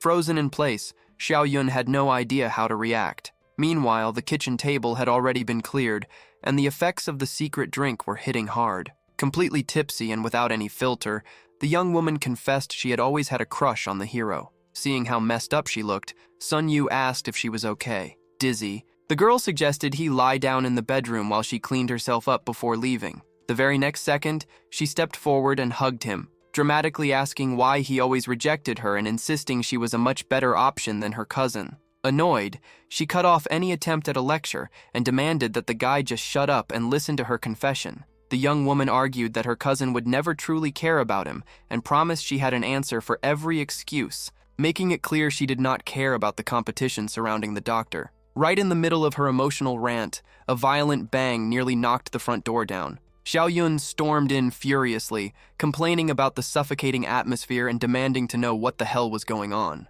Still a little dizzy and holding on to the hero's arm, the girl tried to calm things down, saying they had only eaten dinner and talked. Arms crossed, the newcomer demanded answers, insisting that if she had not arrived at that exact moment, something much worse would have happened. Sun Yu tried to take the blame, explaining that he had overdone it with the homemade liquor. Out of patience, the young woman shoved the doctor toward the door, ordering him to leave so she could handle the family matter herself. The guy did not hesitate for a second and agreed that some fresh air sounded like a great idea. Back in the kitchen, Xiao Tan dropped into her chair and sarcastically joked that there was no way the doctor could ever come up with a story like that. but the icy silence coming from her cousin quickly made her realize things were far from okay. Xiaoyun fired back, accusing her of not being drunk at all, and instead putting on an entire act to take advantage of the situation. Caught off guard, the girl tried to defend herself, but Xiaoyun snapped, making it clear she didn't want to hear excuses, and that her only goal was to keep her far away from Sun Yu. Confused by the outrage, the teenager argued that the family had always criticized the doctor anyway, which was exactly why she had decided to take a chance and get to know him better. Downplaying her feelings, she claimed she didn't even find him that interesting, though she casually admitted she still planned on winning the doctor's heart someday. That comment was the final straw for Xiaoyun, who ended the argument on the spot and ordered her cousin to pack her things and leave immediately, saying the day had already crossed every line. With no real choice, Xiaotan started gathering her belongings to head out. Before leaving, she tried to apologize, swearing she never meant to cause trouble with Sun Yu and admitting she had only been avoiding going back home. Xiaoyun, however, stayed cold and firm, acting like an authority figure unwilling to entertain any more discussion. The girl had been staying there for 2 days, and the homeowner made it clear that extending the visit any longer was not a good idea. Xiaotan looked like she wanted to argue back, but quickly realized she would lose that fight and reluctantly thanked them for the hospitality before leaving. Xiaoyun simply watched her go in silence. Once alone, the young woman broke down in tears, covering her face with her hands. She could barely process how harsh she had been with her cousin and felt like she was slowly losing control of herself. Meanwhile, Sun Yu was already breathing easier outside, though he still couldn't stop wondering about the fallout between the two girls. His thoughts were interrupted by a familiar voice calling his name. It was Xiaoyun, approaching him to explain her cousin's behavior, claiming the girl acted recklessly because of her immaturity. The doctor took part of the blame, admitting that the real mistake had been drinking too much of the homemade liquor. Trying to change the subject, the PE teacher mentioned she was heading to the university and invited him to walk with her. During the trip, she casually revealed that she had already sent her cousin back to her parents' house. The moment he heard that, Sun Yu stiffened up and immediately demanded to know exactly where the girl had been sent. Far from there, Xiaotan stood outside her house, hesitating before turning the doorknob. The moment she stepped inside and announced she was home,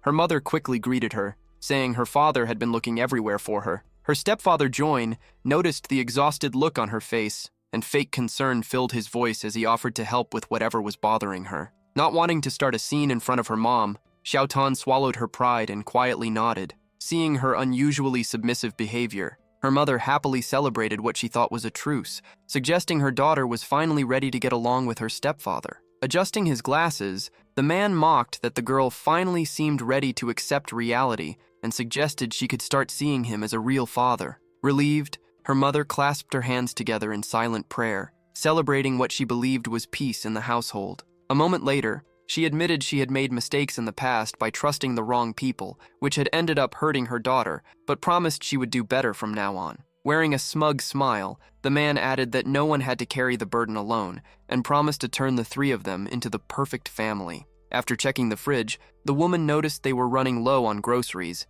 and announced she was heading out to buy supplies for a celebration dinner. The second the front door clicked shut behind her, the villain decided it was the perfect moment to make his move. In the bathroom, Xiaotan stood over the sink, watching water run through her fingers and trying to delay leaving for as long as possible, desperate for even a moment of peace. But the quiet didn't last long. Joinan knocked on the door, claiming he needed to use the bathroom. Terrified, the girl quickly said it was occupied, but the creep coldly replied that he had no intention of waiting. Trying to sound firm, she argued that if he truly cared about her, he would leave her alone inside her own house. Her confidence clearly annoyed him. Switching to a fake speech about family unity, he claimed everyone should support one another and sarcastically suggested her bad mood was probably because of the fight with her cousin. Refusing to back down, Xiaotan cut him off and demanded that he stay out of her personal life. With a sarcastic grin, the man replied that since the family psychologist supposedly cared for her, maybe she should return some of that attention to him. Confused by where the conversation was heading, the girl tried to redirect the topic and casually asked about his recently replaced car. Joinan explained that he had bought the new vehicle around 4 months ago after having issues with the old one. Then, in a dark and unsettling tone, he asked if she remembered the exact date Xiaoyun's father had suffered the accident that left him in a vegetative state, casually dropping the clue into the air. The tension instantly peaked when the timeline matched up.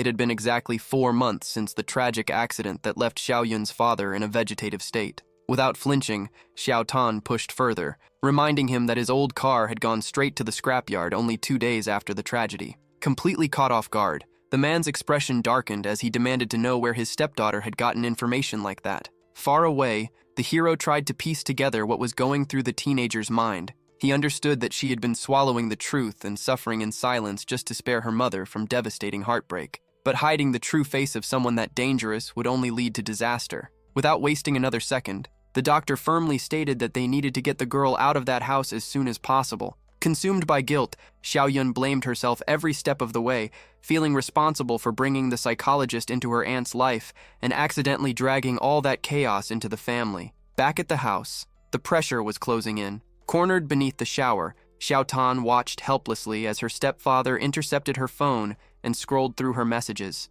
Once he confirmed Sun Yu was the source of everything, the villain realized the doctor was far too dangerous for a direct confrontation. Choosing a strategic retreat instead of risking exposure, he decided to shift his focus to other matters, sarcastically thinking to himself that the girl would finally get a little peace. Cornered and terrified, the teenager could hear knocks on the bathroom door, but fear left her completely frozen. While the nightmare unfolded inside the house, her mother wandered through the mall completely unaware, shopping for shoes and her daughter's favorite little gifts. By pure coincidence, she ran into her niece and the doctor in the grocery aisle. Excited, the matriarch instantly assumed the two were out on a date, but Xiao Yun immediately wiped the smile off her aunt's face, revealing the urgency of the situation. They were desperately searching for Xiao Tan. Still smiling in the middle of the store, the mother casually mentioned that her daughter was already back home and invited the pair over for a peaceful family lunch. Completely blind to reality, she thanked her niece for bringing such a promising young man into their lives and even encouraged the girl to find herself a good match at the university. The moment she unlocked the front door, the hostess complained about the silence, irritated that no one had shown up to help carry the grocery bags. She knocked on the bedroom doors but got no response. While Xiao Yun immediately started panicking, convinced the stepfather had done the worst and abandoned the girl, Sun Yu stayed calm. Sharpening his senses, the doctor picked up faint sounds coming from the bathroom. Without hesitation, the hero rushed over and threw the door open. The sight was horrifying. Xiao Tan lay collapsed on the floor, injured and trembling uncontrollably beneath freezing cold water. The image made Sun Yu's blood boil, confirming that the stepfather was a piece of trash far worse than any monster. He immediately rushed to support the victim, urging her to hang on. Even injured and suffering from hypothermia, the girl's biggest concern was protecting her mother, convinced the creep's obsession had only ever been aimed at her. Looking directly into the doctor's eyes, she begged him to hunt down the coward responsible for her nightmare.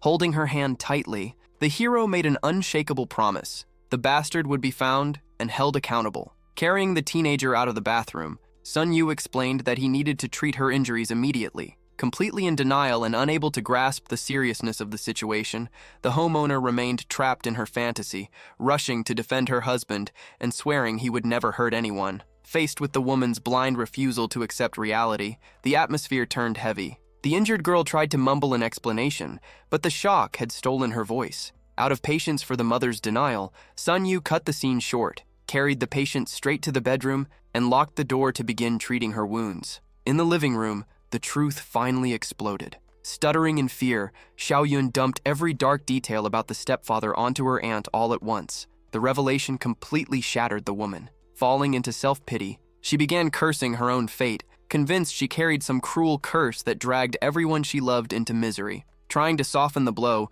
her niece promised things would get better, but the comfort had the opposite effect. Burning with rage, the aunt grabbed Xiao Yun by the shoulders and shook her violently, blaming her for everything. If her niece hadn't kicked Xiao Tan out earlier, the creep would never have gotten the perfect opportunity. Crushed by guilt, Xiao Yun accepted the blame and promised she would find a way to make things right. But the matriarch collapsed to the floor in tears, screaming that there was no fixing a broken home and desperately asking the heavens how much more she would have to sacrifice just to have a little peace. The emotional breakdown was suddenly interrupted by hard, aggressive pounding on the front door. When the homeowner opened it, she found an employee from the housing department demanding to speak with Mr. Tan. The man enthusiastically praised the incredible medical work a certain doctor had been doing there. It was like a switch flipped in her mind. Ignoring the chaos from moments earlier, the wife instantly brightened up and proudly confirmed that, Thanks to Sun Yu's intensive treatment, her husband would finally wake from his coma within days. Meanwhile, the criminal disguised as a psychologist made his move inside the patient's room. Standing over the comatose man, he suggested Mrs. Tun finish cleaning the house while he took care of the patient. Unsure of how to interact with her unconscious husband, the woman bought the excuse and left the room. At the same time, Xiao Yun tried calming her aunt down, assuring her that the injured girl was asleep and needed rest. Standing beside them, Sun Yu made a firm promise. The villain would be hunted down and pay for everything. Once things settled down, the teacher mentioned she needed to leave and take care of some loose ends. The homeowner agreed immediately, insisting that catching the attacker was the top priority and promising she would personally protect her daughter from now on. As soon as the two stepped outside to give the hostess some space, the full weight of reality finally crushed the woman. Alone with her thoughts, she was consumed by guilt, replaying the hell her daughter had suffered because of her blind decisions. Convinced she was cursed and only brought misery to the people she loved, she accepted her fate, hoping only that her daughter would someday find happiness far away from that nightmare. Out on the street, Xiao Yun desperately tried to guess the villain's escape route. Sun Yu quickly connected the dots and pointed to the most likely destination, her house. The hero realized the criminal's next move probably involved the teacher's father, who was also bedridden. Panicked by the realization, the young woman immediately called her mother to warn her. On the other end of the line, everything sounded completely normal. The matriarch casually invited her to dinner and, almost as an afterthought, dropped a bombshell. Uncle was already sitting in the living room paying them a visit. At the very same time, back at the other house, Mrs. Tan slowly climbed the stairs, completely unaware of the danger closing in. Standing at the edge of the balcony, the woman made a heartbreaking decision. Convinced her terrible luck would only ruin her daughter's life, she silently wished for the girl to find happiness and jumped. On the other end of the call, Xiao Yun heard the brutal impact behind her mother. The shock hit instantly. Completely frozen, the teacher slowly pulled the phone away from her ear and barely managed to whisper her aunt's name as the horrifying reality sank in. At the other house, Xiao Yun's mother completely missed how serious the situation was. Thinking the silence and strange noise on the call were just bad phone reception, she casually set the phone aside and went to prepare a tray of fruit to welcome the guest. In the patient's room, the atmosphere felt like an execution. Staring down at the comatose owner of the house, the visitor finally dropped the nice guy act. He made it clear that he wouldn't let the doctor's treatment ruin his plans, because if that man woke up, the entire scam would fall apart. The women of the family had always been his real targets, and the patriarch was the only obstacle standing in the way. Running him over years ago had been the perfect move to take him out of the picture, but the old man had stubbornly survived. Now, the villain was there to finish what he started. Without hesitation, he moved to suffocate and stab the helpless patient, mocking the weak and desperate attempt of the bedridden man to stop the blade with trembling hands. The final strike was interrupted by the sound of shattered ceramic. Frozen in the doorway, the wife dropped the plate of apples onto the floor. Panic hit her instantly when she caught the fake family friend holding a knife. The truth slammed into her like a truck. The man standing in front of her was the same cowardly driver who had run over her husband. Cold and emotionless, the killer didn't back down. He simply declared that the old man's time was finally up. She stepped between the attacker and her husband's bed, determined to stop him no matter what. Gripping a kitchen knife, she shouted that his trail of blood would end right there. The so-called psychologist only sneered, casually grabbing her wrist and disarming her with ease while mocking how weak she was. Then he revealed the sick truth behind everything. He had only tolerated the marriage so he could get close to the daughters in the house, adding that Xiao Yun had always been the main target. Laughing at the woman's desperate attempt to protect her family, the criminal announced that he had originally planned to spare her, but now he had no choice but to kill her too, as he lunged forward with murderous intent. The attack was stopped in the blink of an eye. A needle fired with surgical precision pierced the villain's hand, sending the knife flying across the room. Stunned and clutching his injured wrist, the criminal stumbled back, unable to understand who had broken through his defense. Sun Yu appeared in the doorway like a wall, his cold stare making it clear that this was the end of the line. Furious, the fake psychologist barked that the doctor was sticking his nose where it didn't belong, and warned that meddling in other people's business would cost him his life. Losing control, the killer snatched the knife back off the floor and charged forward for one last desperate attack, screaming that he'd gut anyone who got in his way, including the girls in the family. The moment Sun Yu heard the threat against them, his mind flashed back to Xiao Yun breaking down in tears, blaming herself for her aunt's suffering and begging him to rush over and save her parents while making the monster pay for every horrible thing he had done. The criminal slashed his knife forward, fully convinced he was about to tear open the doctor's chest, but the blade sliced through nothing but air. Before he could even process what happened, the counterattack hit like a freight train. In an instant, Sun Yu dodged and unleashed a devastating punch straight to the man's jaw, wiping the smug look off his face immediately. Before the villain could collapse unconscious, the hero grabbed him by the collar and warned that it was way too early for him to black out because the punishment for every one of his crimes was only getting started. With one more brutal impact, the villain was slammed into the floor, beaten, bleeding, and completely helpless beside the now useless knife. Sun Yu calmly walked over to the body, sealing the fate of that piece of trash right then and there. Remembering that Mrs. Tom was still curled up in the corner of the room, the young man ordered her to call the police immediately. Still in shock and terrified about her daughter's whereabouts, the mother demanded news about Xiao Yun, finally calming down after the doctor assured her that the girl was safe with Xiao Tan and would return soon. Lying on the floor, the criminal tried to throw out one last insult, but Sun Yu coldly cut him off, saying that sending him to a grave would be far too merciful for a monster like him. The hero wanted him to truly feel the weight of his sins. Channeling an overwhelming amount of spiritual energy into the palm of his hand, he struck directly into the man's chest. A blinding light filled the room as the technique activated, destroying the villain's internal energy channels from the inside. Terror hit instantly. Feeling like thousands of insects were devouring his organs and crawling beneath his skin, the attacker screamed in unbearable agony, desperately begging for the police to arrive and save him. Later, the forensic team inspected the scene. The lead officer muttered that, while the evidence clearly pointed to self-defense, the condition of the criminal was horrifying, with his internal energy channels completely destroyed. Used to handling the city's darkest cases, including recent human trafficking reports crossing his desk, the detective knew this investigation would be anything but simple. Back at the station, the blonde investigator rubbed her temples, exhausted by the mountain of problems and wishing for a miracle to close the case. Her thoughts were interrupted by a phone call.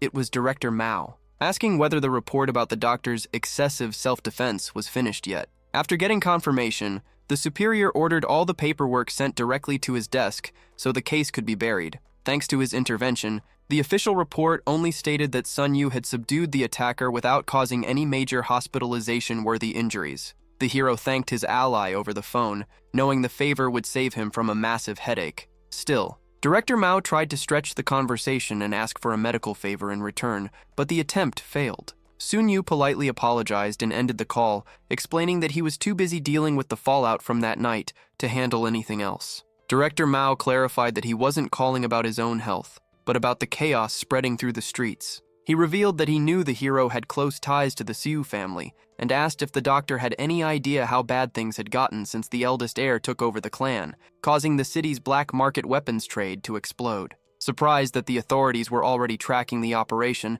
Sun Yu admitted he had been investigating the matter himself. Standing up, the director made it clear he was counting on the young man's influence to stop Huan's plans, though he warned him to think carefully before diving headfirst into that war. The young doctor replied that he had already identified the enemy's weak spot, but first, he needed to deal with an urgent personal issue, helping stabilize the mental state of the women around him. Still trapped in the room, Xiao Tan heard a knock at the door. On the other side, her cousin softly announced that dinner was ready and urged her to eat, pointing out that locking herself in darkness wouldn't heal the trauma. After getting no response, Xiao Yun gave up and said she would be in the living room if she needed anything. Just then, the front door unlocked with a click. Sun Yu had arrived to support the two of them. As soon as he crossed paths with the teacher, the doctor immediately confirmed that everything at the police station had been taken care of. Speaking in a tense whisper, Xiao Yun suggested they move to the living room so they wouldn't disturb her cousin's sleep. She updated him on the family situation, explaining that her mother would have help from the third sister to arrange the funeral,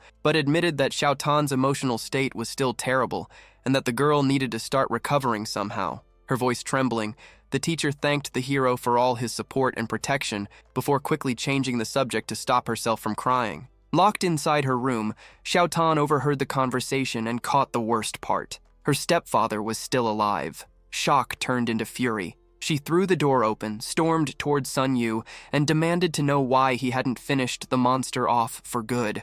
Holding the girl firmly, the doctor tried to calm her down, explaining that punishment had already been delivered. The creep's internal channels and body had been destroyed so badly that he would spend the rest of his life in a vegetative state with no chance of recovery. The promise of permanent suffering wasn't enough to satisfy the teenager's thirst for justice. Seeing her cousin spiraling, Xiao Yun gently stepped in, reminding her that laws existed and that the justice system would handle the rest. Shaking and in tears, Xiao Tan exploded, rejecting the moral lecture. She screamed that nobody there had the right to ask her to calm down when the monster had survived while her mother had been driven to her death from the balcony. The weight of those words completely crushed the teacher, leaving her speechless under the burden of guilt. Noticing how mentally drained everyone was, Sun Yu stepped in and warned that arguing in the heat of the moment would only make everyone's depression worse. Xiao Yun, however, admitted her cousin had every right to feel that way. Exhausted, she said she would leave the two alone to talk and retreated to her room to try and sleep.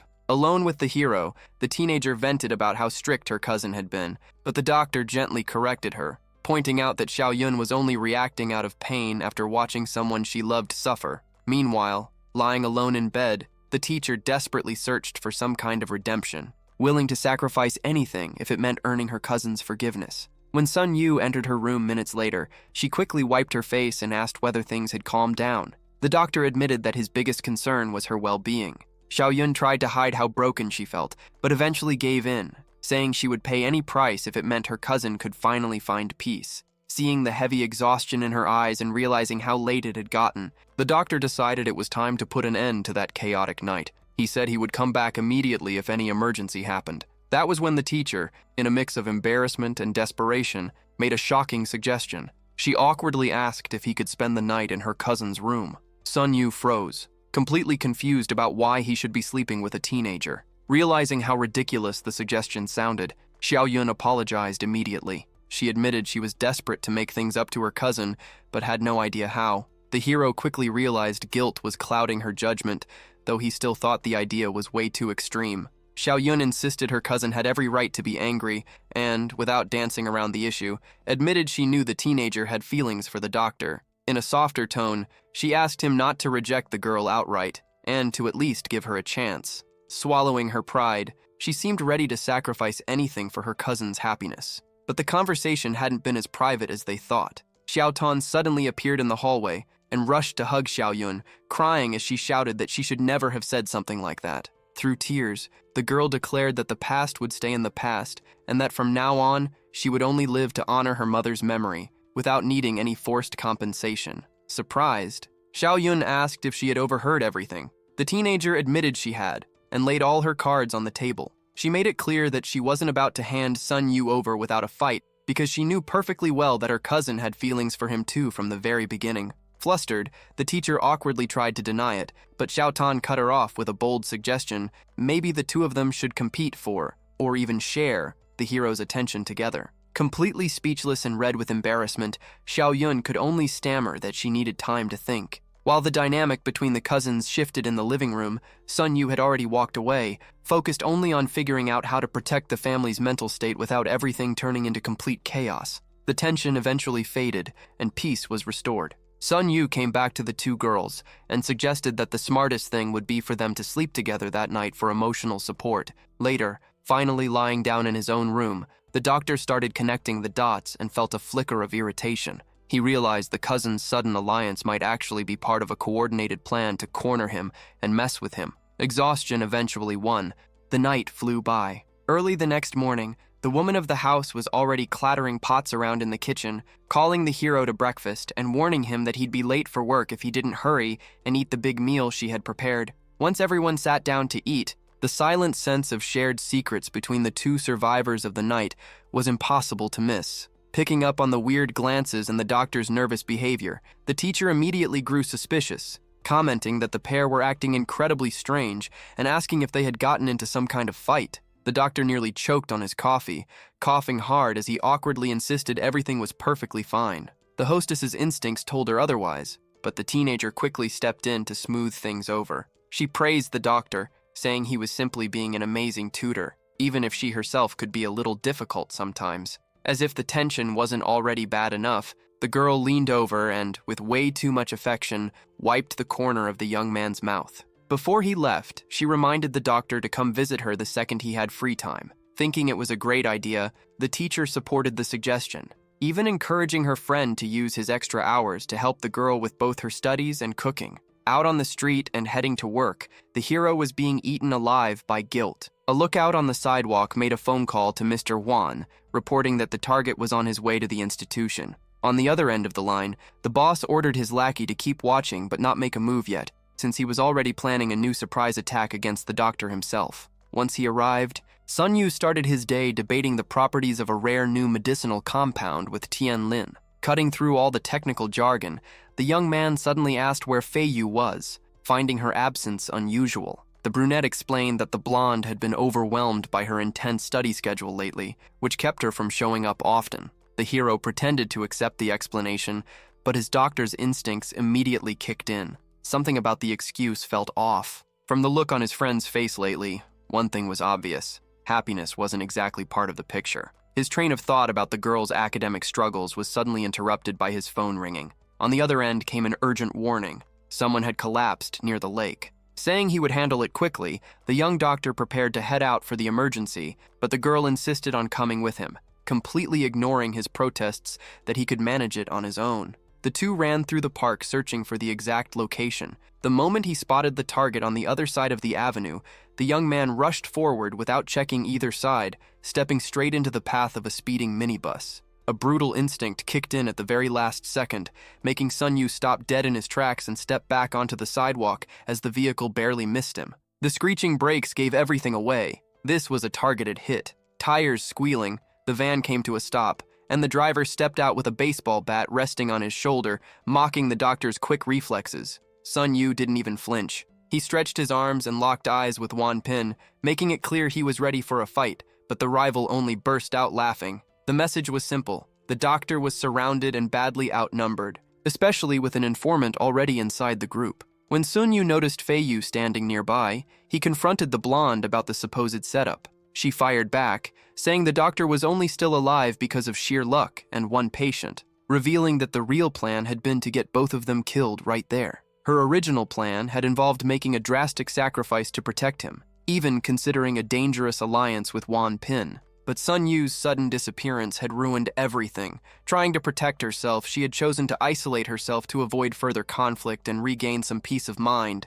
But that plan failed miserably. Wan Pin tracked her down early that morning and sent his goons to storm the place and finish things once and for all. Taking advantage of Fei Yu's fall from grace after the scandal involving her parents, the rival group cornered her, turning her thirst for revenge into desperation. Feeling guilty, Fei Yu tried to ease Sun Yu's burden, insisting that he should just leave and that she would handle the situation herself. Her words immediately annoyed Wan Pin. Smirking, the villain said he wouldn't stop the doctor from leaving, but he had one twisted condition. He wanted to see how many hits that pretty face of hers could take. Pressured by the situation involving his ex, Sun Yu looked at Wan Pin coldly, raised his hand, and demanded Fei Yu's release. He made it clear the problem was between the two of them, and that holding the blonde hostage made no sense. Holding an iron rod, Wan Pin agreed to let Fei Yu go, on one condition. The hero had to take 3 hits without fighting back. The goons thought that was too easy and pushed for 10 instead. One of them, eager to show off, puffed out his chest and bragged that he had a black belt in Taekwondo and could knock the doctor out with a single move. Sun Yu only smiled at the provocation and picked up his own rod. In the next second, the thug swung the iron bar, but the doctor blocked it with so much force that the weapon bounced back and bent completely out of shape. Seeing the twisted metal bat and the terrified look on the thug's face, it was obvious the fight was already over. Sun Yu casually remarked that if the guy really practiced martial arts, he deserved a real fight. Not wasting any time, the doctor turned to the other 2 goons and asked if they wanted to come at him together because he was in a hurry. Terrified by the display of strength, the 2 instantly backed down, stammering that they had only come to watch and still had work to do. They sprinted to the van and sped off so hard the tires nearly caught fire, leaving their boss behind. Watching their cowardly escape, the doctor mocked how weak those goons became when things got serious. A short while later, already inside the locker room, an acquaintance treated the injury on Sun Yu's head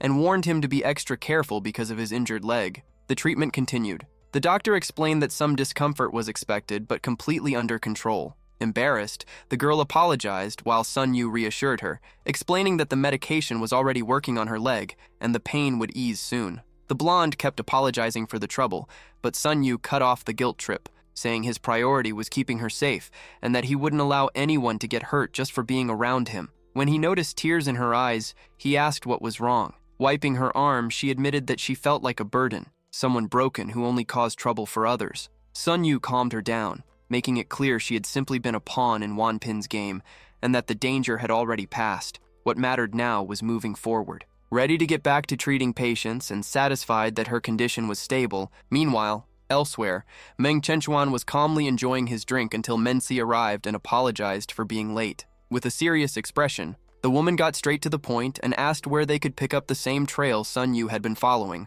The warning bells rang the moment the paperwork for the second weapons smuggling operation hit the table. The man assured her he had already altered all the records in time, so someone else would end up taking the fall for them. The calm ended when Mensi tried to quietly slip away, immediately triggering the madam's anger as she ordered him to stop. Suspicious, she revealed that the whole setup had been a test to see whether he was truly loyal to the doctor or just bluffing to save himself. Terrified, Mensi dropped to his knees and swore he had followed every single one of his boss's orders without fail. To test the limits of his submission, the woman demanded something humiliating. She wanted him to kiss her shoes right then and there. The man stammered, arguing that he obeyed the doctor, but she had no authority to order something like that. The madam shot back arrogantly, claiming the command indirectly came from Sun Yu himself, given the close connection between the two. With no way out and afraid of the consequences, the man quickly started apologizing for his hesitation. Completely submissive, he dropped to the floor and crawled to prove his loyalty.